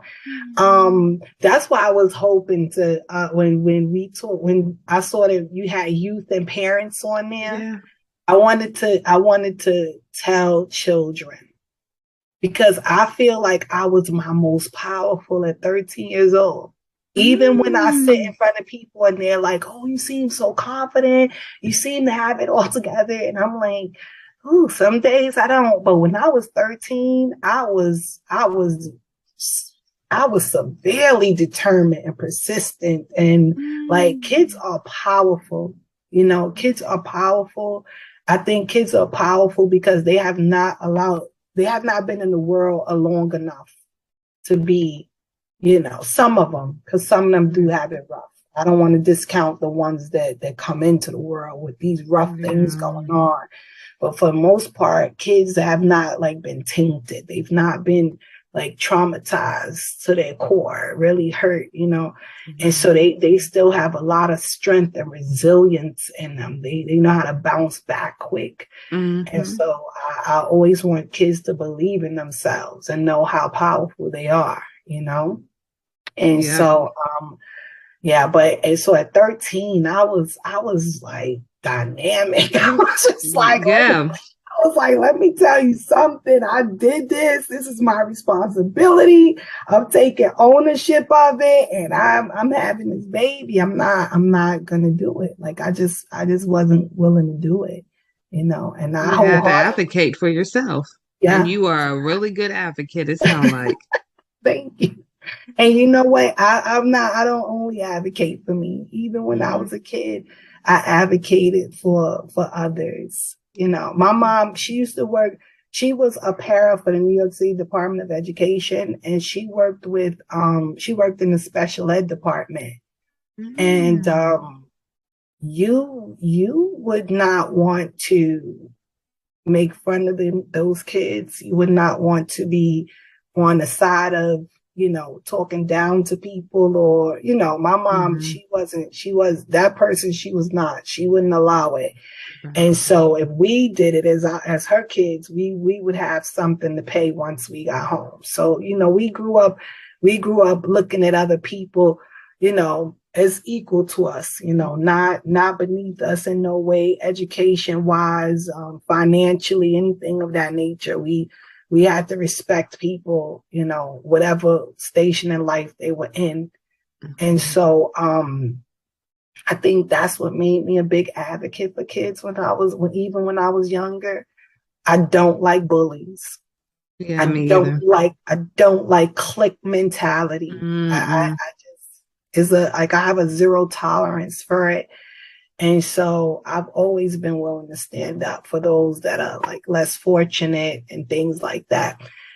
in my book, my mission, I have a mission in my book. And so for a Let's get to certain the amount, mission. yes. So for a certain amount of books sold, I do fully loaded backpacks for the homeless. I love it. It's like so cute, right?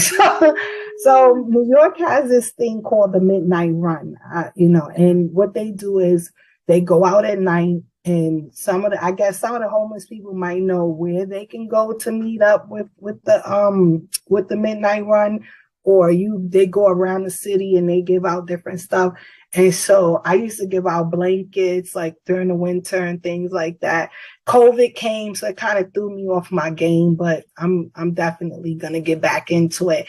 Now I like to do little backpacks, right? Make them a survival kit. Put some blanket in there, socks, a hat, some gloves, because it gets cold out there in the wintertime. Some soup, some hot chocolate, some toiletries and stuff, toothbrush and different things. Let's give out some back.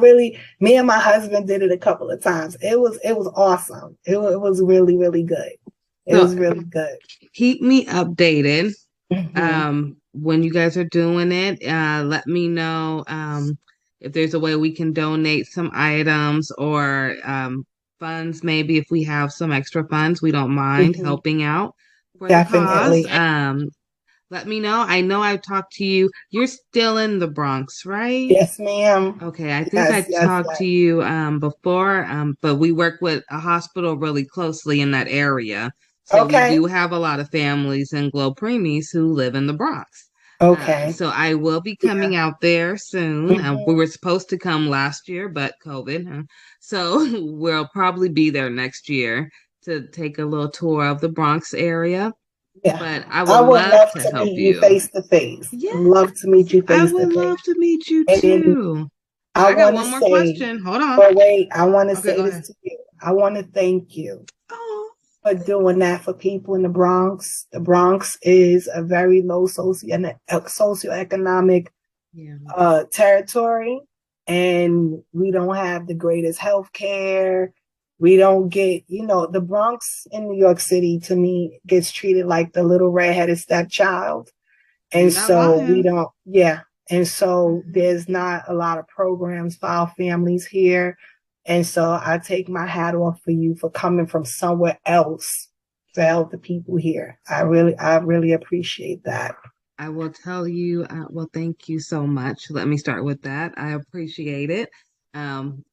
I'll tell you this much. My family is not involved at all with what I do.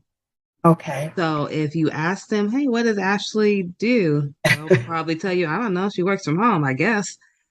They have no idea what Glo Preemies is. They have no idea what the Alliance is. They have no idea how many policies I have single-handedly helped change. For your area alone, I believe we have already sent maybe 6 breast pumps to new NICU moms, Black NICU moms. We are working on sending more right now as we speak. Okay. So that is just one of the little things that we do. So just to let you know that I am very appreciative for you acknowledging anything that I do, but I never do it for clout. That's what they say. I do it more because I was a NICU mom who had no family who came to see me when I was in the NICU with my baby. I'm a mom that never had a baby shower because I had preemies. I'm a mom who's been let go by a doctor because I was too sick. Just too many bad things. So I thank you for sharing your story, particularly the preemie story. Yeah. But is there a way for those who just heard what you're doing with the mission to be able to help donate to you? Do you guys have like a Cash App set up, or will you get one so that if people see this video and want to help contribute to what you guys are doing without getting the book, or if they want to get the book and still donate, how can we do that? So currently I don't have a Cash App set up for it. We'll but work on one. Yes, we will. Yes, we will, ma'am. Listen, you're gonna be right. You don't even know how much you're helping me right now by kind of giving me some tips and instruction. Like, hey, girl, get this together. Oh, good. We're gonna have you Yes. popping, okay? Don't worry about it, you guys. So you heard her. She is gonna get a Cash App or something to that caliber, and what she do, I will post it under this video. So keep looking for this video, see if there's any updates. I'm sure I'll have you back when the book comes out. Absolutely. I do want to do a giveaway for the holidays. I need that book for the giveaway. Okay. For and sure. we will definitely stay in touch. I want to see you when you come to the Bronx. I want to, I want us to get some lunch or something. Yeah, I can't wait. I greatly appreciate you having me. It's been an honor. And to know what you're doing here in the Bronx is really, is very moving to me. Because like even when my sister was in the NICU, there was no helping. There was no, it was thank God we had my mom and my sister to do stuff and to help and to, even me when I had my daughter as a teen, I was like that, growing up, I was like, there's nothing here to help, people that have I did have a high school. I did go to a high school that had a daycare, but even with that high school is still an alternative high school, but it no longer, I don't believe it has the daycare center anymore, which was tremendous because that gave people a real opportunity to go to school and continue their life and, so, but yeah. Do they have any of those options anymore? I'm not really. That was the only school. It was called Bronx Regional High School, and I forgot the name of the extension because they had an extended piece to it where all the pregnant girls went to school. So if you were pregnant, you can attend and you just be in class with other pregnant girls. You wouldn't be amongst the general population. Yeah. And then once you had your child, you were able to still come to school and bring that baby to the daycare center. But they don't have, it was beautiful. New York used to be a really awesome place to live, and it had a lot of resources, but not much is going on here anymore, so for you to still be in the place of trying to help out here, it's wonderful. We're gonna have to connect really, for sure. Definitely, because I'm ready. It's gonna the winter months are coming soon. Yeah. So I'll be this year I'm doing something special.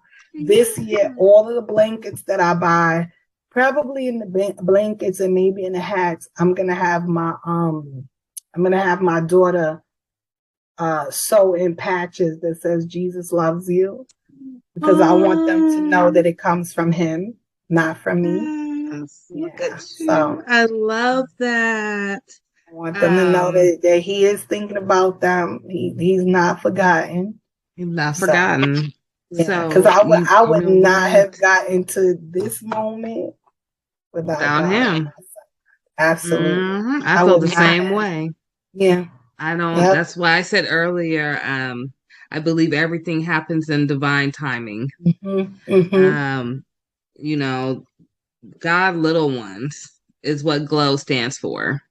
Mm-hmm. So GLO stands for God's little ones. And I truly believe because, quick backstory, when I first got pregnant with Aiden, my oldest child, it was in 2010. I was going to Xavier in New Orleans and Tulane at the same time. Going to be an OBGYN, wanted to be a doctor. That was my main goal. I wanted to be a baby doctor. And I went to Tulane because I wanted to do public health because I wanted to work in the World Health Organization. Mm-hmm. Ended up having Aiden with 2 semesters left. And here we are 12 years later. I have GLO Preemies. It incorporates both of them. So I'm still dealing with babies. I train doctors now. I educate doctors through what I do at CPQCC based at Stanford. Not only that, that was my college that I really wanted to go to. My Okay. mom said I couldn't go to Stanford because she wanted me to go to Xavier because they were known for African Americans to go to medical school. Well, Okay. I still ended up at Stanford. I'm Absolutely. still there, and I'm the Still first gave you your African dream. American to become chair. So I have that honor under my belt. Congratulations. Thank you. I got that this January, so it's probably one of my most proudest moments. Mhm. But just like you said, your trauma makes you who you are. I only got that honor this year because of my 3 preemies, because I came in as a preemie parent who became advisory board member, who then became chair of everything within the NICU. So Yes. everything's divine timing. Your book Yes. is divine timing. Amen. Thank you. We're not going to go into your divorce because you guys, I want you to get this book. Help her with the book as well as help the mission. So if anybody do want to donate before she has it, you can donate to Glo Preemies. Please put the mission in the description so we know where to send the money to. If you're sending it to Glo Preemies, just put donation to Glo Preemies. If not, put the mission so we can send it directly to her. Thank you. Thank you. And then, yeah, we'll get that going. I'll put everything in the description. To everyone, we are now on iHeartRadio now. So we are on iHeartRadio, Anchor.fm, YouTube, as well as Roku TV and Spotify. So you can look up Glo Preemies or the Ashley Randolph podcast. If you have a question that you would like to give to Miss Marie to have her answer for you, maybe by email, you can do so at anchor.fm/Glo Preemies/message. And we will make sure she gets it. And we are just so grateful. Now, before I let you go, because it's amazing, and I am going to bring you back for part 2. Before I let you go, where can people find you? Because that's the most important thing. Is where can Yes, they find so you? I am on Instagram at marie.d.mosley, Mosley. And I'm also on Facebook at Marie Mosley. And like you said, they can email the pretty divorce at gmail.com. And I'm also going to I'm going to set up a Cash App and send it to you. So if anybody wants to donate, I would greatly appreciate it. I will share photos so you can see that your money is going to good use, because I would like to do at least 50 backpacks this coming winter. I want to do more, but I'm saying my minimum is going to be 50 to give out to the homeless. Yeah, so there's a lot going on out there right now, and people need our help, And let's not forget that it does snow, so it's very, very cold. So this would be going to a good cause. If everyone helps, even $5 adds up. I do hat, glove, scarf, and socks, and a blanket. And the blanket. So, yeah, I think it's wonderful. You have such a good heart to say everything you've been through. Your family sounds amazing. Thank you. So we know that you came from some kind of good background. We may not know them personally, but we know that they're tough, they're strong, and you're the baby. So you're gonna just take everything that you've seen from them. So you have to be a tough cookie. So we are so appreciative of you and thank your you, my work. dear. And I appreciate you. On behalf of all the millions of women who may be going through a divorce right now, thank you for writing this book on behalf of them, so that they can move forward like the women in my family. Hopefully I'll never have to go through that. I don't think I will, but you don't want to go through it, but it's those that have been through it, or those that feel like they're stuck, I definitely feel like my book would help them, because I have a little bit in there about us divorcing ourselves, not only from men, but some other toxic behaviors. See what I'm saying? So Yeah. it's, it runs, it's a pretty, I'm proud of it. I'm very proud of it. And I can't wait for everyone to read it. I appreciate you. My husband appreciates you. My 4 babies and my 2 grandsons appreciate you. I could not get off the here without mentioning my kids. They are awesome. They are resilient. They went through this divorce with me. Yeah. They empowered me and I empowered them. And we built amazing bonds with each other behind it. And so, yeah, it's doable. It's okay. I got a question. Yes, ma'am. How comfortable is your husband and kids with being on TV? I don't think my kids would have any problem with it. Let me tell you something. First of all, not for an interview though. My son is Mr. Congeniality. He's so astute, and he's such an awesome young man. My girl, I have one daughter though. She's very much into her faith, and she's very modest. And so she might be like, "Mommy, I don't want to be on TV." But the oldest two would get ready for you. Like, here we are. I'm here. Yes. And hubby, like I said, hubby's an alpha. He's very confident. He believes in himself. He would have no problem. We'll show up. We'll definitely talk after this. Yes. We're doing a holiday special for our Roku TV. Okay. And I would love to offer you and your family a little part in it. Okay. And I'll talk to you off of here Yes, about ma'am. it. And then, I just want to offer it. We are trying to uplift as many Black voices as possible. Because when I first got started, there was a lot of people who are at the top right now in the NICU world who told me I would never make it unless I had everyone included. And I said, absolutely not when we have the highest rates. So I know how hard I had to fight, and I'm going to try to make sure that you guys don't have to fight as hard as I did. And I appreciate that. And I want to say this, my book, anybody can read my book. Okay. But I really did have us in mind. Yeah. We go through a unique set of circumstances in almost every situation out here. So I have women that might not have resources. You know, I talk about court and everything in there. Like when you got a lawyer, all of that stuff. The good questions. You know what I mean? Absolutely. Because we have to speak up for one another. We have to, and I don't shun anybody. Like I said, it's because we all women, we all go through divorce. But when I was going through divorce, I didn't have, $10,000 to get a lawyer to fight for the house and the Rolls Royce. I didn't have all of that. And so I want to talk to people that really do need the assistance, and that needs someone to be able to be a voice for them.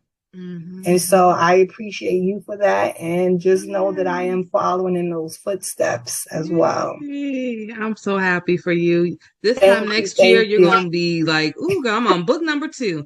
It's like, when is it coming out? Oh, you already have it out? No, I don't have it out, but it'll be done in the next few weeks. Like I'll be ready to send it off for editing. Ooh, all right. Okay, so when book number 3 coming? So it was. I think the Lord was like, I want you to do 3 this year, but I didn't. I've been going through a lot of because my mom passed away. Okay. And so I've been finally coming up from that, from that she passed thing this year? Stuff. No, she passed in 2020. Girl, it's so much stuff. Let me tell you something. It is so much stuff. And I'm gonna quickly say this. My daughter, the one that I said is modest, this woman, this cult leader, talked her into. No, I'm being honest. I'm not. I'm serious. I'm being very serious. She talked my daughter into leaving home and not speaking to us anymore. No. Yes. In 2018. Yes. And so we were going through that and trying to get her back. And Then my mom passed away. It's been a lot, but you know what? God is still good. He's still on the throne. I stayed in prayer with me and my sister and my family. We started a whole prayer group, and God brought that baby home. She's home. She's doing well. She's happy. She's not, she's not, she has things, but she's not like some people that come out of situations like that. She was there for 2.5 years, and she came home, and she's not anywhere near some of the horror stories that I heard. So I'm grateful. It's been a battle. A journey. It's been a journey, girl. I'll tell you really quickly, too. Oh my goodness. See, I told you we could talk forever.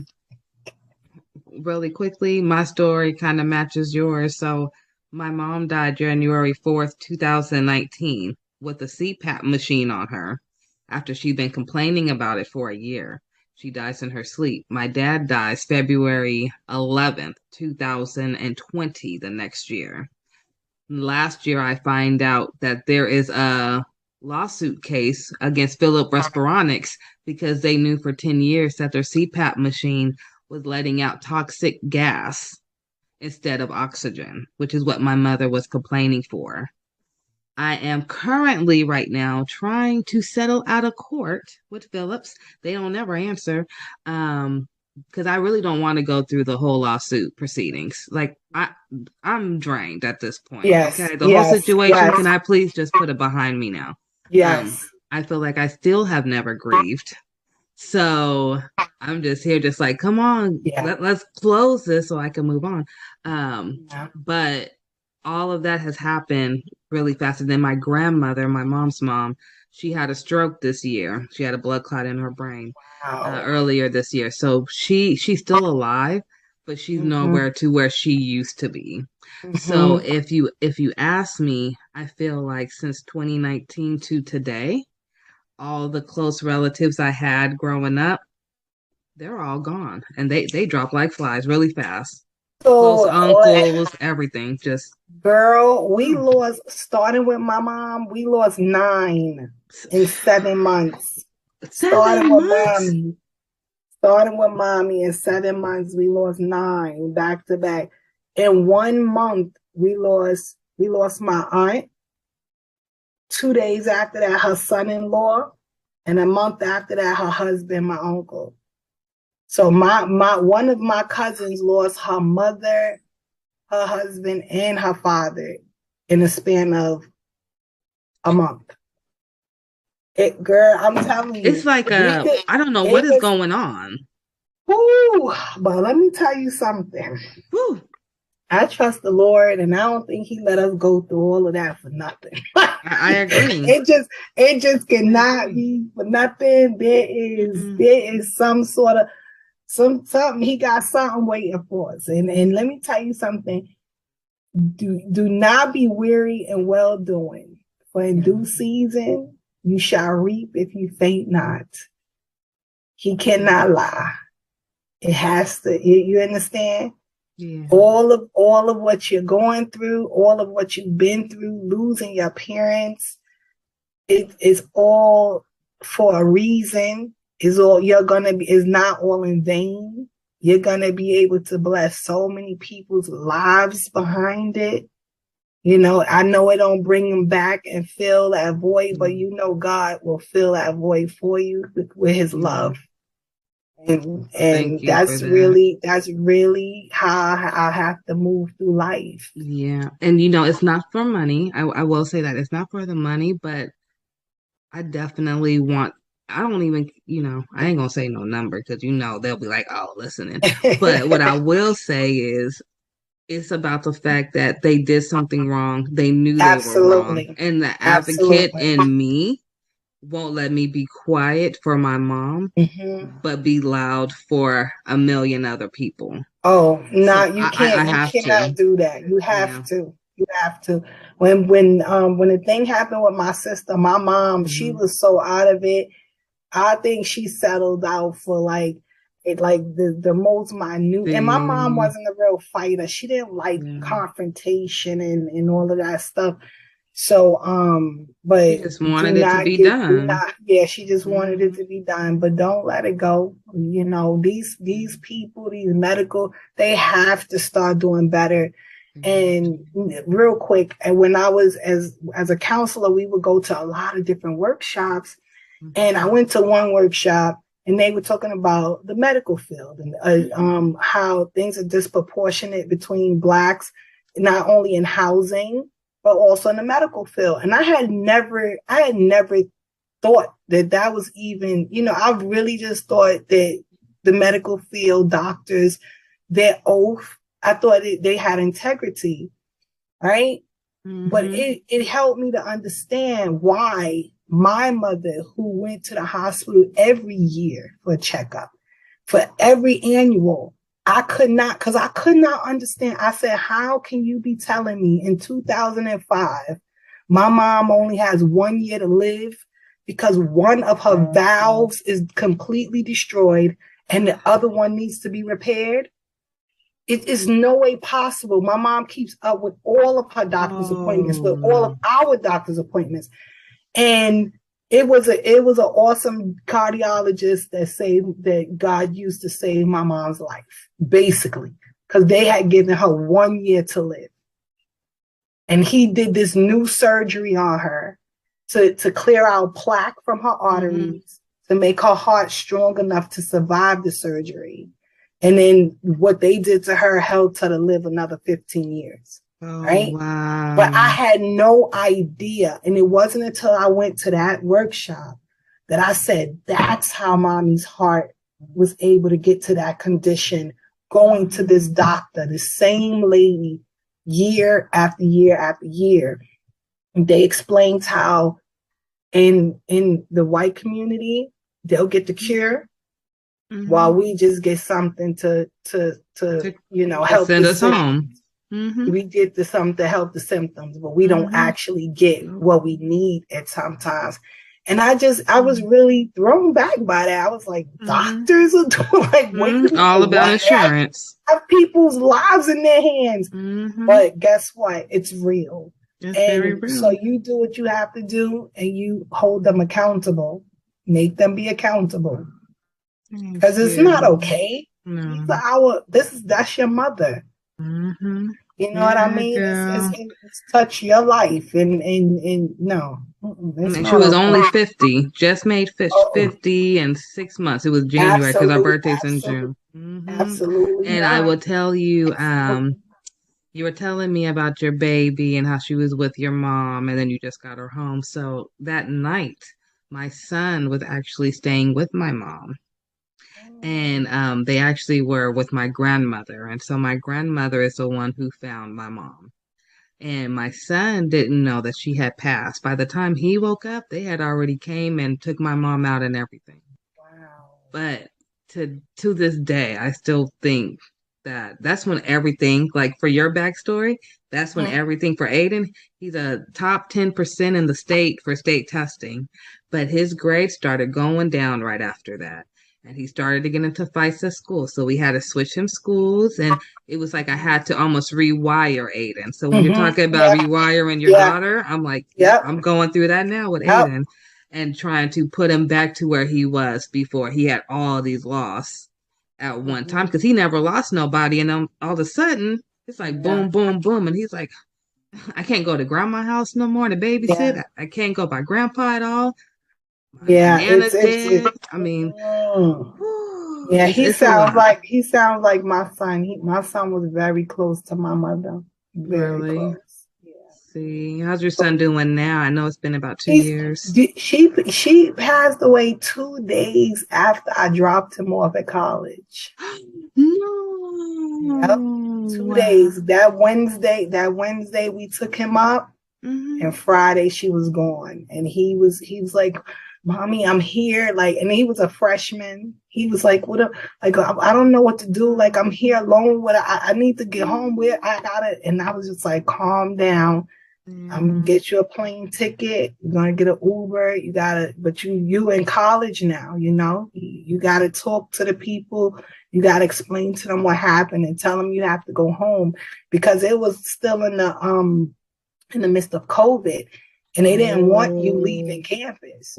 They said they had a bubble. They had a bubble around the state, and once you came in, they didn't want you like going out, coming back. But my son was like, I don't care if I can't be in school, then I was like, no, we're gonna talk to them first, and then we're gonna get you home. But I got like I'm terrified because you're there by yourself. I need you to calm down, and we'll figure it out. If I tell you, boy, let me tell you, my son, while my mom was sick, my son was washing her, helping her, like without me even knowing, because I had hurt my back. And I was like, what are you doing? You can't be changing grandma. He was like, but mom, your back is messed up. Like, I have to help you. I have to help grandma, you know. Them boys are something else. They're amazing. And that's why your son is going through that, because of the love he had for his grandmother, you know. And you just gotta help him work through it. You gotta just help him work through it and keep talking to him, you know. And it's difficult. It's difficult. Loss is difficult. It really is. I thank you for talking to me through that. And we were supposed to be talking about you, and we done ended up helping me out. Okay, that's how a good interview goes. It's okay. Yes, and we will definitely stay in touch. Yeah, we'll have you back for a part 2. And thank you so much. And everyone, please share and go visit her Instagram and Facebook. Like, follow, subscribe, share, all that jazz. And look out for the mission. That's what we're going to call it now. So if you hear me say we're getting ready to do the mission, we're talking about them backpacks, okay? So thank you again, Marie, for talking to our families, and we will talk soon. Yes, ma'am. Take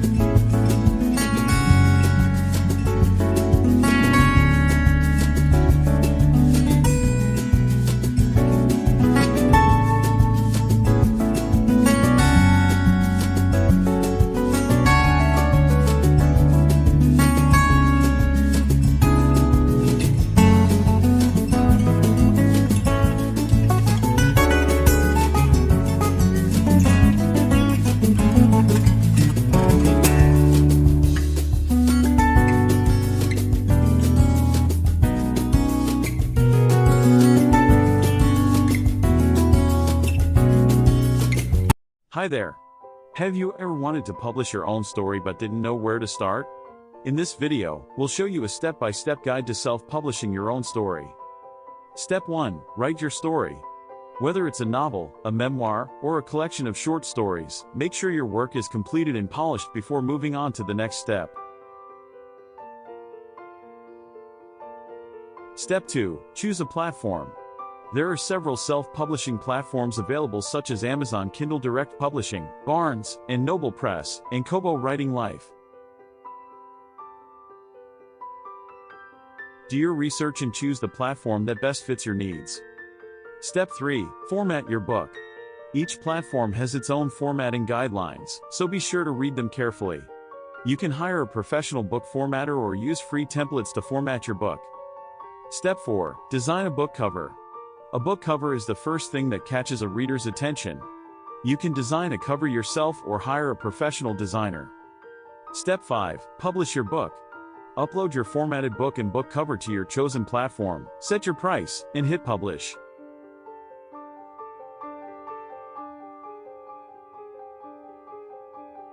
Step 6. Promote your book. Use social media, book blogs, and book review sites to promote your book to potential readers. And that's it. With these 6 steps, you can self-publish your own story and share it with the world. Thanks for watching this video, and don't forget to subscribe to our channel for more tips on writing, publishing, and marketing your books. Hey everyone, welcome back to our channel. With fall and Halloween just around the corner, we thought it would be fun to share our top 10 movie picks for teens and for some of you younger siblings also to watch during this spooky season. So grab some popcorn, turn off the lights, and let's get started. First up, we have Hocus Pocus. This classic Halloween movie is a must-watch for anyone who loves witches, magic, and a good laugh. It is perfect for a cozy night with friends or family.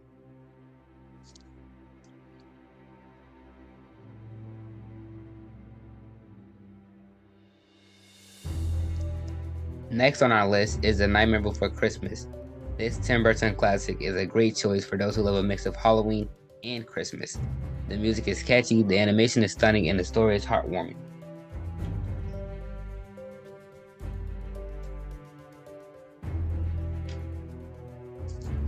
For those who love a good scare, Teenage Mutant Ninja Turtles Mutant Mayhem gives the right amount of thrills and excitement throughout the film.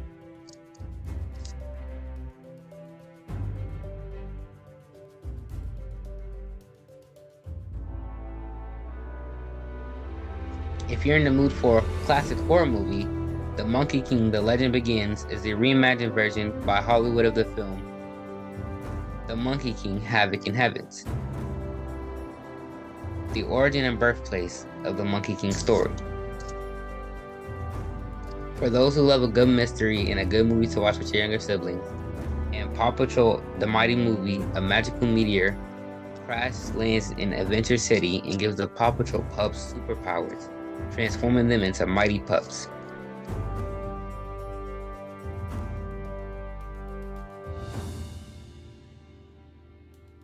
If you're in the mood for a comedy, Leo is a great film. A 74-year-old lizard named Leo and his turtle friend decide to escape from the terrarium of a Florida school classroom where they have been living for decades. For those who love a good coming-of-age story, The Witch is a great choice, and you can watch it with your sisters. Witch follows a young girl named Asha who wishes on a star and gets a more direct answer than she bargained for when a troublemaking star comes down from sky to. If you're in the mood for excitement, watch Wonka with your parents. They had Willy Wonka and We Got Wonka. The story will focus specifically on a young Willy Wonka and how he met the Oompa Loompas on one of his earliest adventures. For those who love a good film, Ghostbusters Afterlife is one everybody loves.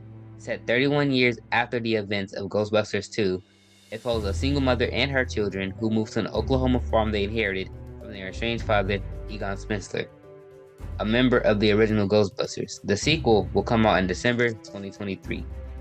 For the last film, but not my least favorite, we have Migration. Migration is a film about a family of ducks trying to convince their overprotective father to go on the vacation of a lifetime. A film for not just you, but for the entire family.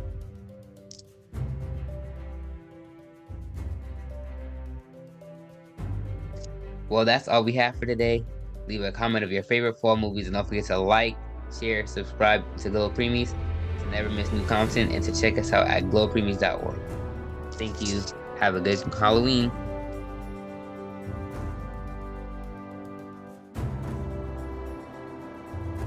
Host, welcome back to our channel. With Christmas just around the corner, it's time to spread some holiday cheer. And what better way to do that than with festive wreaths? Today, we'll show you some amazing DIY ideas to create your very own wreaths. The first step is to gather your materials. You'll need a wreath frame, some evergreen branches, pine cones, holly, ribbons, and anything else you'd like to add for a personalized touch. Start by attaching the evergreen branches to the wreath frame. Use floral wire or hot glue to secure them in place. Now, let's add some pine cones and holly. You can arrange them in clusters or evenly spread them out.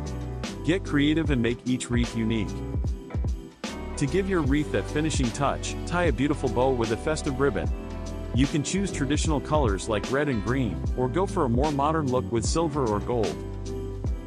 And there you have it, a stunning DIY wreath, ready to spread Christmas cheer. Don't forget, wreaths can be made in different shapes and sizes.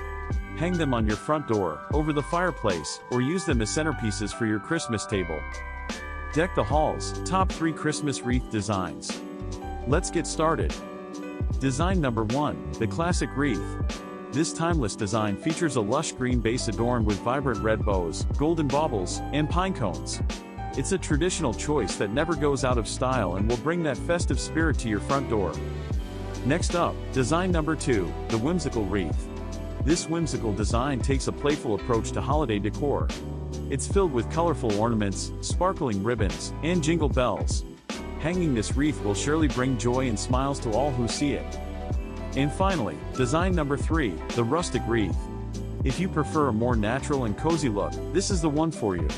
With its combination of fresh pine branches, pine cones, and burlap bows, it provides that warm and inviting touch to your home. There you have it, our top 3 Christmas wreath designs. Which one is your favorite? Let us know in the comments below. Don't forget to give this video a thumbs up and hit that subscribe button for more festive inspiration. Thanks for watching, and remember to have a joyful and magical holiday season.